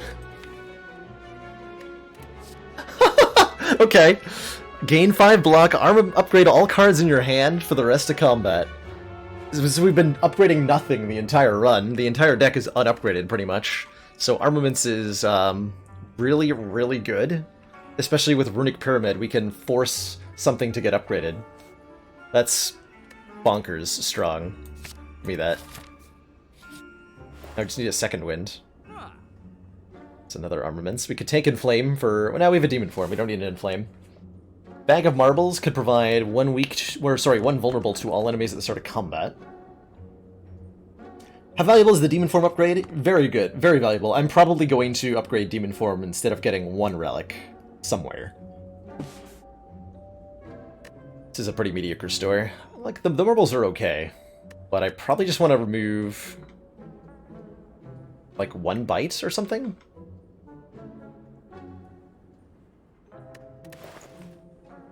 Panacea is not bad.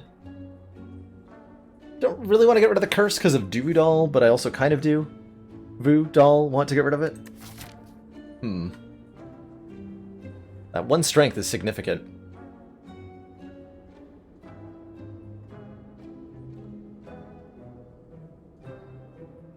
What's my pathing from here?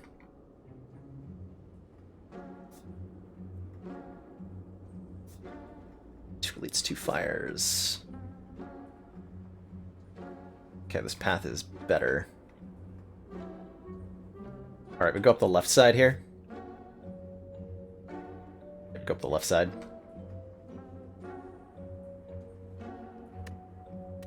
Exhausting a curse does not debuff the Duvidol, no. If we remove it with like a True Good or something, we keep the strength.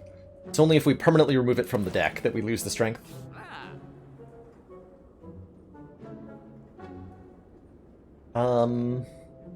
Sever Soul? No, not Sever Soul, right? I could see this being Sever Soul in some weird universe. That universe upsets me to think about. I'm just gonna remove 1. Man, those bites are good though. I don't want to remove a defend. Yeah, I just remove 1 bite. Just 1 bite. We do want the anger because it's 0 cost attack. 1 bite. Just 1. Just 1. No, thank you. I will not travel immediately to the boss. Though I appreciate the offer.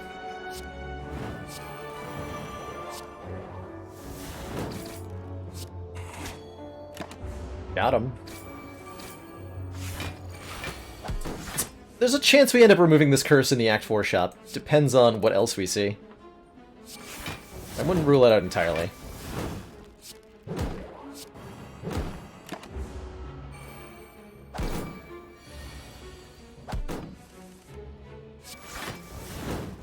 Nom nom nom.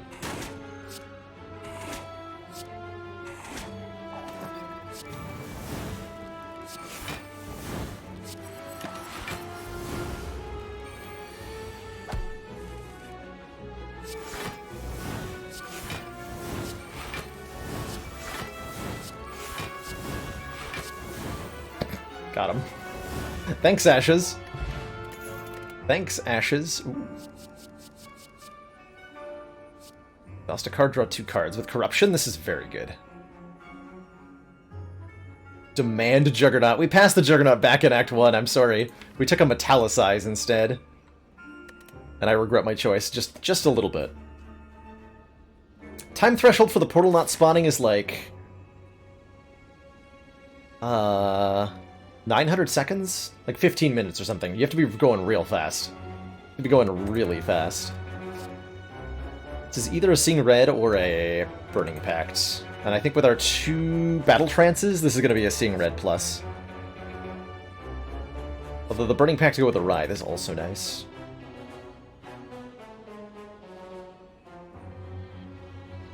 A lot of times we're having trouble getting drawing cards because we have too much stuff in our hand. Go with that. And watch we draw it on turn 1 and I'm immediately sad. Yeah. Everything's fine. Everything is currently fine.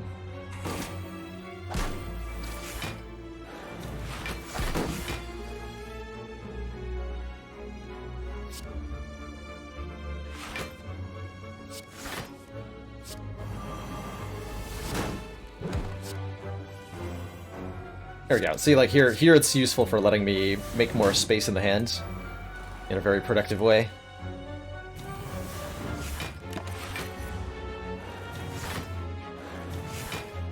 Before Corruption gets put into play.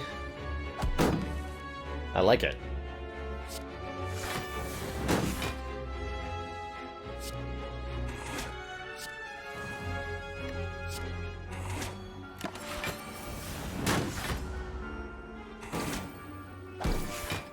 Warp directly to the heart. If you have all 3 keys, that would be cool. Skipping the Spire elites would be a really big deal, huh?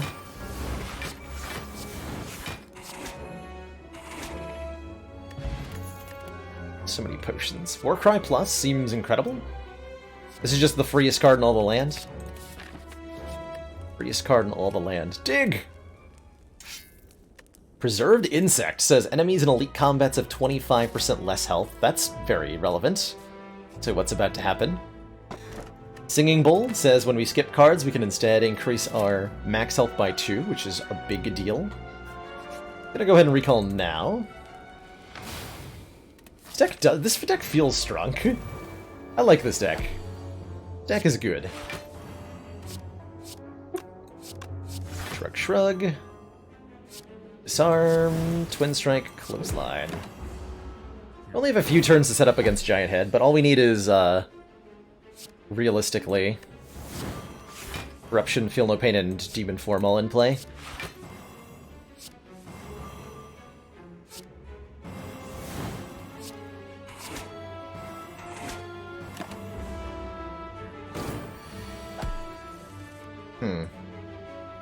I see that we're not going to manage to do that.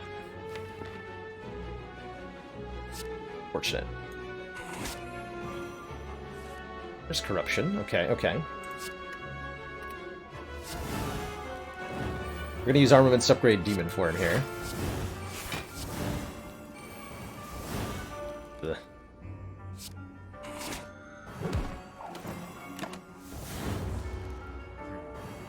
Fortunately, they were on the bottom of the deck. That's okay. Armaments first. Feel No Pain, Demon Form, Defend, Defend.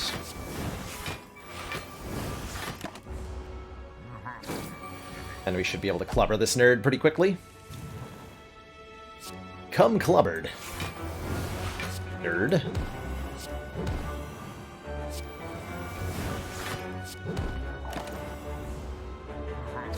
Yeah, we're fine. Easiest game I've ever played.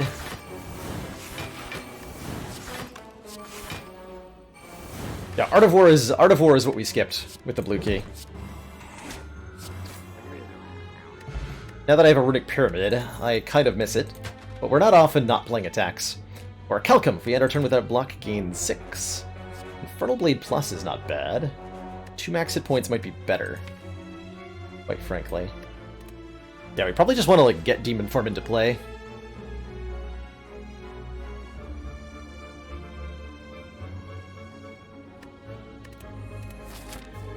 Don't think we need strength scaling attacks or anything.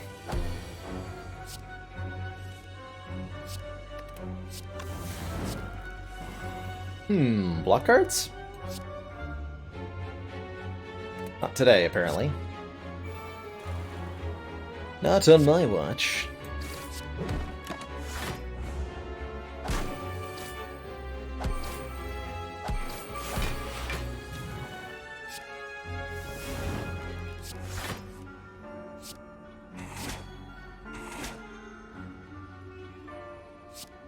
Boop.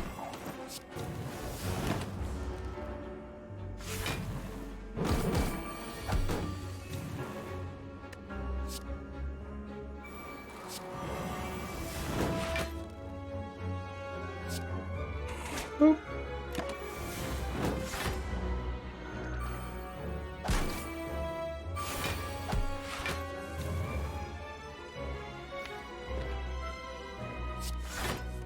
Corruption, hello. I'm actually fine with Corruption being where it is in all these fights, as long as we get it early in the Spire Elites fight. That's the one that matters. That's the one that really matters.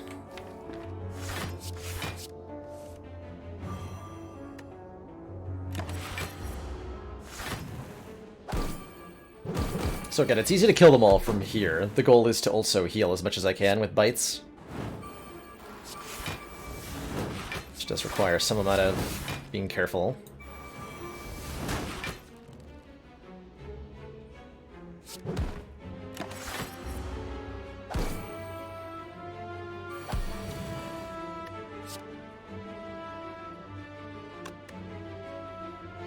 Oh, you're just gonna die no matter what?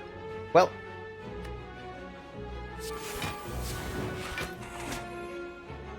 That'll have to do. True Grit's okay. Mostly I feel like we just don't want any more cards, though.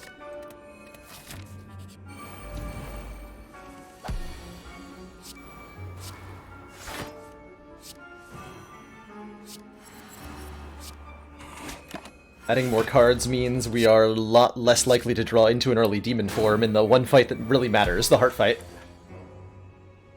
That's the primary concern. Draw a demon form against the heart. Early. And play it. Early. Or else. Or else.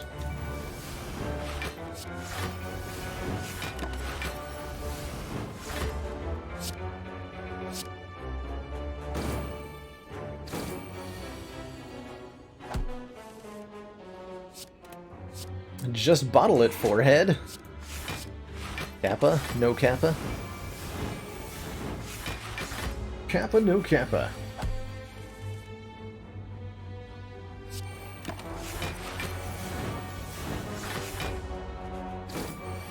Would I bottle Corruption or Demon Form? I think a Demon Form would be my bottle of choice. Which is going to be my extra day. Monday is going to be the extra day this week, Hit People Guy. I haven't entrenched it in scheduling yet, because I'm not sure it'll be the same day every week. But we are going to be doing 6-day-a-week streaming from now until at least the 10th of September, which I am super excited for. Super excited for. Bash the Repto here.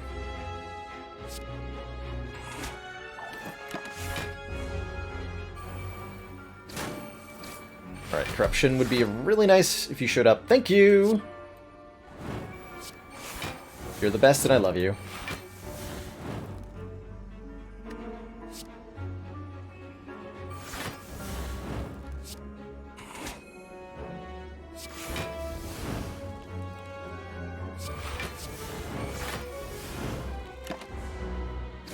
Hashtag calculated. Hashtag called it.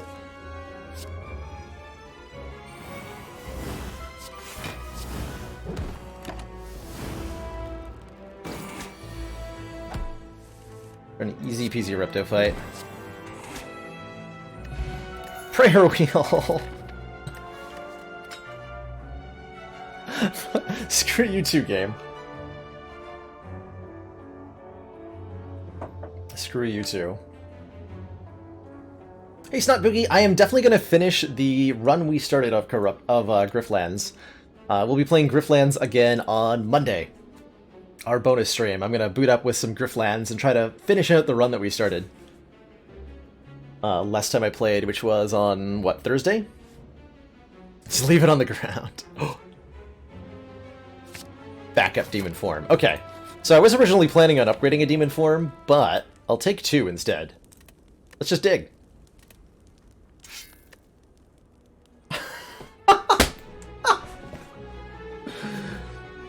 Okay. So, now that we have 2 demon forms, do we still bottle a demon form, or do we bottle a Corruption now?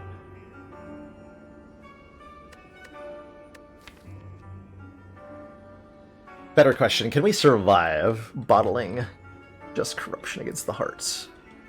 You have self-forming... Yes, we can. Okay. Yeah. We have enough mitigation for the heart with a bottled Corruption. I think we bottle the Corruption now.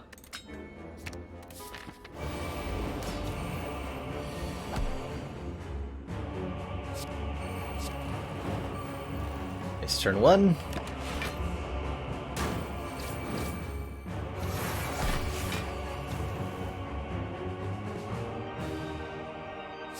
Alright, Donu. Bad times for you ahead. Ahead for you, excuse me. Whatever, words.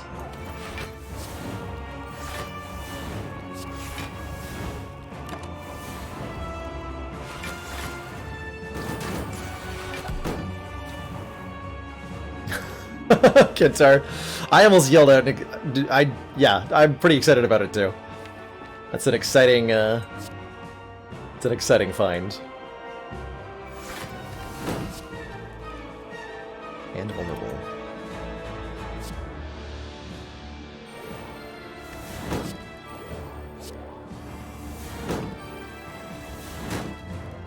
Yeah, that's good block this turn. We demon form. Italicize. Let's get this out of the hand.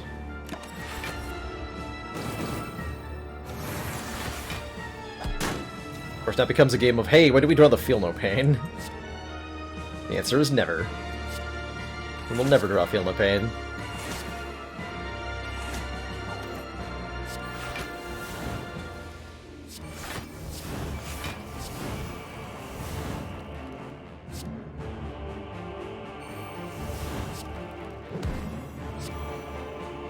Oops.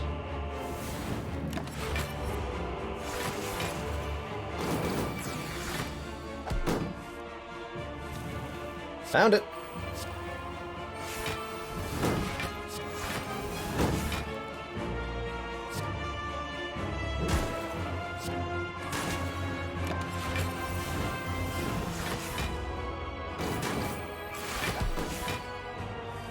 Deck is getting thinner, but so is Deca.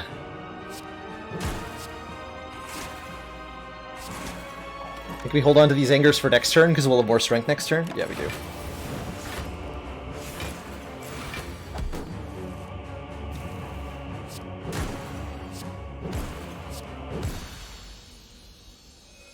Got him. Alright, GG, Donu, and Deca. Who's next? Time Eater? No problem. No problem at all. This time I'm going to play a Demon Form on turn 1. We need these Demon Forms as a bit of Eater insurance.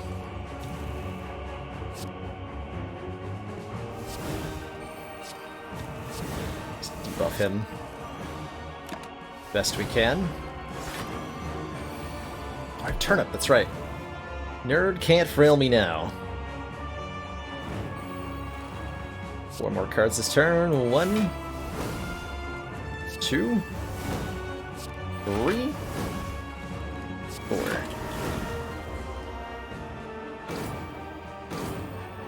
We're getting 4 strength per turn, means it's not going to be too long before Time Eater has a bad day here. Nom. Wow.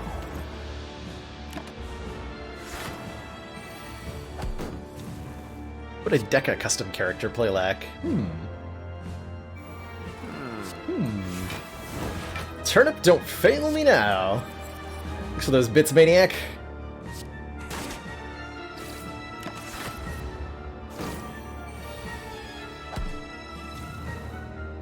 I imagine a Deca character would have, like, some interesting block abilities.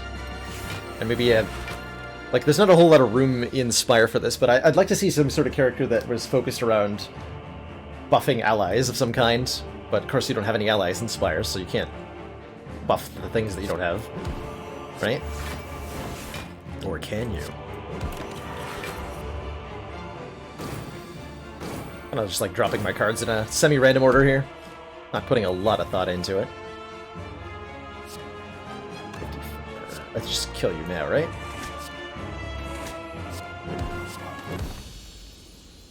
Rest in pieces, Time Eater. GG. GG. To thump, a deep pulsing dread can be felt throughout the room. Is this a part of the Spire? The source of this evil. Is this our last relic? I imagine we get better value out of upgrading a demon form, but we haven't missed a single dig yet. Not time to start. Dig. Sundial. Every 3 times we shuffle the draw pile, gain 2 energy. Not so helpful. Not so helpful. There's a second corruption here. There's a Trugrit. There's a Havoc. We can afford card removal. War Paint would let us upgrade 2 random skills. The damage that you do to the heart at the end of the run, ASD, is your score for the run, which is based on a number of factors. Things that improve your score, including beating bosses without taking damage, collecting 4 copies of the same card, collecting 5 or more curses over your course of your run, the number of elites you beat, stuff like that. Stuff like that. Honestly, I think we just take 1 strength Vajra here. There's nothing else that's, like, hugely exciting. We can't buy any of the potions. And compared to a Writhe removal, we get 2 extra strength. This Vajra will help us kill the Spire elites on turn 1 or 2. Which is an immediate goal right now. Wow, look at that. Corruption. Actually take just a little bit of damage, so we draw cards. Perfect. Corruption. Remove your artifacts with Shockwave. Play Impervious. Have a good time.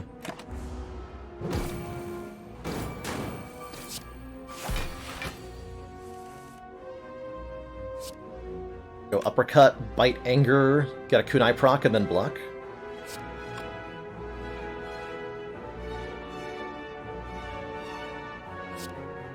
Or I could try to kill Spire Shield first. But this is too much damage to be ignoring right now.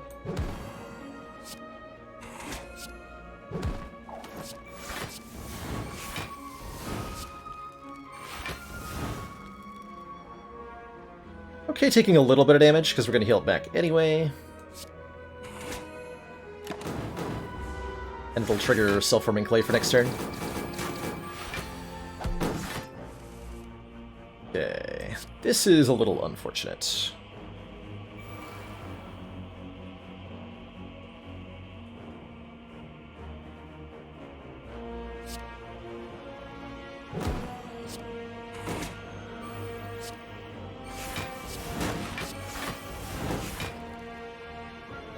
Ouch.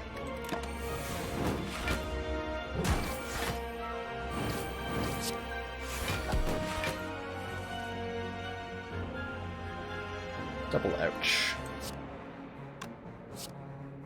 Okay, so this guy's dead.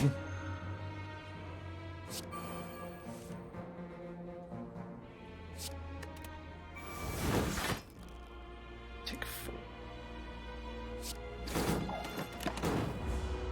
Okay, the goal is to heal up with bites here, as best we can. We need to have as much health as possible going into the second part of this fight. Or into the heart fight here.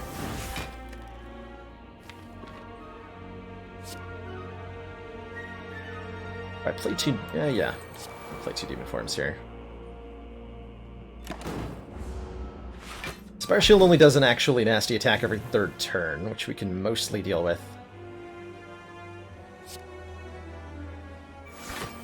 Mostly.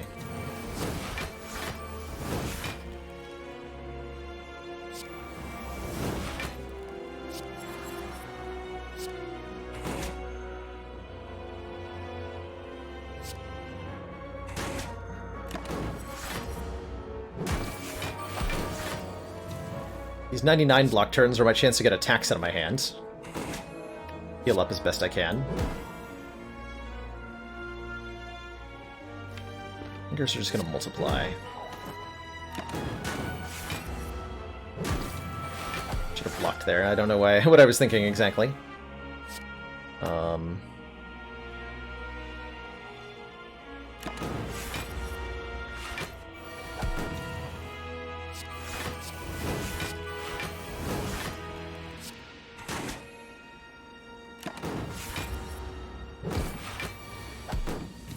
Man, nope. I think we're done healing. Alright, this is all we got. Not a full heal, but it should be enough. For 55 out of 68, we got ourselves a Pen Nib. Every 10th attack we play deals double damage, and I'll take 2 more health. How do I decide which of those 2 I'm going to kill first? It's, generally speaking... it's hard to explain. If you're able to kill the Spire Shield by turn 3, Usually that's the one I want to go for. In this case, I went for the spear first because I felt like I would have a better chance of healing against the shield rather than healing against the spear. And I think we healed up reasonably well. 57 is going to have to do. This blood potion is a huge amount of health. I think we're okay for the heart fight here. Sure hope we are. Here it is, the Heart of the Spire. We got a turn 1 demon form, and I couldn't be happier. Every time we play a card, the heart will deal 2 damage to us, which is actually just fine, because it means we get extra block next turn. Oh man, we got Feel No Pain on turn 1 as well. I'm just going to get this Anger out of my hand. So we took a bunch of damage, but that means we get 9 block off the Self-Forming Clay next turn. Bring it on, Heart. We are immune to Frail. The multi-attack is hitting us first, which is perfect. We're actually just going to let most of this attack hit us. Do I play this Corruption? Yes. Shockwave. Put the Metallicize down. Land this bite. And I could play these blocks, but I'm not going to, because I want Self-Forming Clay to generate block for me next turn.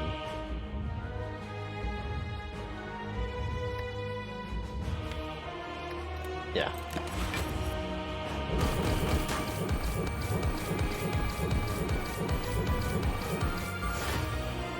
So this 50 damage hit is a lot easier to handle when we have 36 block to start. This might be our block potion. It's definitely now time for the blood potion, which heals us for 26 health, all the way up to 59. I'd like to get a, kunai proc here.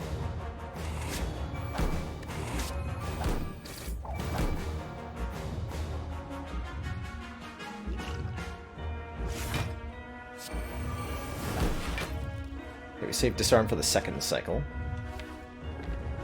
Play that demon form next turn.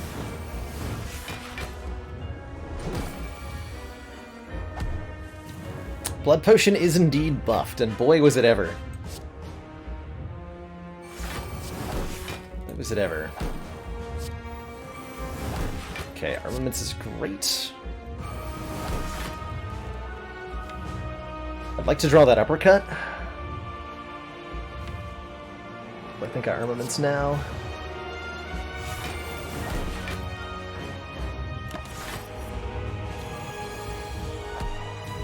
Okay, no biggie.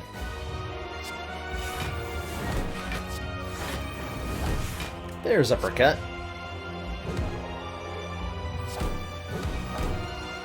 Cool. Good fight. Very good fight.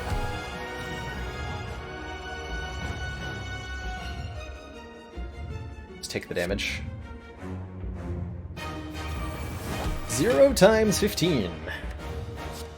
Works for me.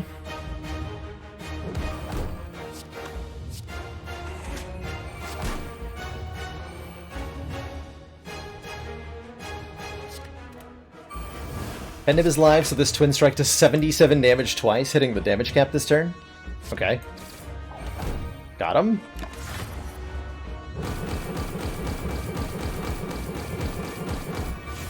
Got him. Why so many relics? Early shovel. We dug at every single campfire, no guard, and it worked out marvelously. Marvelously, I tell you. Okay, that was the damage cap again, so I can't even do any damage with Anger here.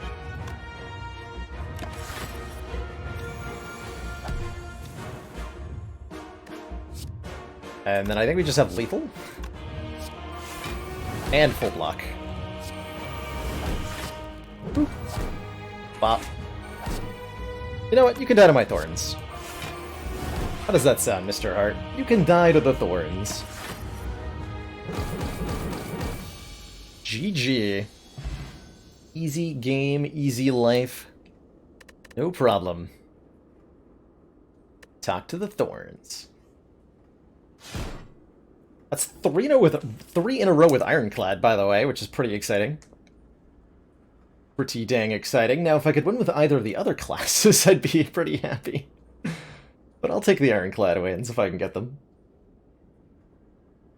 GG. Commander, we've just received the support of another council Snickers member. 2029, thank you so much for that Twitch Prime support. Welcome to the council. Enjoy your new emotes, the community, and your newfound smug sense of superiority. Welcome aboard. Welcome aboard.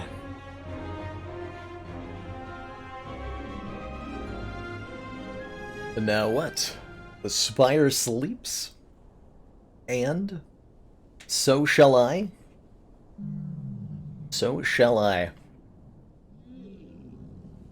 Well, the Spire might be sleeping, but I'm not going to yet. That is going to bring the Slay the Spire portion of today's broadcast to a close. But I've got a little bit more for you all yet. I'd like to check out the digital adaptation of the Axis and Allies board game, which I think recently released on Steam, and there's an open bounty for on Twitch, which means I get paid an amount of money. I can't disclose the exact amount, but I get paid an amount of money for showing it off.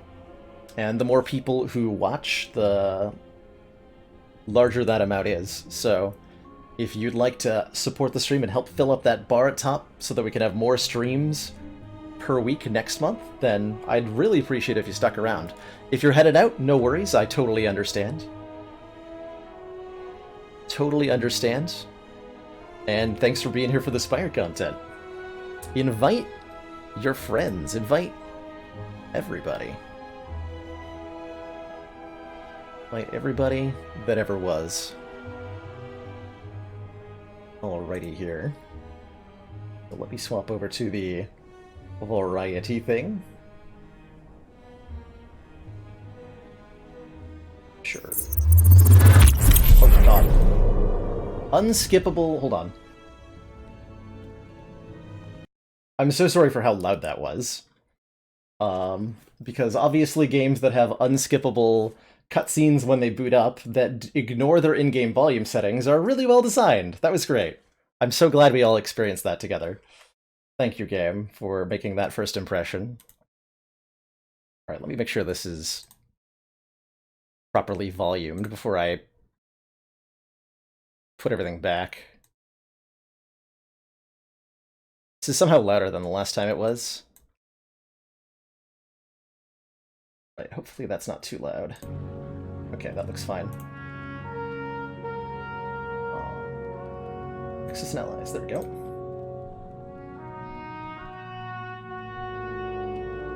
Hello?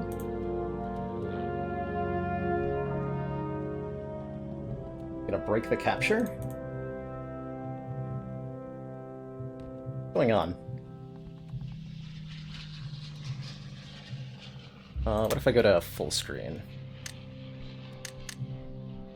Sorry, I'm trying to capture the game here, and it's not capturing.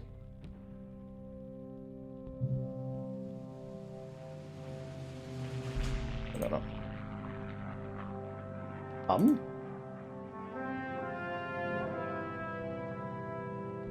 I'm not sure why this isn't working. Hold on. Bear with me, everybody. Bear with me. Let's try a window capture.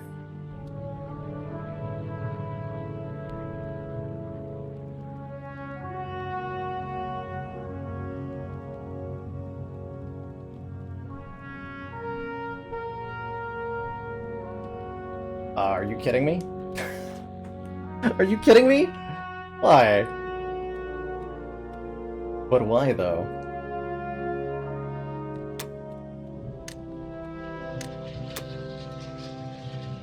It's just black. Excuse me, what?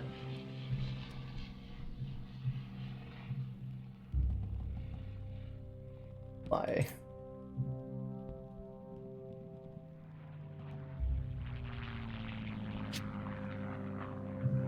I tried a different Pokeball.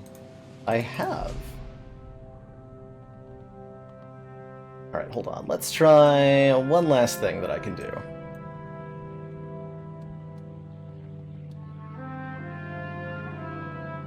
Which is going to be to use desktop capture. Or monitor capture. So hold on, let me hide that. And then you can see my face again. Let's enter studio mode so I don't completely screw this up. You tried turning it on and off again. You know, it's a great idea.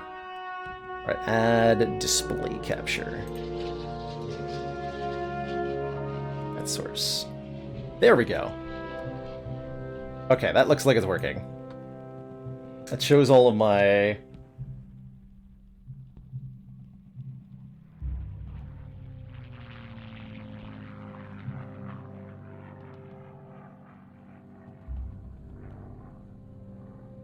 Gonna see my taskbar. Hold on, I can fix that too. Oh, there we go. Transform, stretch the screen, transition. Okay. So I believe we have finally successfully got the capture working here. Thank you, everybody, for that. Technical difficulties. Great. Okay, so this is the digital adaptation of the Axis and Allies board game, which I've had the luxury of playing the in-person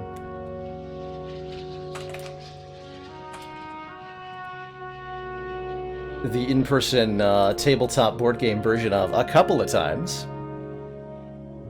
How's the game audio relative to my voice, by the way? It was all the trick to avoid paying out. That's fair, Kentar. That's fair. It's all a trick. So as you could probably tell by the technical difficulties at the start here, I meant to take a closer look at this before and make sure all the capture stuff worked before I started streaming it, but life was life. Life was life. I think I'm gonna try checking out... There's an in-game tutorial, and I imagine since most people are unfamiliar with the actual rules of the board game, I'll check out the tutorial of the game. If it proves, you know, helpful and interesting, then we'll... it's broken into 4 parts, so I'll do like the first part, which should be pretty quick, and if that's like actually helpful and informative, then we'll check out more of them, and if not, then I'll just jump into a game. This is a World War II game. Yep, this is a... You can think of it as a much more complex version of Risk, is how I like to think of it. It's set at the start of World War II, in 1942. There's a huge sprawling world map split up into different countries and provinces, and the core gameplay revolves around producing units, capturing territories, and just having a lot of high-powered like planes, aircraft carriers, submarines, all doing turn-based board game combat in a relatively similar to, but again more complex than Risk style. The couple of times I've played this in person, we've gotten about 6 hours into a game, and we're unable to complete it from there. So I'm personally excited for a digital version because it handles all the nitty-gritty, like when you're rolling a dozen dice for a fleet of fighters attacking a whole bunch of entrenched infantry or something. What are the chances of seeing me play a 48-hour stream Europa Universalis game? Probably slim to none. I do own Europa Universalis 4, so I could do that. Possible. Alright, let me make sure my voiceover volume. Okay, all the volumes are at a reasonable level. Okay, let's jump into the introductory tutorial and see what that's like. I don't know the expected game length in the digital version. I'd say there is almost no chance that I get a complete playthrough within the time allotted for this bounty, but we'll check out like the interface, the tutorialization, and the first turn or so, and if I like what I see, I'll do a complete game on my own time.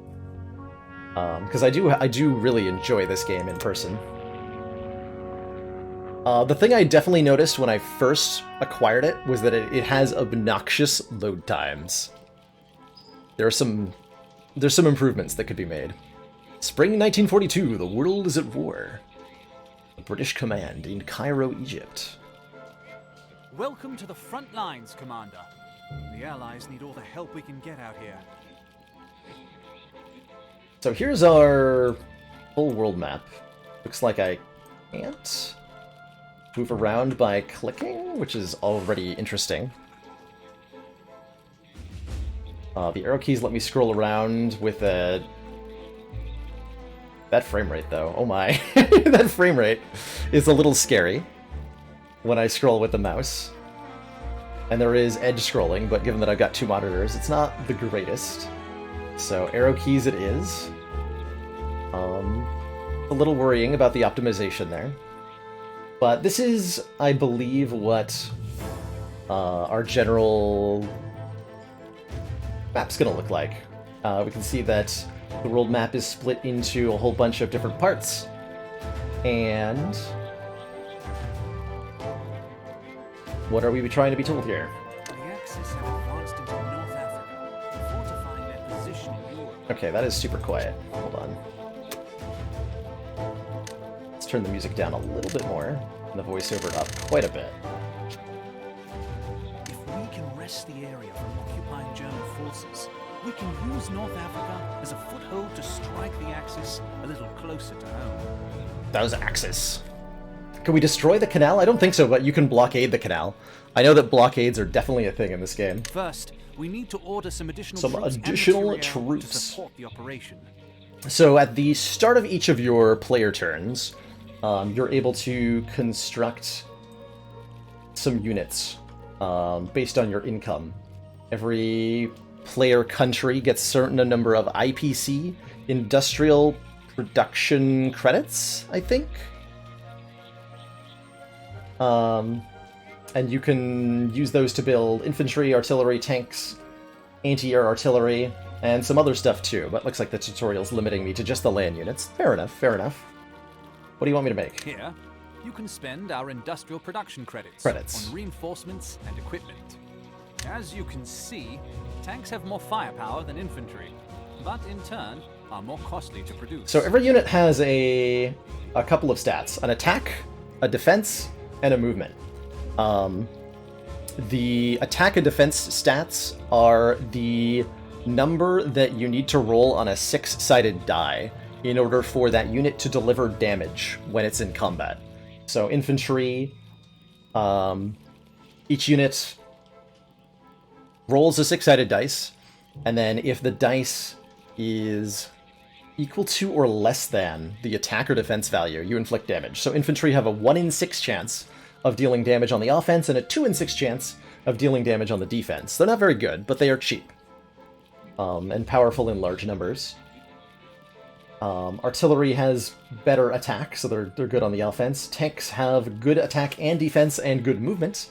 They can move through 2 provinces per turn instead of 1. And then anti-air artillery is something specifically used to tackle enemy air units. What do you want me to make? All units have their merits, but our treasury is limited. We need to balance numbers and firepower. Typical art tutorializations like, hey, you need to... units right away, Commander.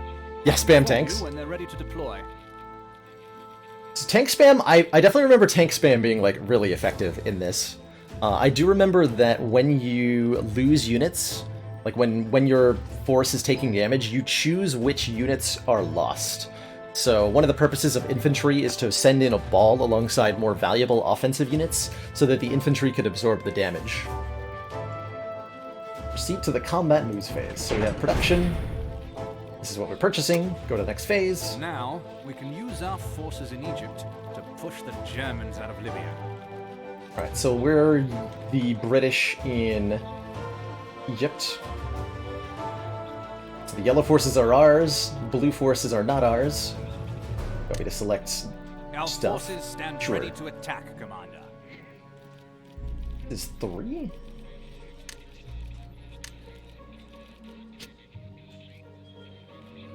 Build a 2.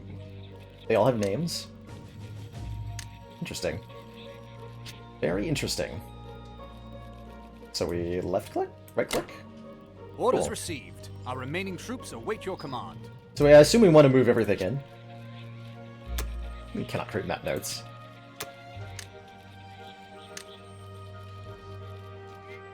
What do you want me to do?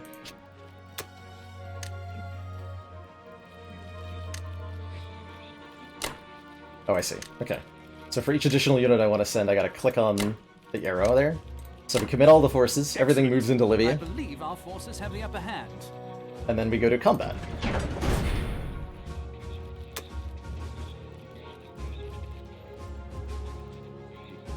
Start the combat encounter in Libya, sure.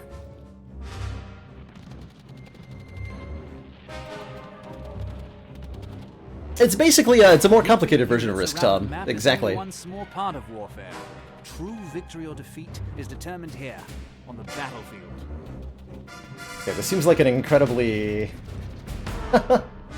ostentatious way to present what is essentially combat in Risk.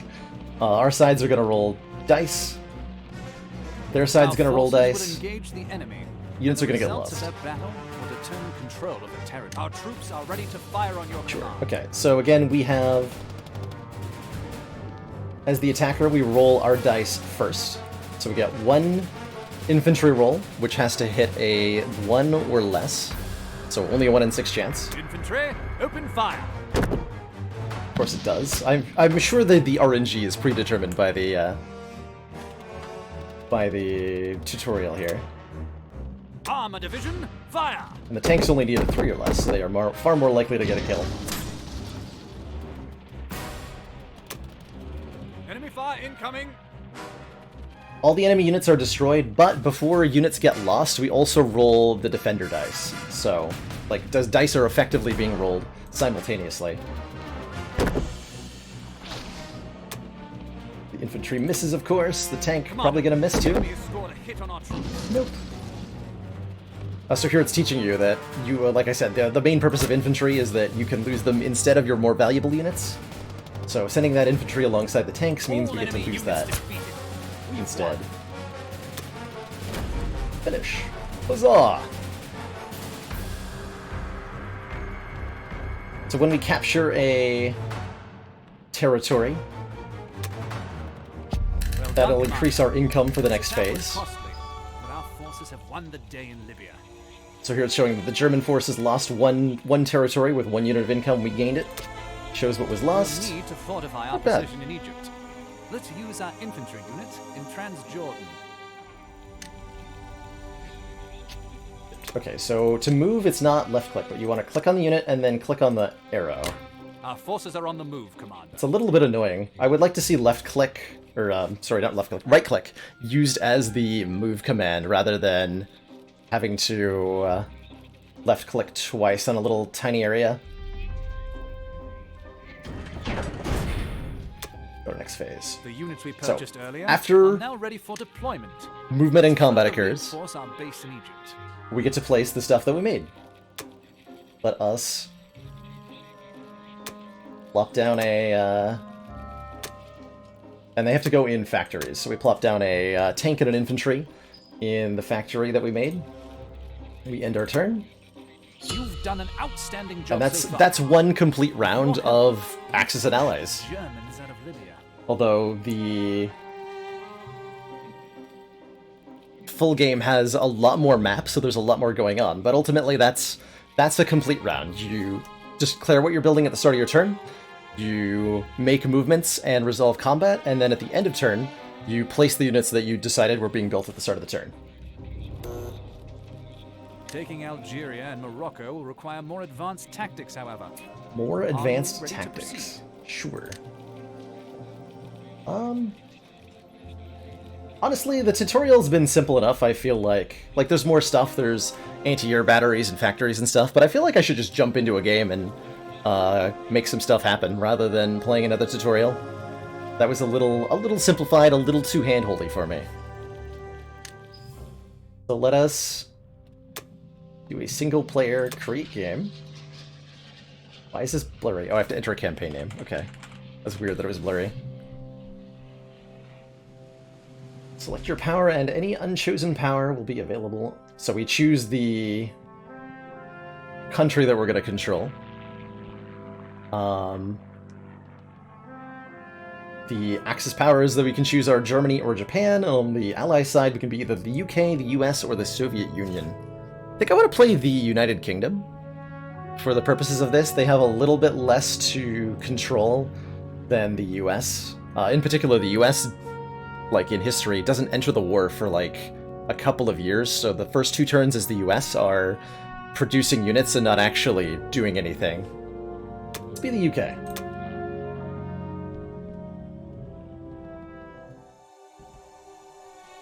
So, here's the full world map going on. Looks like the AI resolved their turn pretty quickly. So we can see a lot of troops and positions being moved around.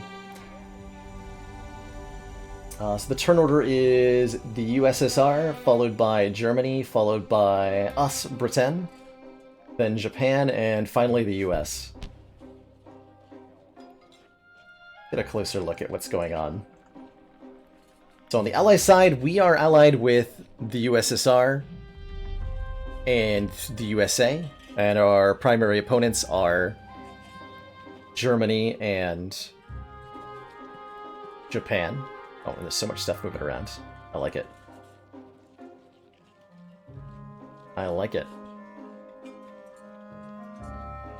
So if I recall correctly, the Axis powers actually, especially Germany, has the power to do a lot of damage to the UK just on turn 1 before the British player gets to do anything, if I recall from memory here. So much stuff. We'll take stock of the board once once we actually have control. Alright, here we go. So, it is our turn. What do we have stationed already? We start with 2 infantry, 1 artillery, 1 tank, 2 fighter planes, 1 bomber plane, 1 anti-aircraft utility, 1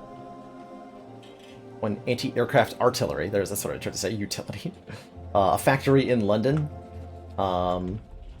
We've got forces in Canada. Apparently there's a tank over here. This looks like a transport ship, a destroyer. What else do we have control of? Do we have control over... Yeah, we have also, I think, have control over Australia, because we have the full might of the British Empire here. So there are a few troops in Australia, including ships, and in New Zealand as well. And these will be tasked with fighting the Axis forces in the Philippines and China. We also have India, because, again, the sun never sets in the British Empire, and all of Africa. Okay. So it looks like I'm in control of the entire British Empire. Sometimes in the board game version of Axis and Allies, you actually have multiple players tasked with handling the multiple colonies, because there's so much going on. So much going on. I can just hold up in Australia, get the continent bonus every turn. Damn right, damn right. Alright, so let us... We have 31 IPCs of stuff that we can build. And I think we should build some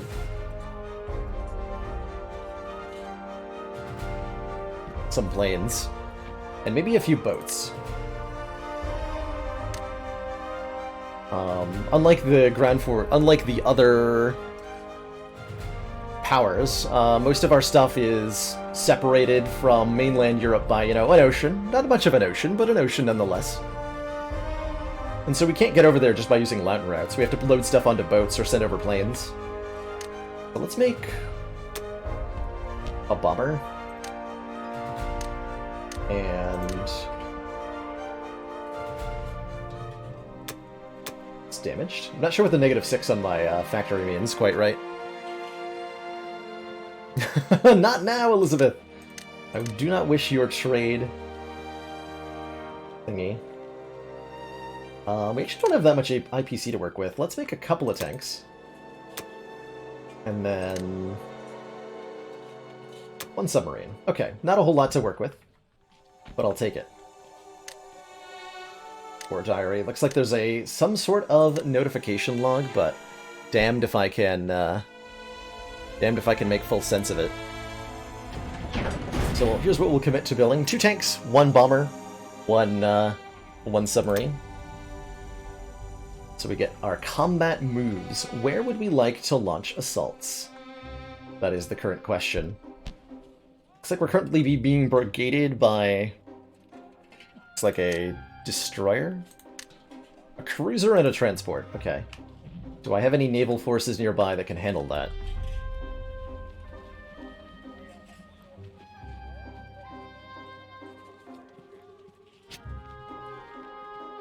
Yeah, it looks like the factory was damaged by the AI during their first turn. There was definitely a few attacks. It's interesting that I didn't get to see, like, nothing popped up showing me what attacks were made against me during the first Axis turn. That's a little baffling. We've got ourselves a destroyer here. One destroyer is not likely to beat a cruiser. It could beat a cruiser, but it's not likely to. We do start with a cruiser over here. And that can join our destroyer from here. They're like a... Okay, yeah, here's the full thing. Destroyers have 2 move. How much does cruiser have? Also 2 move. Takes 1 move to any adjacent thing, so the cruiser can get here 1, 2. We'll have the destroyer join it. And then a destroyer and a cruiser should beat a cruiser and a transport. Transports do not have a lot of defensive power. We've also got, looks like, a destroyer over here. Oops, do not make that move. Try to select the enemy unit. Okay, that's an enemy battleship. Battleships are tough. They take 2 hits to destroy. So they have tremendous firepower in the sea. I think we're probably going to want to have this lone destroyer meet up with our fleet over here.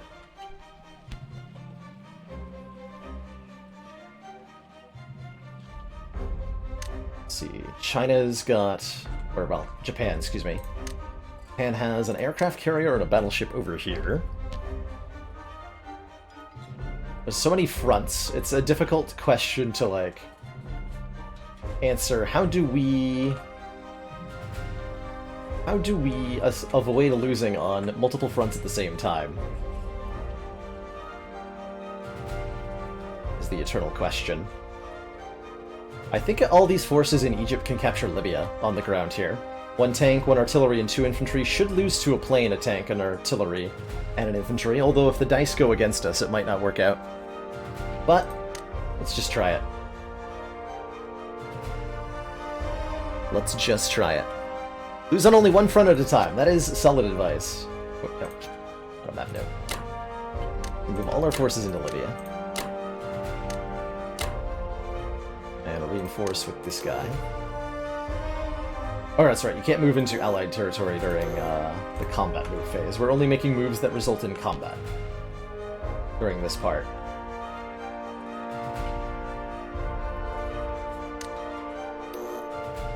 That's right. Can't end the combat move phase in a C-zone with no enemy units. Okay, so we're only thinking of our attacks here. Let's see. If our 2 scattered fleets sweep in together here, I bet we can take out this Japanese fleet in C-zone 37. Is there anything else we need to, like, super watch out for? Are we going to leave ourselves super undefended? Probably. Probably. A lot of the time, the strategy for the Allied players in the start of the game of an Axis and Allies campaign is to just hold on as best you can while you wait for the US to enter the war. It's kind of how it planned out in real life too, right? Just hold on. Alright, so we got a sub and a cruiser. This is a battleship and an aircraft carrier and 2 planes. Are we actually going to win that?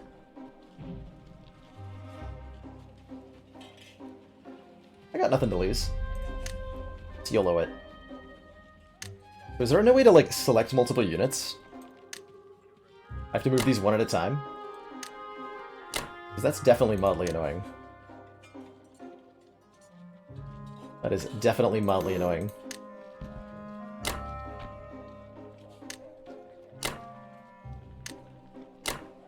Alright. So our fleets will sweep in here.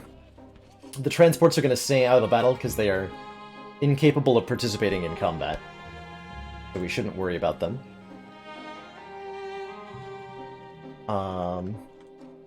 Are we going to do any fighting over here? Yeah, if we're going to attack the ships that are... If we're going to attack the ships that are in this ocean, we should also commit our planes to the task as well. Because why the heck not?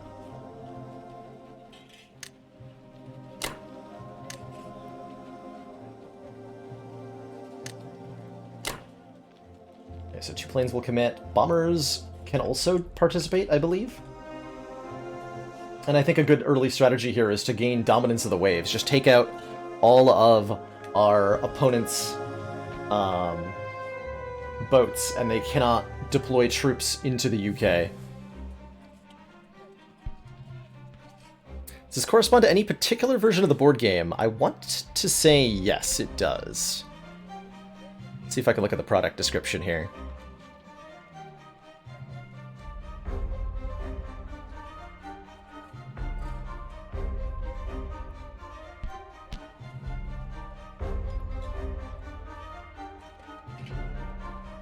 Find the store page. Official adaptation. Classic board game.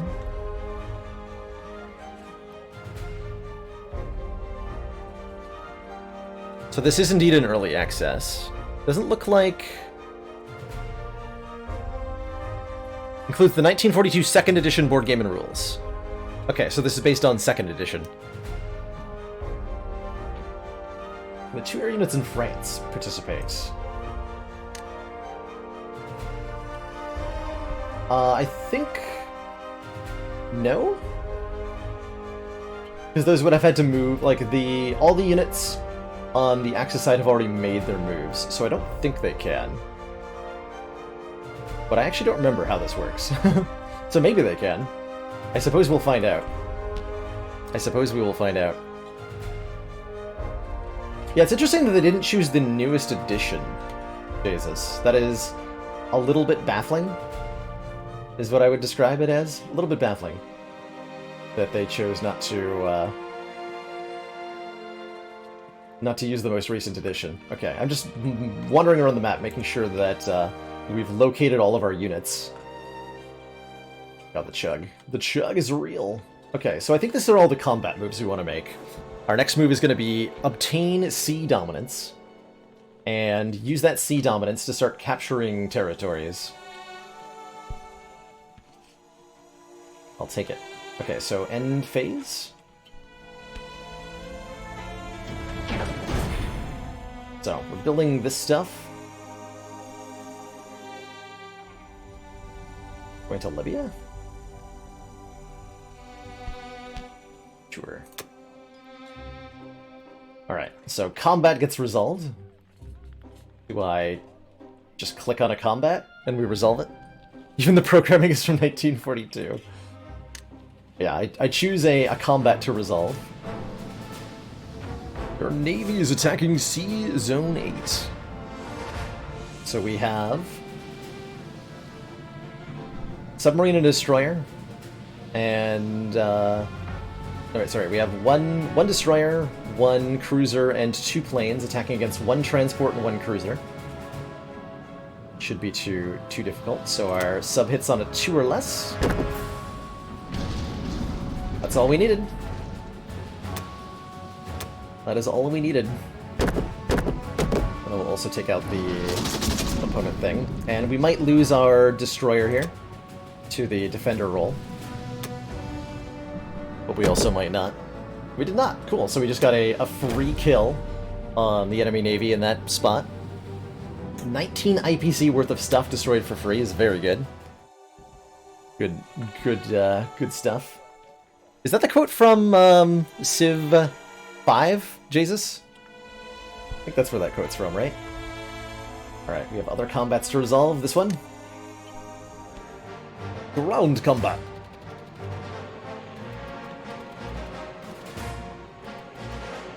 So we got 2 attackers on 2, 2 attackers on 3. This is actually a much more even fight than before. So hopefully we get a little bit lucky here. No hits. 2 hits. Fender rolls. No hits? Excellent. Okay, we should win this fight too.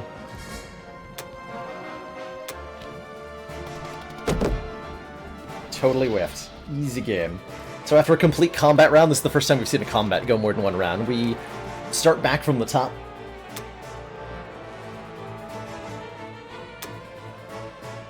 the reduced number of defenders get their reduced number of dice, and we just keep rolling until one side's been completely annihilated.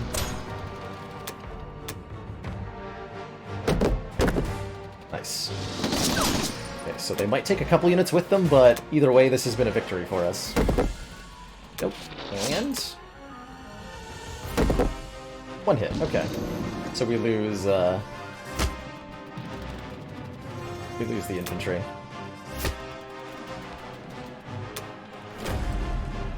Fights can snowball really hard, yeah. If the attacker is losing, they have the ability to retreat.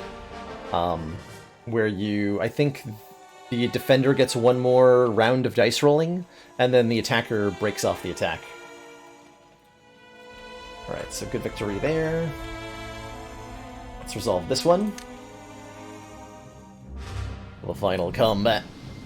Which units have 2 health? I think only battleships have 2 health, full no. Before combat, any submarines? Any submarines present on the attacker side get to roll first, before anything else happens. And if they inflict a hit, then we take the loss before defenders start rolling dice. They've got 2 fighters. An aircraft carrier. This is actually not that in our favor. I might lose all these units. We shall see. We shall see. Ooh, 3 hits, nice, okay. They take 2 hits to their planes and 1 hit to the battleship, which again takes 2 hits to kill. Carriers have 2 hits in later versions, but not in this version. Interesting. Interesting.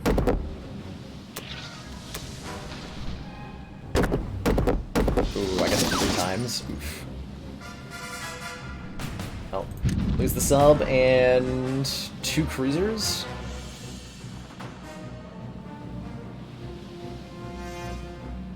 Not usually a good idea to lose aircraft carriers. They're very expensive.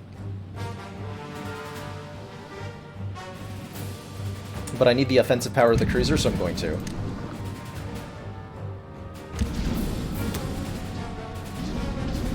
And I hope that plane can land. Press the attack! Oh, crap. Well, that's not good. Please whiff. Damn it.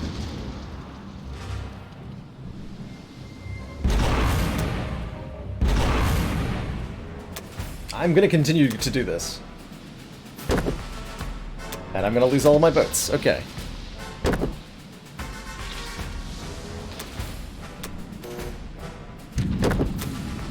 So, our fleet has been destroyed.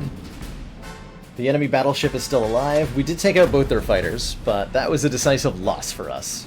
We lost 54 IPC worth of stuff. The defender only lost 20.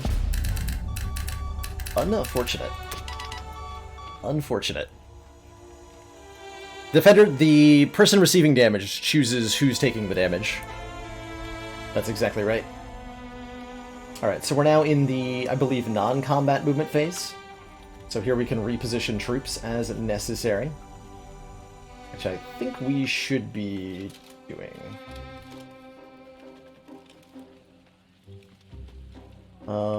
We are so screwed over here, but that's fine. How do I load you? Oh, there we go, okay. We can load up some troops onto our thingamajig here. And where do we want to go with these troops? I was expecting to have some dominance over here. But alas, we don't. We don't. That's a little worrisome. Yeah. Gonna move over there. Gonna move over there.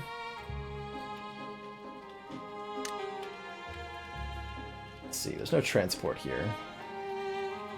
But let's get all of our units holed up in Burma to maybe push forward if we're lucky. Should be not vulnerable to any sort of attack in India. That might also not be true. That might not be true. Rip Australia. We do like island hopping. I think we're gonna get our transport destroyed. We try to island hop right now.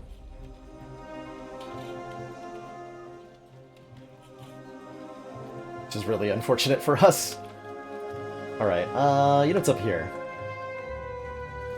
We have no need for this tank in Canada, so that can come onto our boat. There we go. The clicking to get a unit loaded is a little unintuitive, it feels like. So our transport will join up with the Navy over here. And I also load... that again. Okay, so clicking on something undoes it. That'll work. I don't remember if I can unload cargo in the same turn that I pick it up. I don't think I can. None of these ground troops in the UK can do anything. Planes need to be told where to land, so they're going to go back home.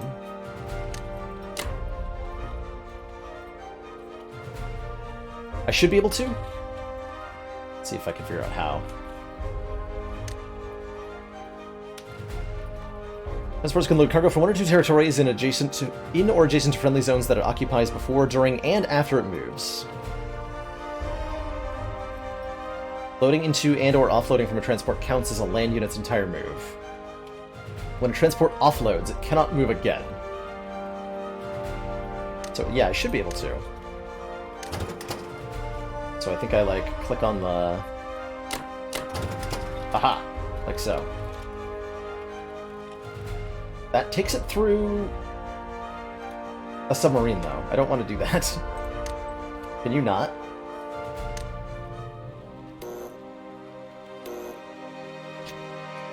No.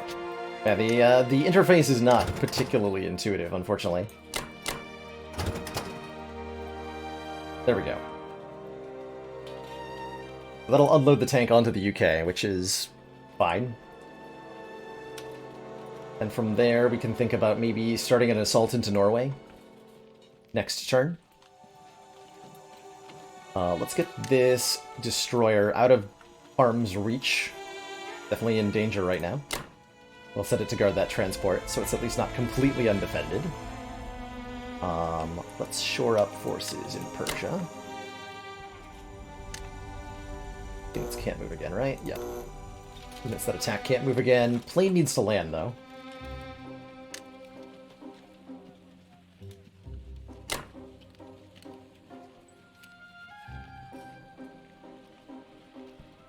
Is that everything I want to do? I think so. I think so. Oh, I have a troop in Western Canada? I didn't even notice that. What's up, dude? You're gonna personally walk all the way across Canada. I hope you have fun. Enjoy, sir. Enjoy. Okay, so I think we end phase here, then? Sure.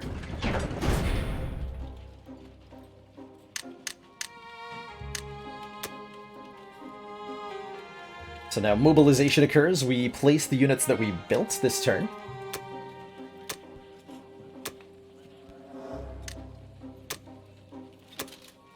I place these tanks in, like, India? Yes, I can. Perfect. So, we built a bomber and a sub at the UK, and we built 2 tanks in India. So our production went up a little bit for next turn. This is the only campaign in the game that I know of, Krogzar. I don't know if the game will include additional scenarios on release. Currently it's in early access. So there are presumably patches and features to be included, hopefully some interface improvements. If I was going to make suggestions, I would say moving units around could be a little bit more intuitive. Alright, so that was the end of our turn. Now all the other AI are going to do their thing. Our allies and non-allies do their stuff. And hopefully we don't get too obliterated. There's the follow player button, which I guess will probably give us more detailed information about what the other players are doing, but I don't feel hugely compelled.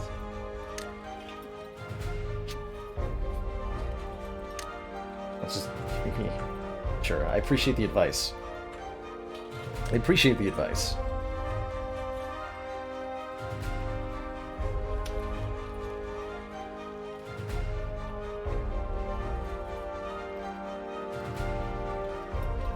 Okay, so it looks like on the Soviet front, the Soviets are probably doing pretty well for themselves, if I had to guess.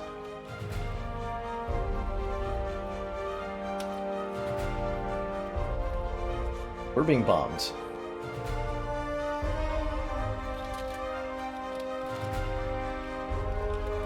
Our factory got bombed. Rude. I guess we probably have to repair that, huh?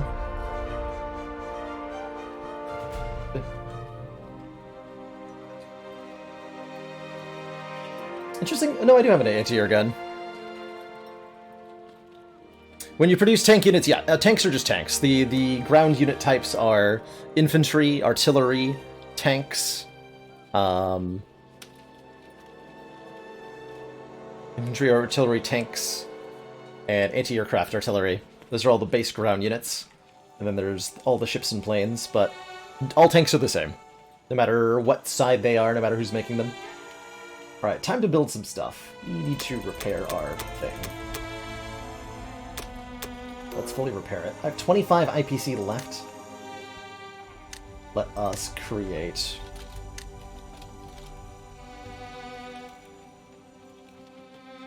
This is gonna go bad. We have blockades occurring, so we can see that that fleet that we tried to destroy, the Japanese fleet, is now, like, rampaging freely across our land. Where did I take that transport? I think it died. I loaded 2 guys onto a transport, and I believe that was killed. Because I forgot to actually, like, relocate it. So, Australia's probably gonna fall to Japan. But we can... I'm gonna let Japan do their thing. And we're gonna look to win the ground war in India and Africa. And that's gonna have to be good. In particular, I'll note that Algeria and Morocco are totally, like, undefended. In fact, the entire southern part here is basically completely undefended. So that's encouraging. And if I can have my fleet sweep into the Mediterranean, we can really start to liberate Europe from the south here, which is very encouraging. Very encouraging indeed. So what would we like to build to support that kind of endeavor, then? Is my question. What would we like to do? There's no bonuses for capturing or controlling larger, like, continent bonuses or anything like that. There are certain cities that count as victory cities. I think anything labeled with a star. Potentially? What are the victory cities? Anyway, certain cities count as victory cities, and capturing a certain number of those helps contribute to a win. Germany does indeed have 8 tanks in their capital. It's a lot of tanks. Hopefully the USSR will help us take care of that. Maybe I should make a battleship, so that we really have some sea dominance here. Let's do that, and I'll make one more tank. No, I can't make a tank.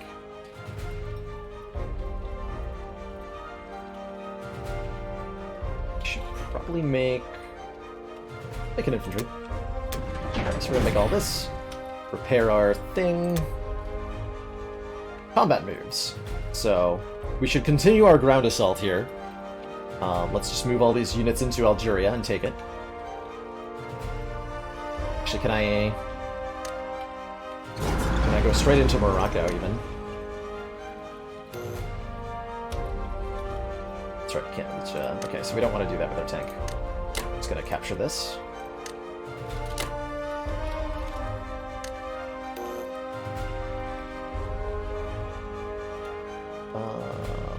Plane can just chill for the moment.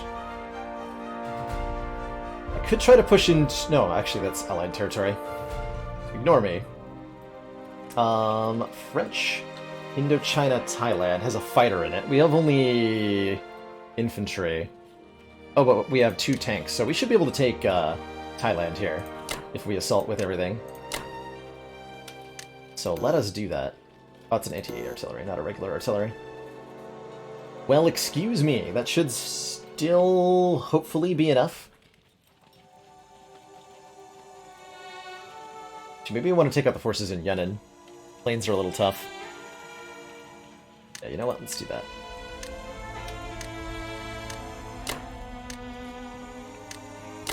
Do I really have to collect these one at a time? I think so. There should definitely be a multi-select, if there isn't, that I'm missing. That seems like a fairly important feature. If you ask me. What is our Navy gonna do?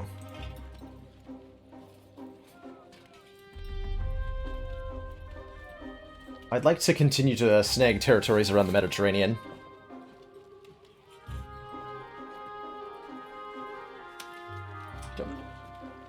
I have to... Yeah, we are leaving Burma undefended, right? Maybe we only go in with 2 infantry. Yeah, that feels right. Because the infantry are just to absorb losses, after all. The tanks are going to be doing the killing work, presumably. And maybe they fail at that job. That's okay. Right, you're going to load onto this transport. So we can reposition you somewhere meaningful.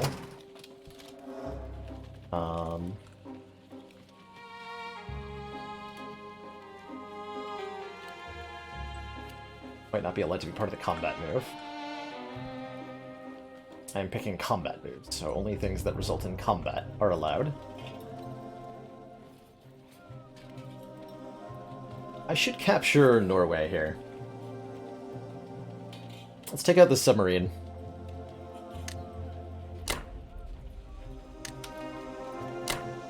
And the cruiser and the destroyer up. And my sub. And then... this transport's gonna load 2 tanks. Like I can't load 2 tanks? Sure. And then you're gonna go... drop them off here. So we'll take Norway from the Axis powers.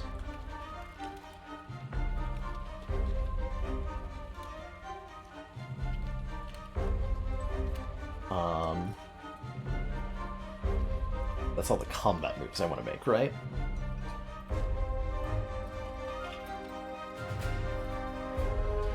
I can't make non-combat moves. Yes, that's next phase. So I think we end phase, I believe. Let's do that. Are these gonna attack anything? I could send planes alone to attack something, but that's really not a good idea. Like, they could contribute, I guess, to the submarine killing, but that feels excessive. That's just unnecessary. Okay, we'll end phase here.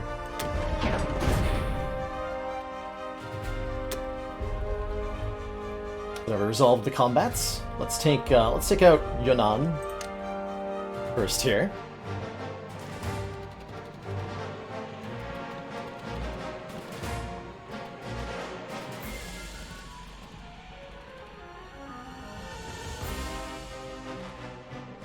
Oh, gotcha, Crossgar. Thank you for that explanation on factory damage. That's one of the things I never, we never really used when I was playing the board game with friends, because we didn't...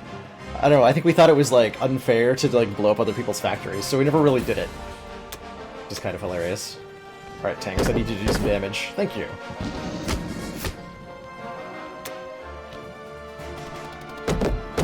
Only nailed me twice. Rude. Alright, so the infantry die. Our tank should be able to kill off the thingy without too much difficulty, though.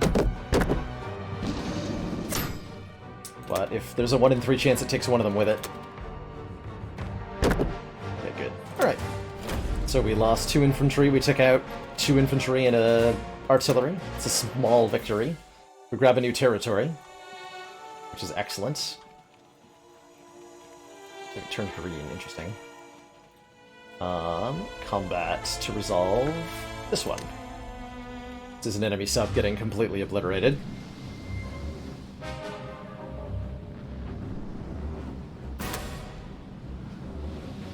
Roll the sub. Nope. Destroyer misses. Cruiser hits. Okay. So at worst, we also lose our sub. Which we do, because it rolled a 1. Lucky. Alright, so 1 sub for 1 sub. I accept.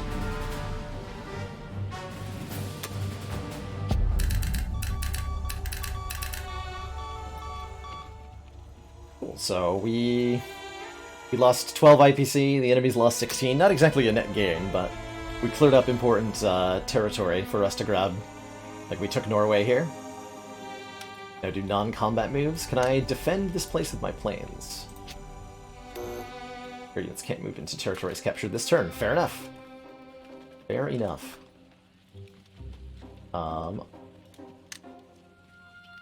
This plane can just stay where it is.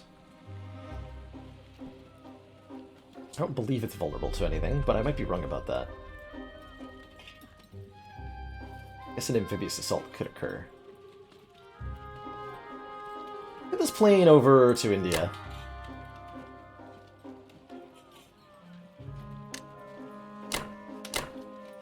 And shore up our defenses here.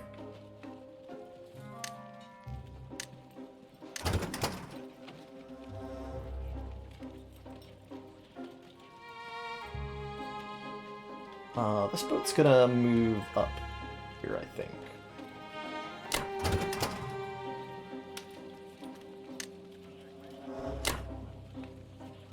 Consolidating forces into the Mediterranean in an attempt to reclaim all of this.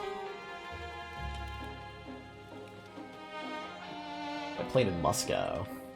Looks like the USSR aren't in any risk of losing it immediately, but we should... I agree with your general statement that we should assess our allies and see how they're doing. Looks like Leningrad fell. That's not good. That is not good at all. On the southern part of the front, that's 5 planes? Oh my god. Oh my gosh. Come on, Russia, hold on. Hold on.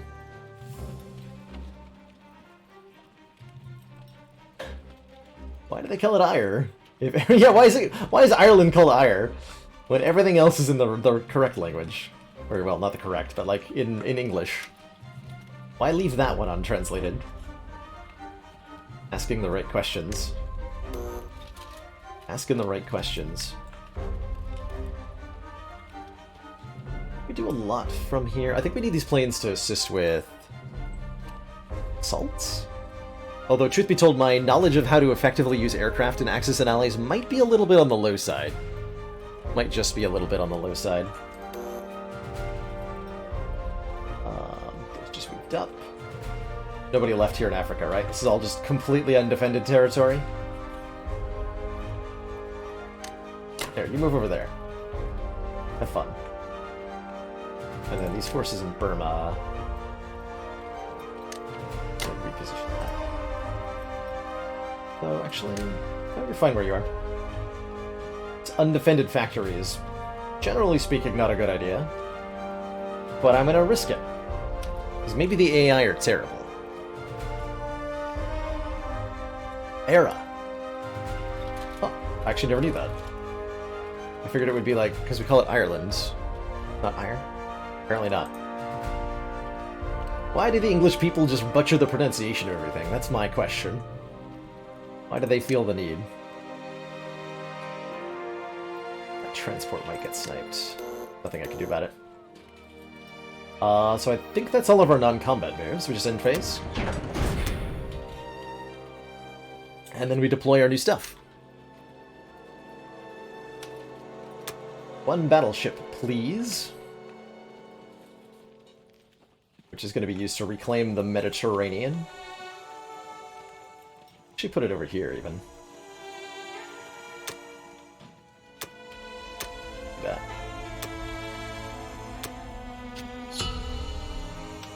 Alright, so we captured several territories, giving us much more production for the next turn. And now we wait. And we see what happens. What happens if I click follow player? Oh, the, looks like the United States has entered the battle at long last. Good. Well, I gotta say, we've played in like 45 minutes more Axis and Allies than I have played in like hours. Hours of in-person board game. Like, I think getting this far in would have taken a solid 2 hours with the friend group that I played in person. So it's nice to have, like, actual progress being made in the game. What is... Camera angle's a little unhelpful sometimes, but I accept. I accept.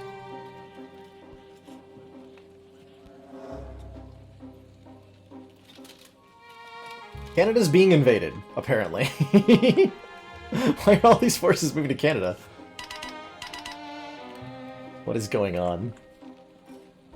Yeah, Canada just got hella invaded. Damn, rip Canada.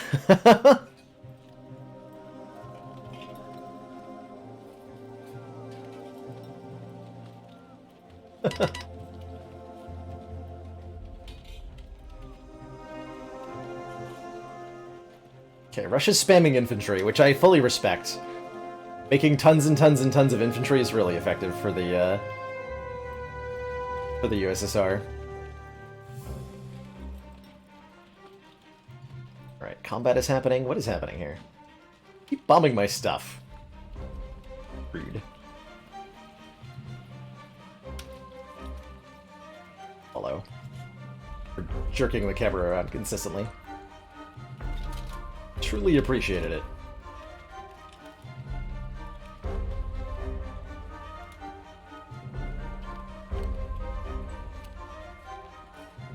So Leningrad's being mobilized into.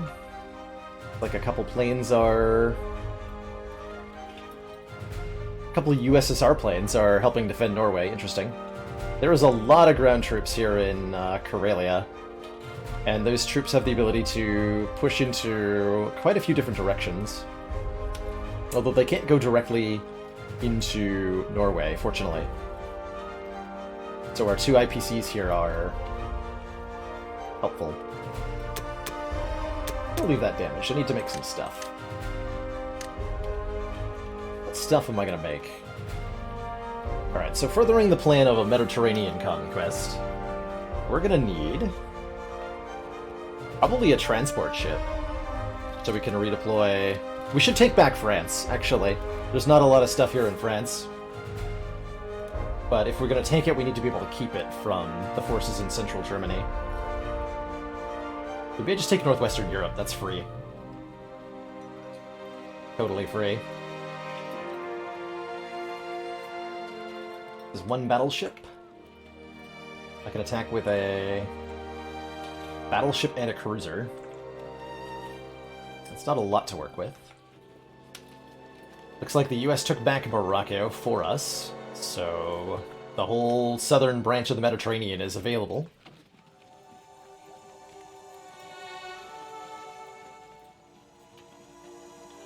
Let's make one transport. Let's make...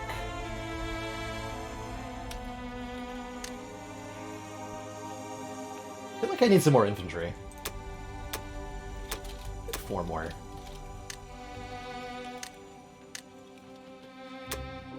One additional fighter. That's all I'm allowed to build. Okay, hold on. Only allowed to build 6 units, apparently.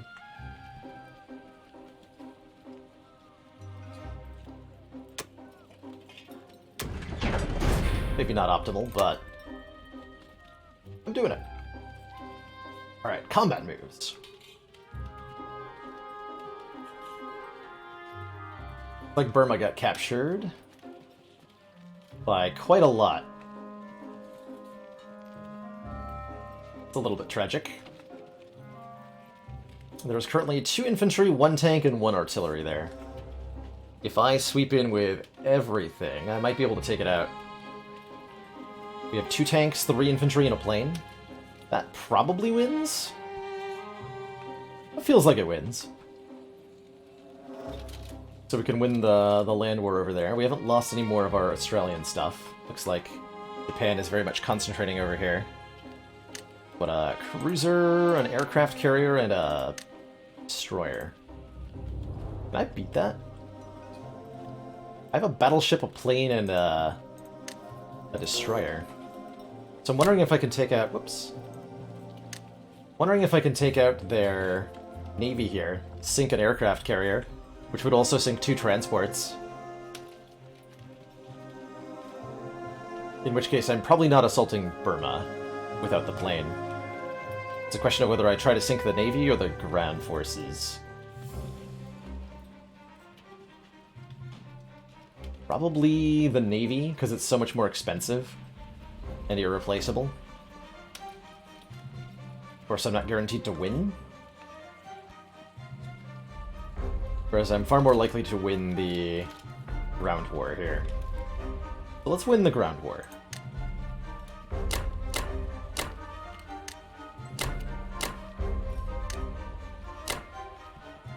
Sweep in that way.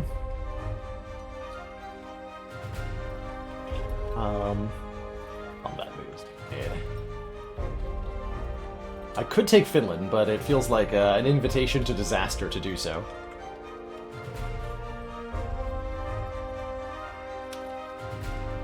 We want to utilize that production a little bit more. I feel like these planes ought to do something. But what? Maybe I land in Northwestern Europe. Is that fair or reasonable? No? Yeah, ships ain't cheap. Ships are very expensive. So expensive.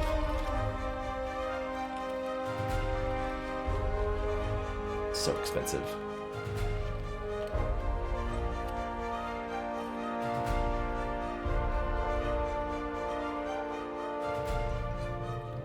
Yeah, cool.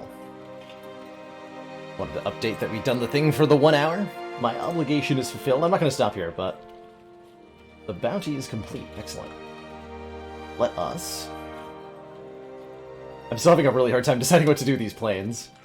I feel like I need to consolidate power a little bit more, or rather, by consolidate power, I mean wait for the US to save me from this horrible fate that is befalling me.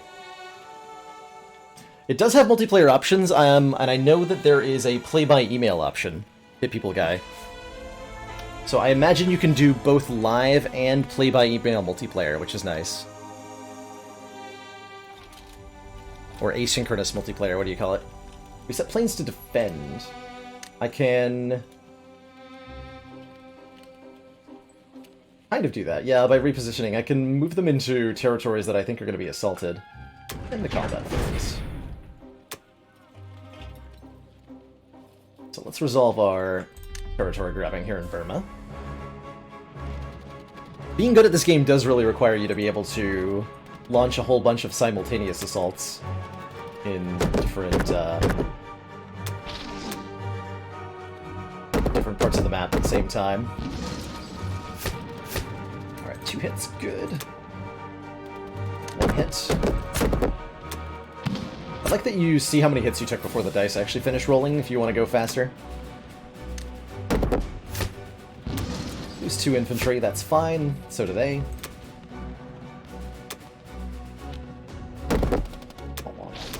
Bomb, 2 hits. Perfect. Total destruction.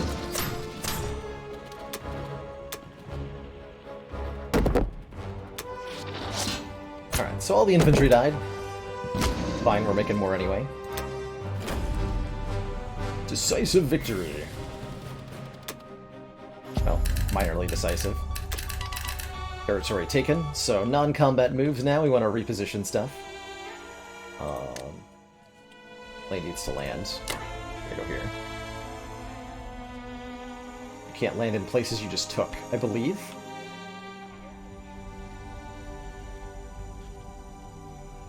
We're going to...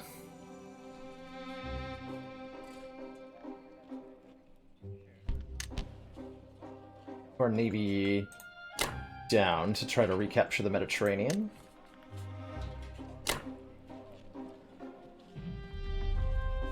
Where'd that transport I had go? Did it get sniped? There was a transport over here. It seems to be gone now. Well. So I think my biggest complaint, actually, so far, from an hour of playing this, is that I'm not shown what happens to my stuff on the enemy turn. Like, there's no... I don't get to see the dice roll resolves for combats against me. I don't get to see a summary of what units were destroyed. And that's a little annoying? A little baffling. Is what it is.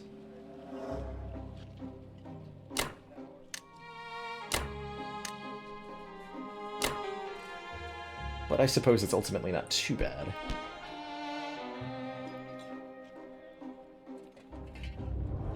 Alright, any other non-combat moves? For my scattered into disparate forces. Without a transport, I guess I should have built 2, because I didn't realize one of them had been destroyed. We're gonna build like 3 or 4 more.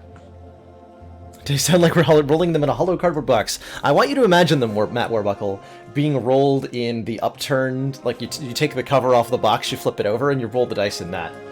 Because that's the right way to do it.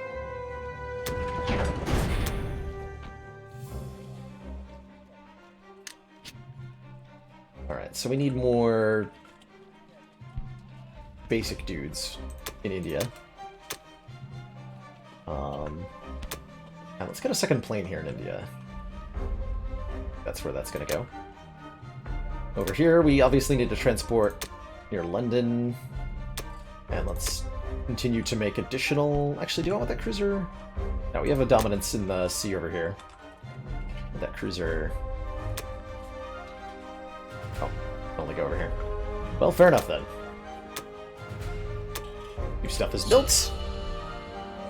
The production went up very slightly. I'm a little bit worried that Russia seems to be losing to Germany, though. That is a pressing concern at present.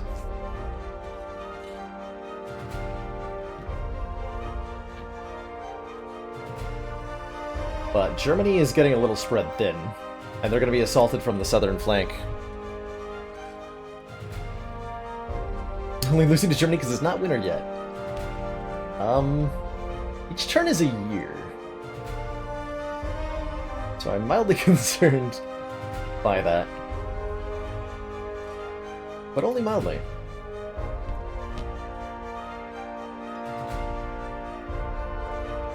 Alright, looks like the Americans are swarming the area. Good on them. Good on them. The United States has, like, overwhelming economy. Again, matching his history. So, once they are joined on the side of the Allies, it's kind of a matter of time until a victory occurs. Generally speaking. Assuming Germany doesn't win the Blitz and crush Russia. If Russia gets knocked out of the picture,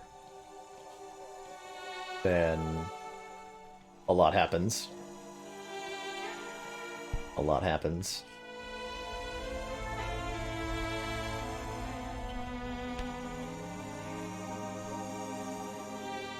Factory keeps getting bombed. And my navy got sunk, too. See, like, I would really like to see the combat results for my units being destroyed here. Am I the good or the bad guy? Well, it depends on one's historical perspective, but I think we're mostly on the side of the Nazis are bad in modern times, so I'm going to say I'm one of the good guys. I'm playing as the United Kingdom.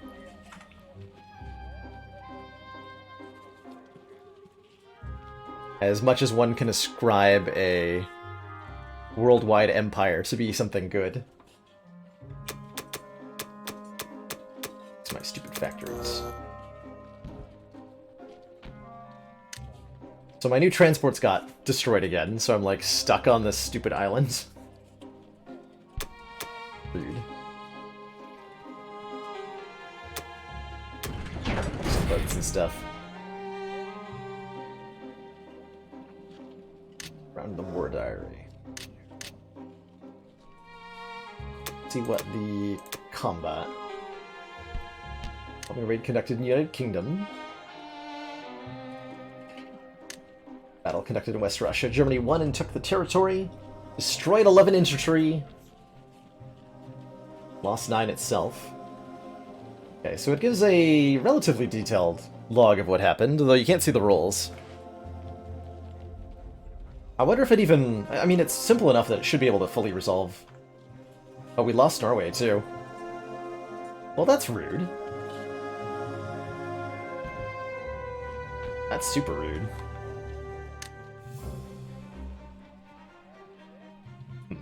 Alright, so we're during the combat move phase. So let us sweep in here.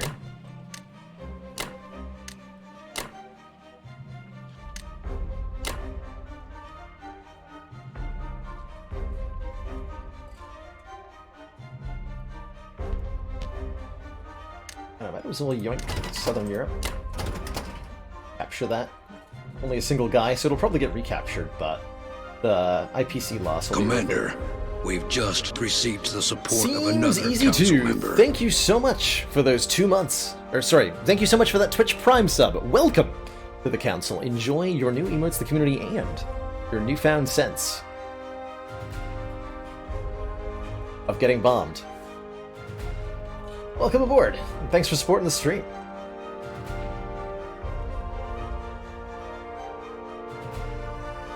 Okay, it looks like the Japanese fleet has left. There's not a whole lot here, so we might as well capture French Indochina. With 2 tanks and 2 planes, we should pretty easily take out that plane. And there's nothing left to threaten us here, so we can start picking off territories here from Japan and slowly winning an economic war, I'm hoping. I am hopeful.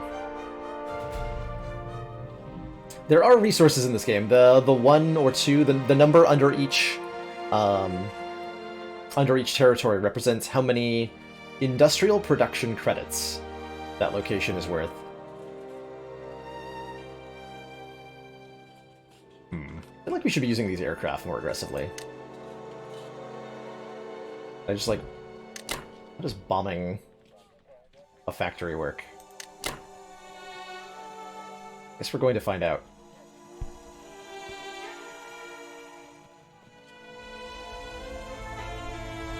The neutral territories, the stuff that's crossed out, is totally off limits. The neutral territories that were not involved in World War II. I'm kind of stuck on this island, unfortunately. My transports got blowed up, so I think this is the end of our phase. Resolve combat here. Doing a bombing raid on Germany. So we just destroy this thing.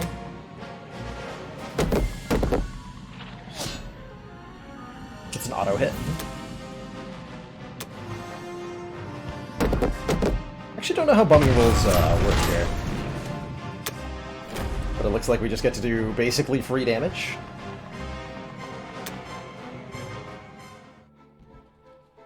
Maybe I'm able to like run a defensive air patrol or something.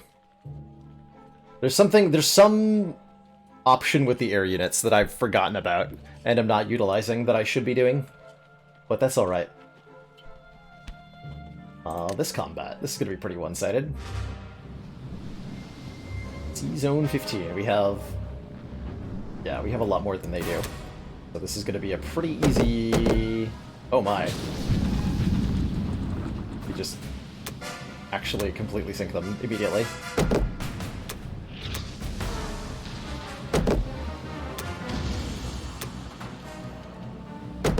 And then the battleship didn't even hit us back.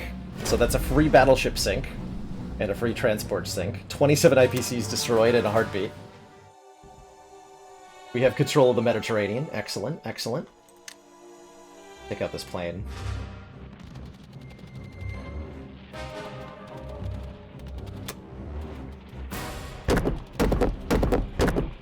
Got him. Might take out one of our tanks. Yep. Planes defend with a power of 4, which is the strongest any unit can have. So they are very good defensive units. But they're not good defensive units if you just leave them on the road. and they get destroyed. Cool. 2 new territories acquired. Excellent. So now these planes can help us take islands, which I would very much like to do. Or they can fly around somewhere where they're maybe more useful in terms of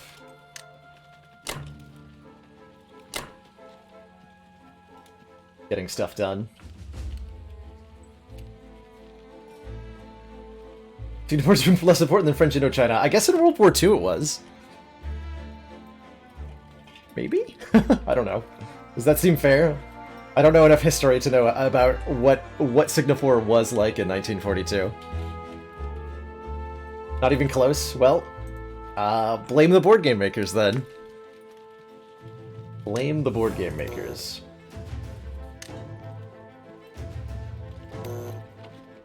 Alright, so reposition over here, I guess.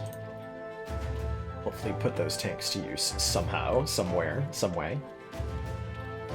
What else needs to relocate? This guy would like to leave Canada, but I think he's going to stay there forever. These planes have to land somewhere. They can go back to India for now.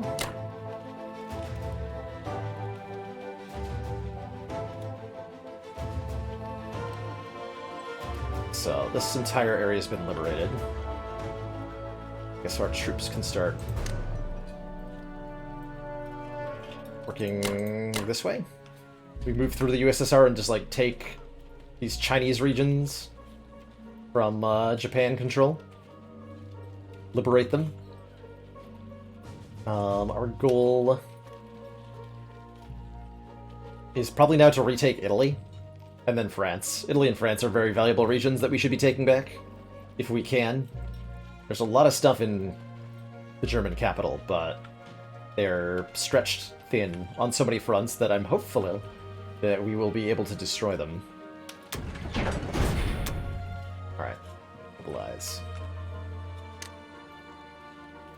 2 more transports. And a cruiser. I'm gonna put here with the American stuff, so that it hopefully doesn't get destroyed.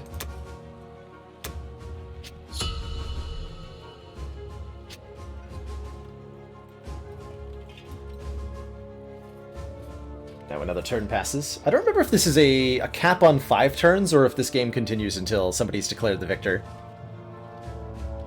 I cannot remember.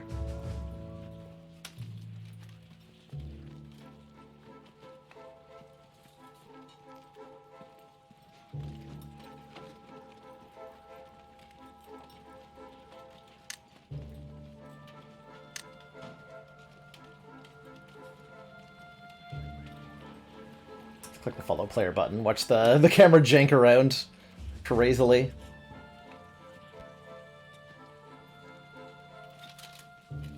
Seems like we'll have time to finish up a complete game of this, maybe. As by the end of round 4, you're getting relatively close to finishing a game of Axis and Allies, usually. Look at all this American stuff sweeping in. Good job, America. Did it.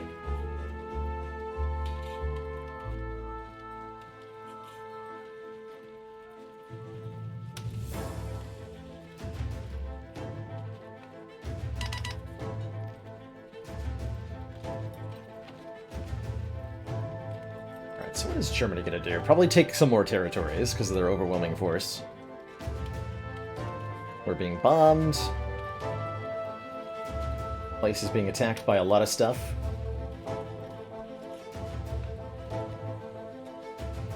Don't really understand what's happening there.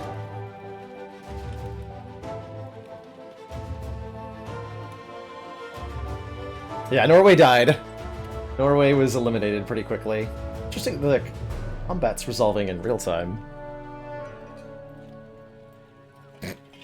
That looked like it was that looked like it was bloody on both sides.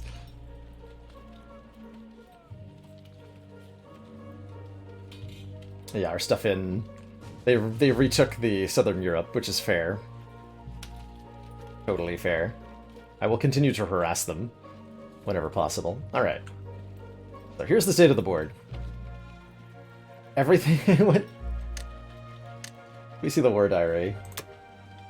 Battle conducted in Caucasus. Germany won but failed to take the territory. Destroyed 10 infantry, 1 artillery, 1 tank, and 1 anti-aircraft. And lost 1 infantry, 5 artilleries, and 3 tanks. Okay, so that was kind of a win for Germany, but also not a win. But also not a win. Germany seems to be completely falling apart on the Eastern Front. There's, like, nothing here. And this giant mass of infantry can push out of Moscow. Works for me. What if I just, like, reinforce this place with our infantry? I was originally planning on moving through. Yeah, there's now Japan forces here.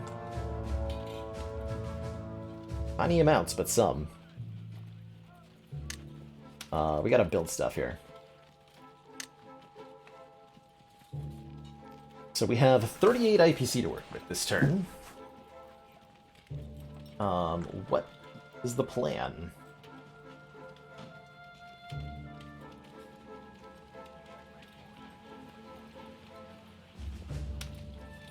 What is the plan?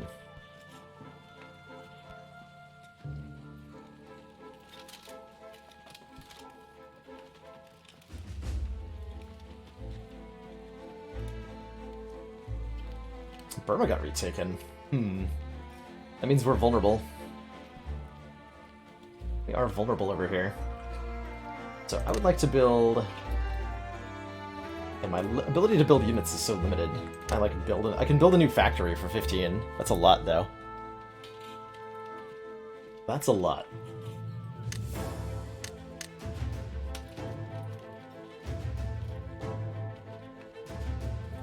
Let's make some...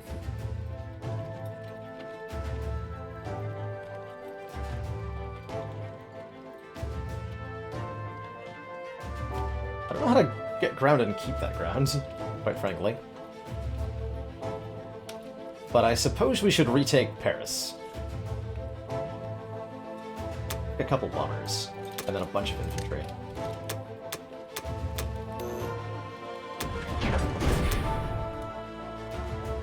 Alright, combat moves. So we're gonna capture France this turn. That is the goal.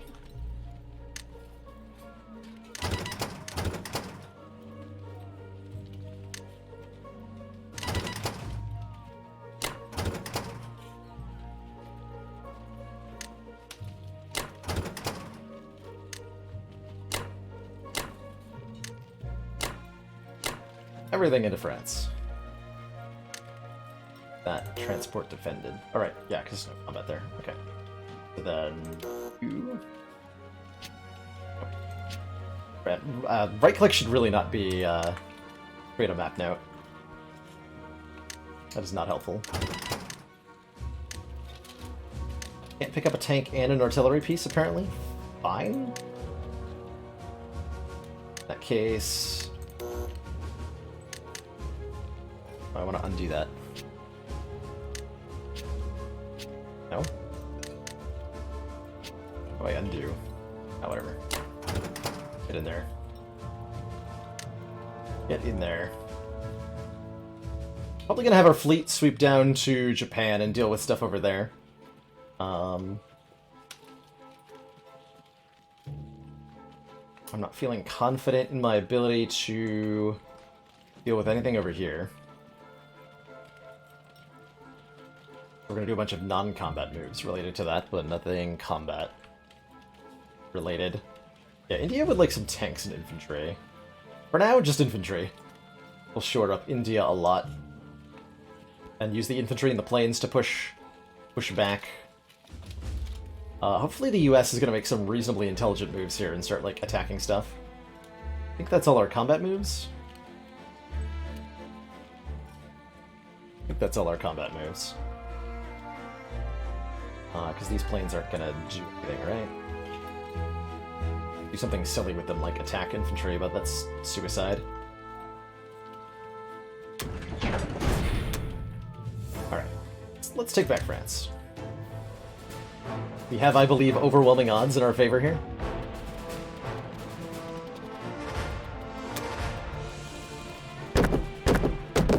We lose a plane to an anti-air gun, though.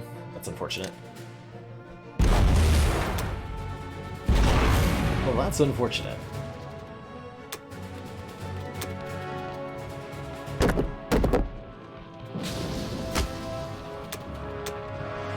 So, 2 tanks and a plane attacking at 3s. They're gonna do some damage. And 2 bombers attack at 4s. Should just wipe out everything.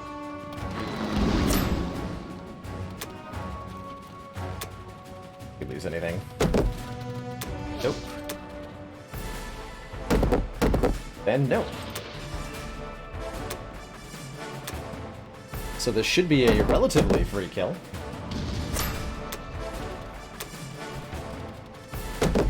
Nice. Okay. 1 plane, but nothing else. That's fine. That's totally fine. So France has been retaken. Hopefully we can hold on to it. There's a lot of tanks here, so it might be tough. Now for the non-combat moves.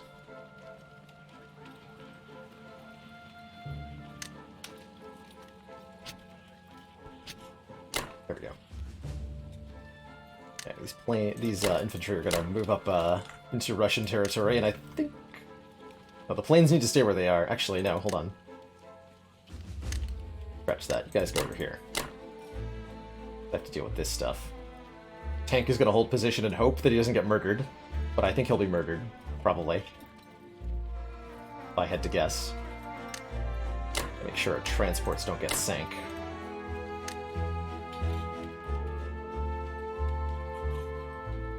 Yeah, it'd be really rude if they were.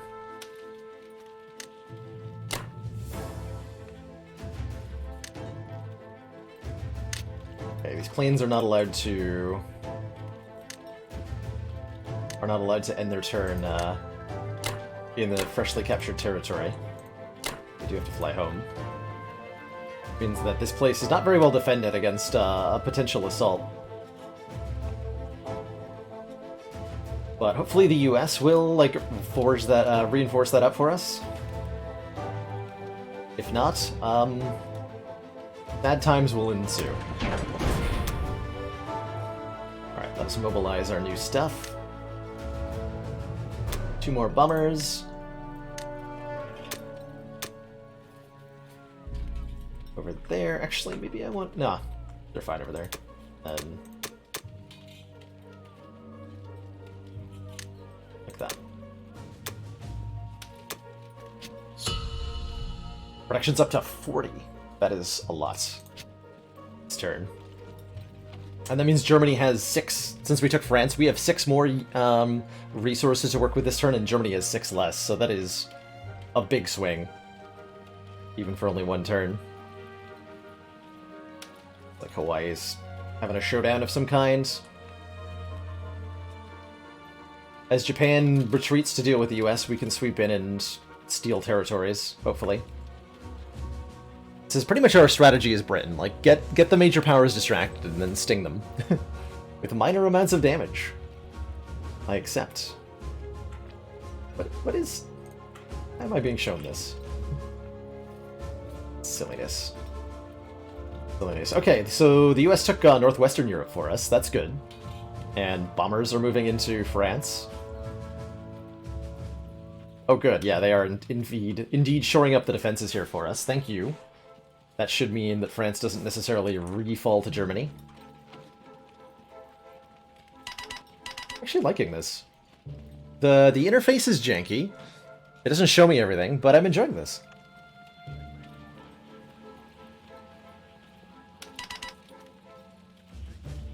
Oh, even the US, or the USSR, excuse me, threw a couple planes in here, so we got like a multinational alliance taking back France.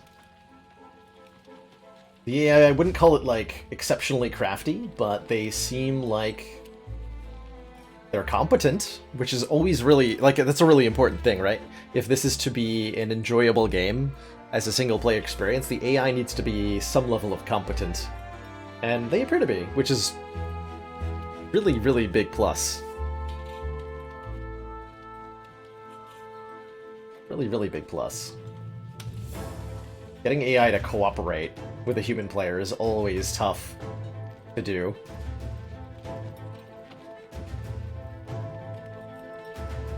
Okay, so it looks like Germany retook northwestern Europe, but France is held. Let's look at the combat log and try to figure out what combats occurred during Germany. Germany blew a transport up. Germany lost a fighter to a destroyer because they were dumb. You should never attack a destroyer with a fighter.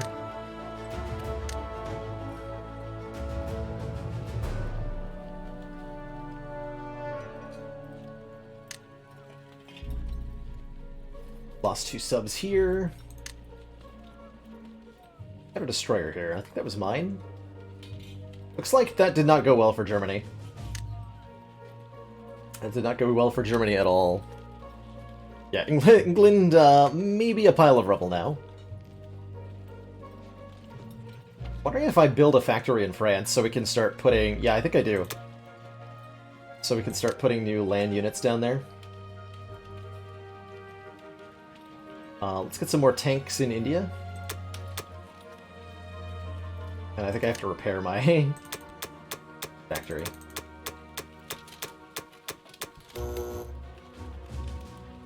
Okay, so we're not building a whole lot, other than industry. Means we have to expect that we can hold on with our current forces, which is fine. I think we'll manage. Yeah, it seems fine.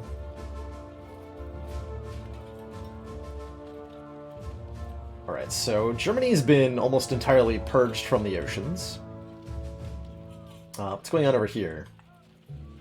It's like they retook Yunnan, which means Burma's ripe for the taking.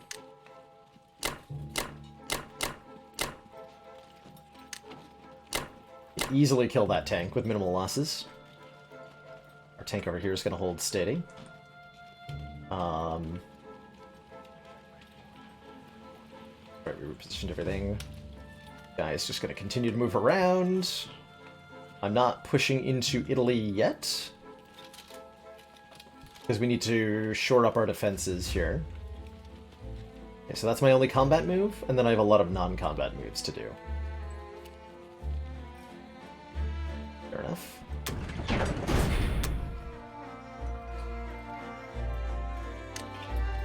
Will be a quick slaughter.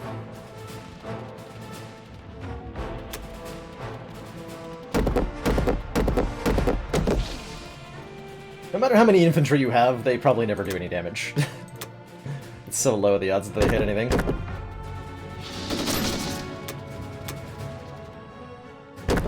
Cool, free kill. Success! Alright, non-combat moves. That's where the majority of this turn's gonna take place. Our Navy is gonna start moving towards Japan.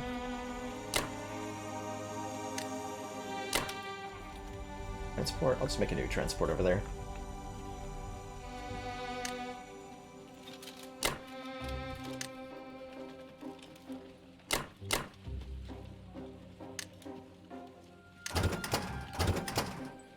That guy there. Load that guy up, so that we can deploy that one infantry that was in Eastern Canada later.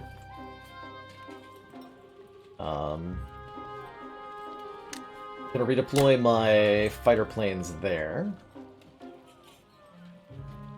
Is there any risk that transports appear and destroy me? Not yet. Just a few scattered submarines, which are kind of a danger, but not that much of a danger, right? There's no... well, there's American ground forces in London. It'll be probably fine. I was probably meant to bomb the industrial complex in Germany this turn, and I totally forgot to. Whoops. Again, the air combat is something I have yet to properly master. Just not lose any units. We can reclaim that next turn if necessary. This guy slowly meander his way around as necessary, and I think that's the end of the turn.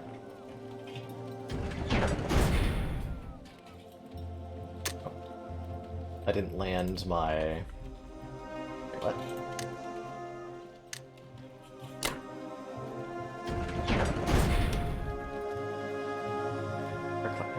Burma. Wait. Burma? Oh yeah, these ones I haven't repositioned. Fine.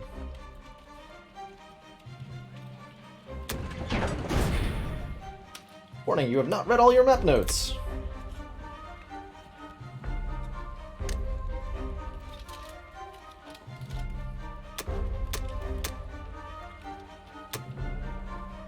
Alright, so we place a factory in France, we can now directly produce stuff here. And that's gonna be a lot of what we're doing from now on, is mass producing units in France. Ideally. I hope that works.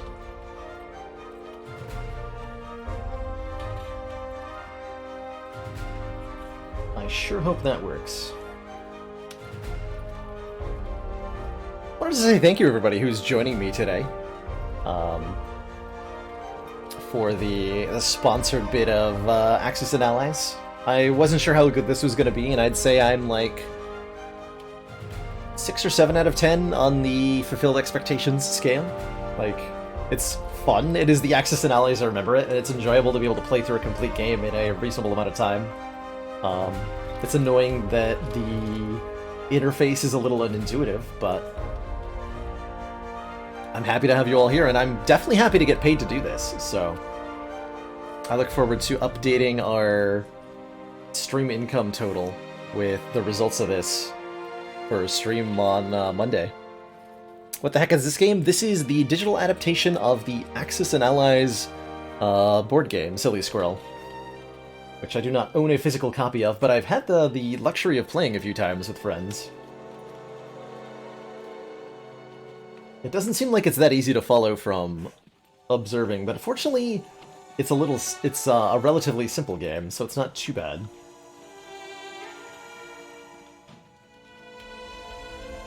Let's see, what is going on here? Whose turn is it? Oh, we're still doing America's turn here. Northwestern Europe gets reclaimed. Germany's falling apart on every front. Good.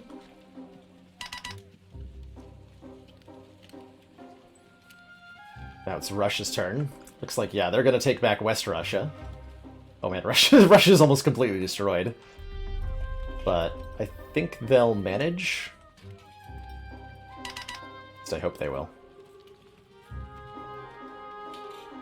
Let's see what Germany does on their turn. They're bombing me, because they've done that every turn.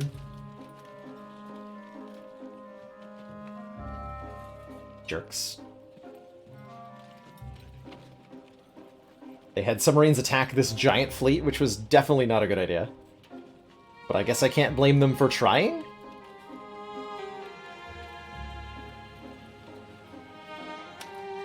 Bear cannot be destroyed. Comes back stronger and angrier. Alright, so it is our turn to purchase things. We have 42 IPC to play with, and we can now deploy tons of stuff. And I think we just want, like, tons of infantry. She's just gonna buy, like, 6 of them. 2 tanks. Our goal is offense from here on out, so we're gonna want large numbers of ground troops backed by air troops. I think. And maybe I want to build some more Navy units to, yeah, to help out with whatever's going on over here. This looks bad. Looks like the US is definitely in danger of getting their butts kicked by Japan. But it won't much matter if we take out... Yeah, so let's start making boats.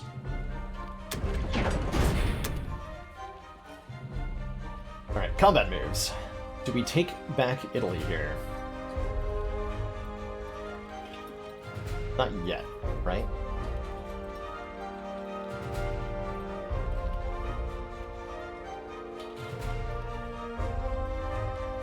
Yes, we do.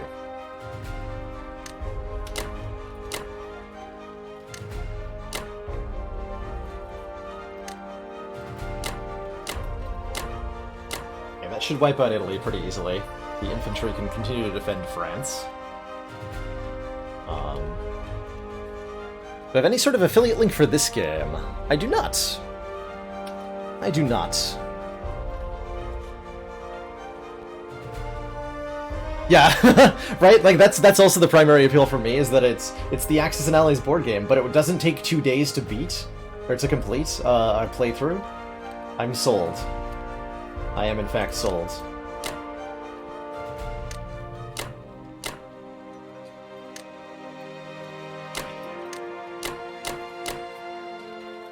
Alright, what else are we gonna assault here? Let's take back all the stuff. We grab Persia, we grab French Indochina. Our planes are fine where they are, I think. Taking Italy. Norway's right for the picking, but I have no ground troops to take it with. Or do I?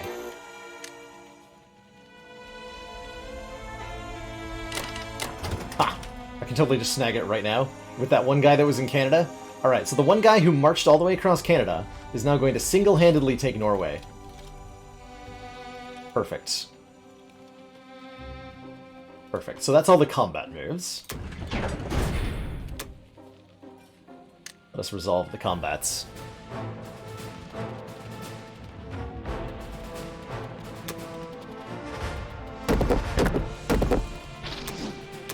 Alright, just hit the guy. Okay, no hits. How unfortunate. Alright, this is the part of Risk where, because of how the dice play out, 1 unit on the defense takes out 5 on the offense, right? Okay, we got him.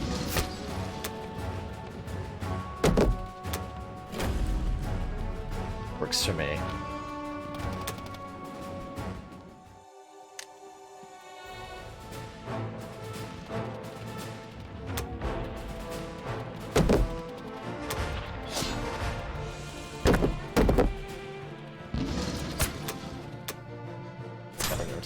Rude.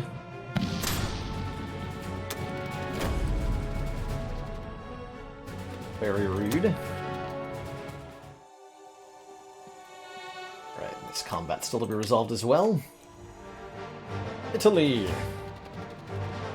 Alright, so the anti-aircraft guns roll. They're actually pretty terrible. They get 3 rolls, but they're only 1 in 6 to hit.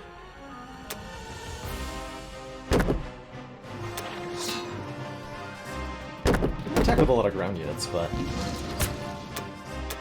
bombers have such a devastating offensive potential. Yeah, just obliterate everything. Another point of artillery. Italy is ours!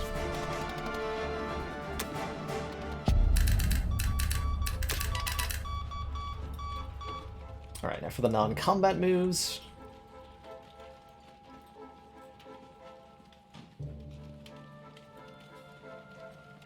Bombers have to return home.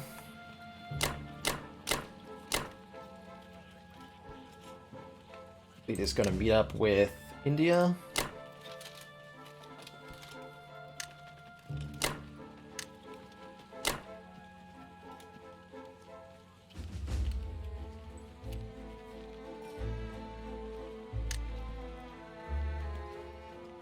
Planes will...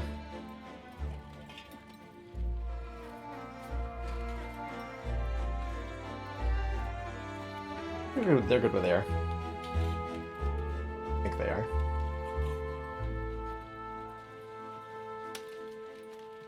So what other moves do I need to make? None? None moves?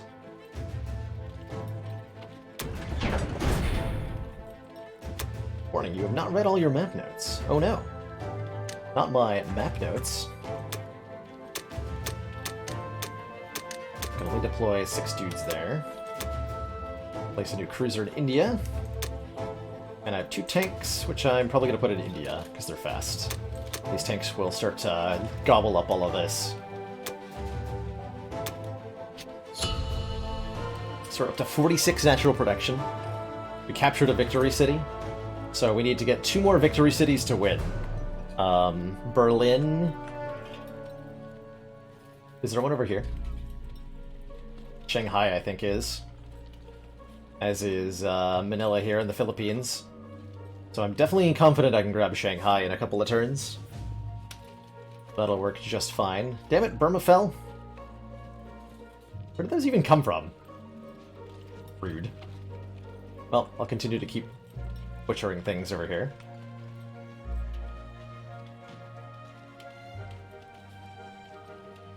I think we can capture Berlin this turn. With all of these bombers.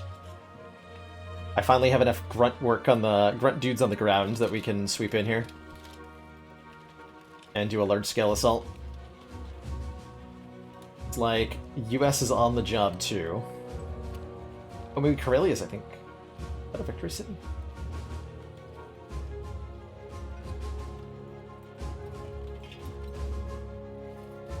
Okay, we were at 8 out of 10. What did we lose?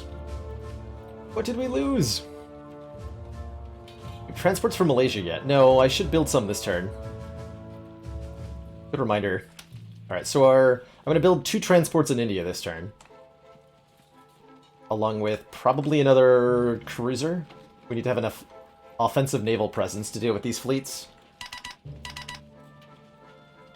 Maybe even some bombers or something. Sure would be nice if I had maybe had an aircraft carrier in this region that I hadn't thrown away callously on turn 1. That would have been nice. Oh well, we don't live in that world. We don't live in that world.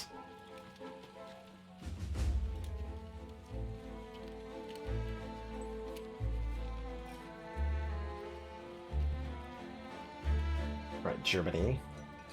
What happened over here? There was even less stuff in Berlin than there was before. West Russia falls again. They're really pushing their luck, huh? Oh, they retook everything that the US captured. Okay. Alright, so we have 46 to work with. That is an immense amount of stuff. Let's get some more boots on the ground in France. Grab another cruiser and another fighter. Actually, and oh yeah, 2 transports, which I almost forgot about. 2 transports, there we go.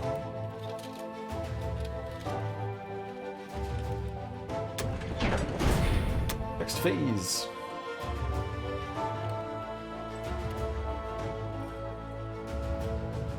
Alright. 5 artillery, we can take that out.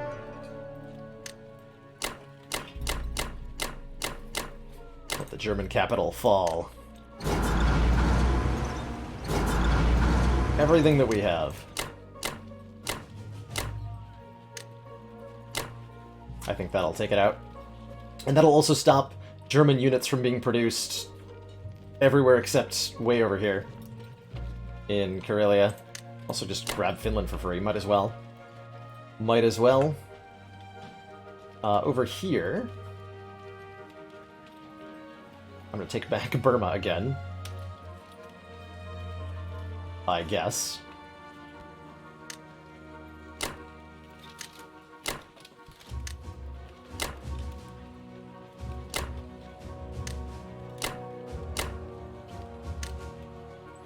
And Yunnan. Sweep into there. Wipe out all that stuff. And every time we capture more territory, this swings more in our favor. Like the... Where did there was a fleet that Japan had. It seems to be gone now. Speaking of fleets, actually, they have, what, is that 3 destroyers or 3 cruisers? Those are 3 destroyers. I think my 2 cruisers, a destroyer, and a battleship will easily sink that. So let's wipe out these boat units as well. Although I'm a little less... Actually, you know what? Let's commit 1 plane to this attack as well. Just help out a bit. Instead of in the Burma assault, the stakes are a lot higher. Okay, so we're swarming all over the place. And faces are gonna get dunked. Gonna get dunked. We have literally no units anywhere else, right? Right, okay. So end combat moves phase, proceed to combat phase. Let's roll some dice. We'll leave the best for last. Hit the tanks blitz and grab Southern Europe? Probably? I remember that the tanks have a blitz ability, but I don't remember how it works. I guess I could just, like, click on the unit and find out, huh? Tanks can move through an empty hostile territory and seize control of it before moving into another territory, which can be either hostile or friendly. Well, there you go. I will be using that on future turns. But for now... take some stuff out.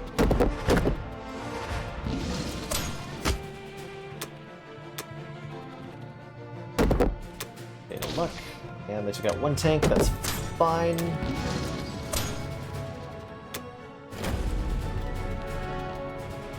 So Burma falls again. How many times did Burma fall in this game? Too many times. Too many times.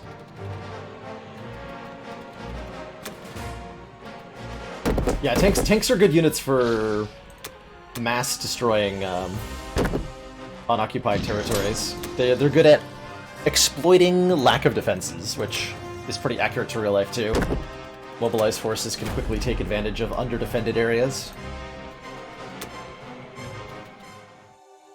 Alright, wipe out these boats. This is a lot of IPC represented by these destroyers. Hopefully they're all going to go down.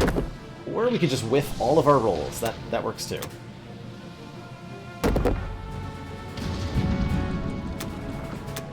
Alright, they whiffed with their 3 destroyers. Continue the attack! If we're lucky, we can get away with completely free kill here. Come on, battleship.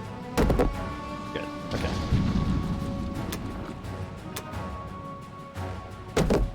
No damage taken. Excellent. So we destroyed 31 IPCs completely for free. That's like an entire turn of production for Japan. Now let's take on Berlin here. Gonna be a lot of dice going on screen. So the total... full air combat. Aw. Fighter got blown up.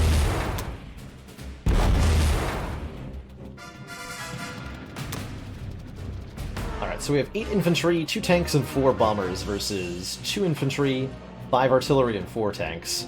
And we're counting on these bombers to do most of the work, whereas the infantry are just here to take the hits.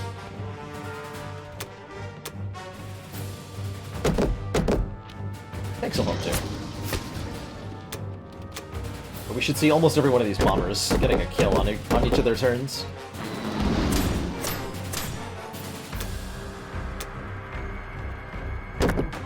Well, we're likely to take some hits, but that's what the infantry are for.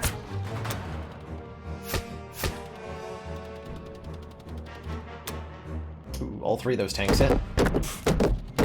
Oof, ouch, owie. My entire army.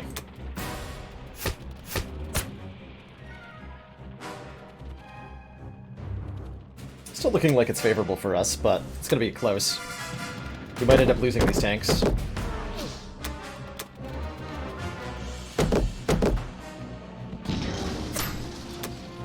on, bombers.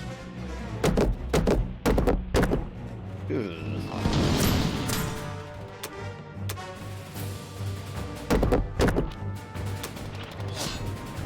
Okay, so all 3 infantry are dead. That's 2 tanks and 4 bombers versus 3 tanks. That's worth pressing the attack. We're not likely to lose any bombers.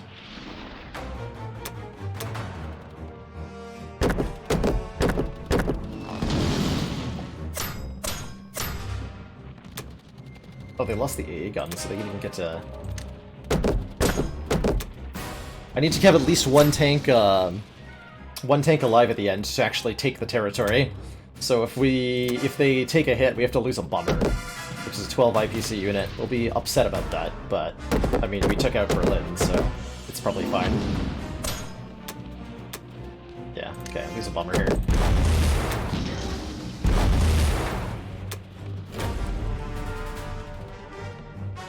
Successful in attacking Germany, minus 52 to minus 55.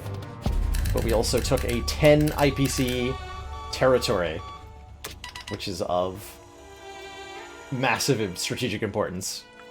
Like, that's probably the game settled right there, if I had to guess. I would say that that's GG.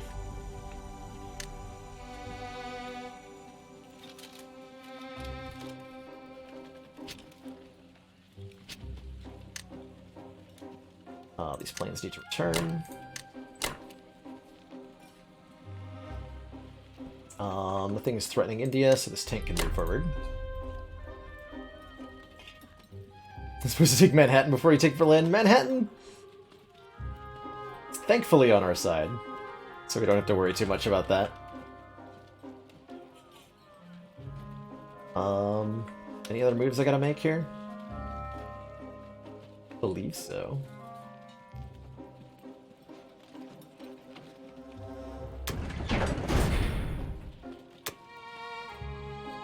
Alright, so our new units deploy. I made some new ground troops. Put in France.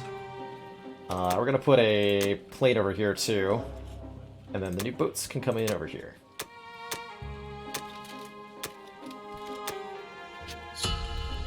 So our production's up to 59, which is completely absurd.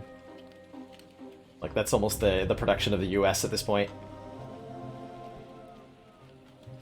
Like, Persia's getting retaken. My tank in Persia died. Rip tank. Poor Russia's almost gone.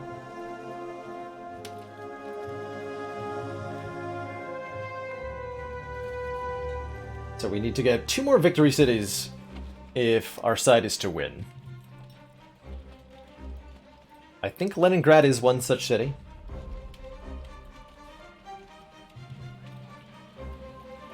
Yes, so we have now 9 of 10, so all we need is 1 more. So we are very close to an allied victory here. Oh. Never mind, we are at an allied victory. GG! One of our allies swept in and took one of the remaining cities, but success! What does the war summary show? That's not much of a summary.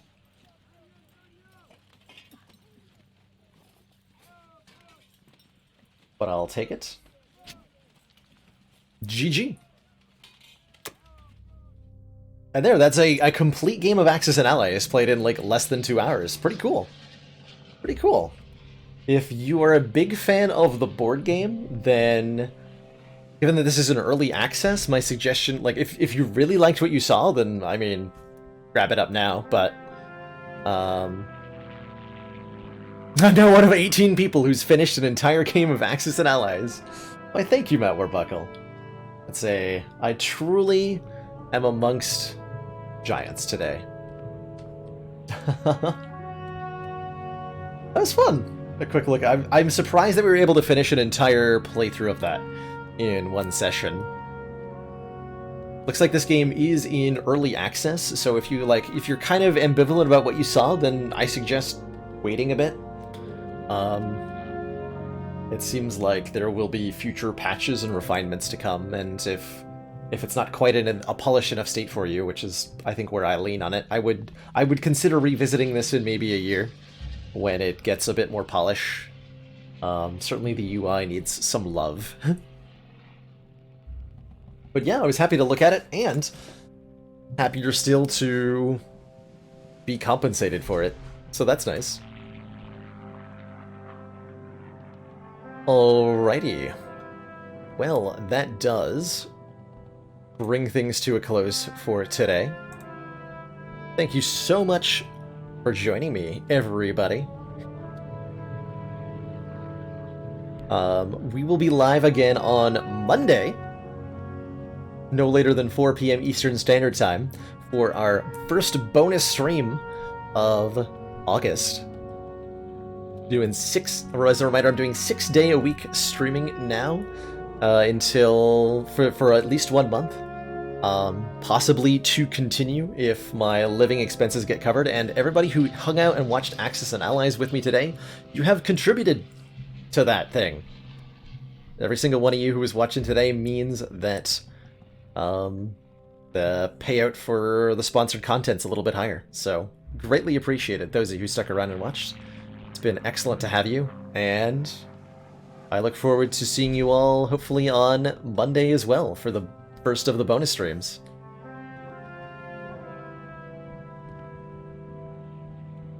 On Monday, I'm planning on doing some more, what do you call it? Griftlands. We checked out Griftlands on Thursday, started a run of it, and it's been really enjoyable so far, so I'm looking forward to continuing that on Monday. And then probably lots of Slay the Spire next week too, as usual. See you later, Captain Oblivious, Sigger, Silly Squirrel, Core FTW, Nom, Matt Warbuckle, and everybody else. Hope you all have an awesome evening. Thanks for watching.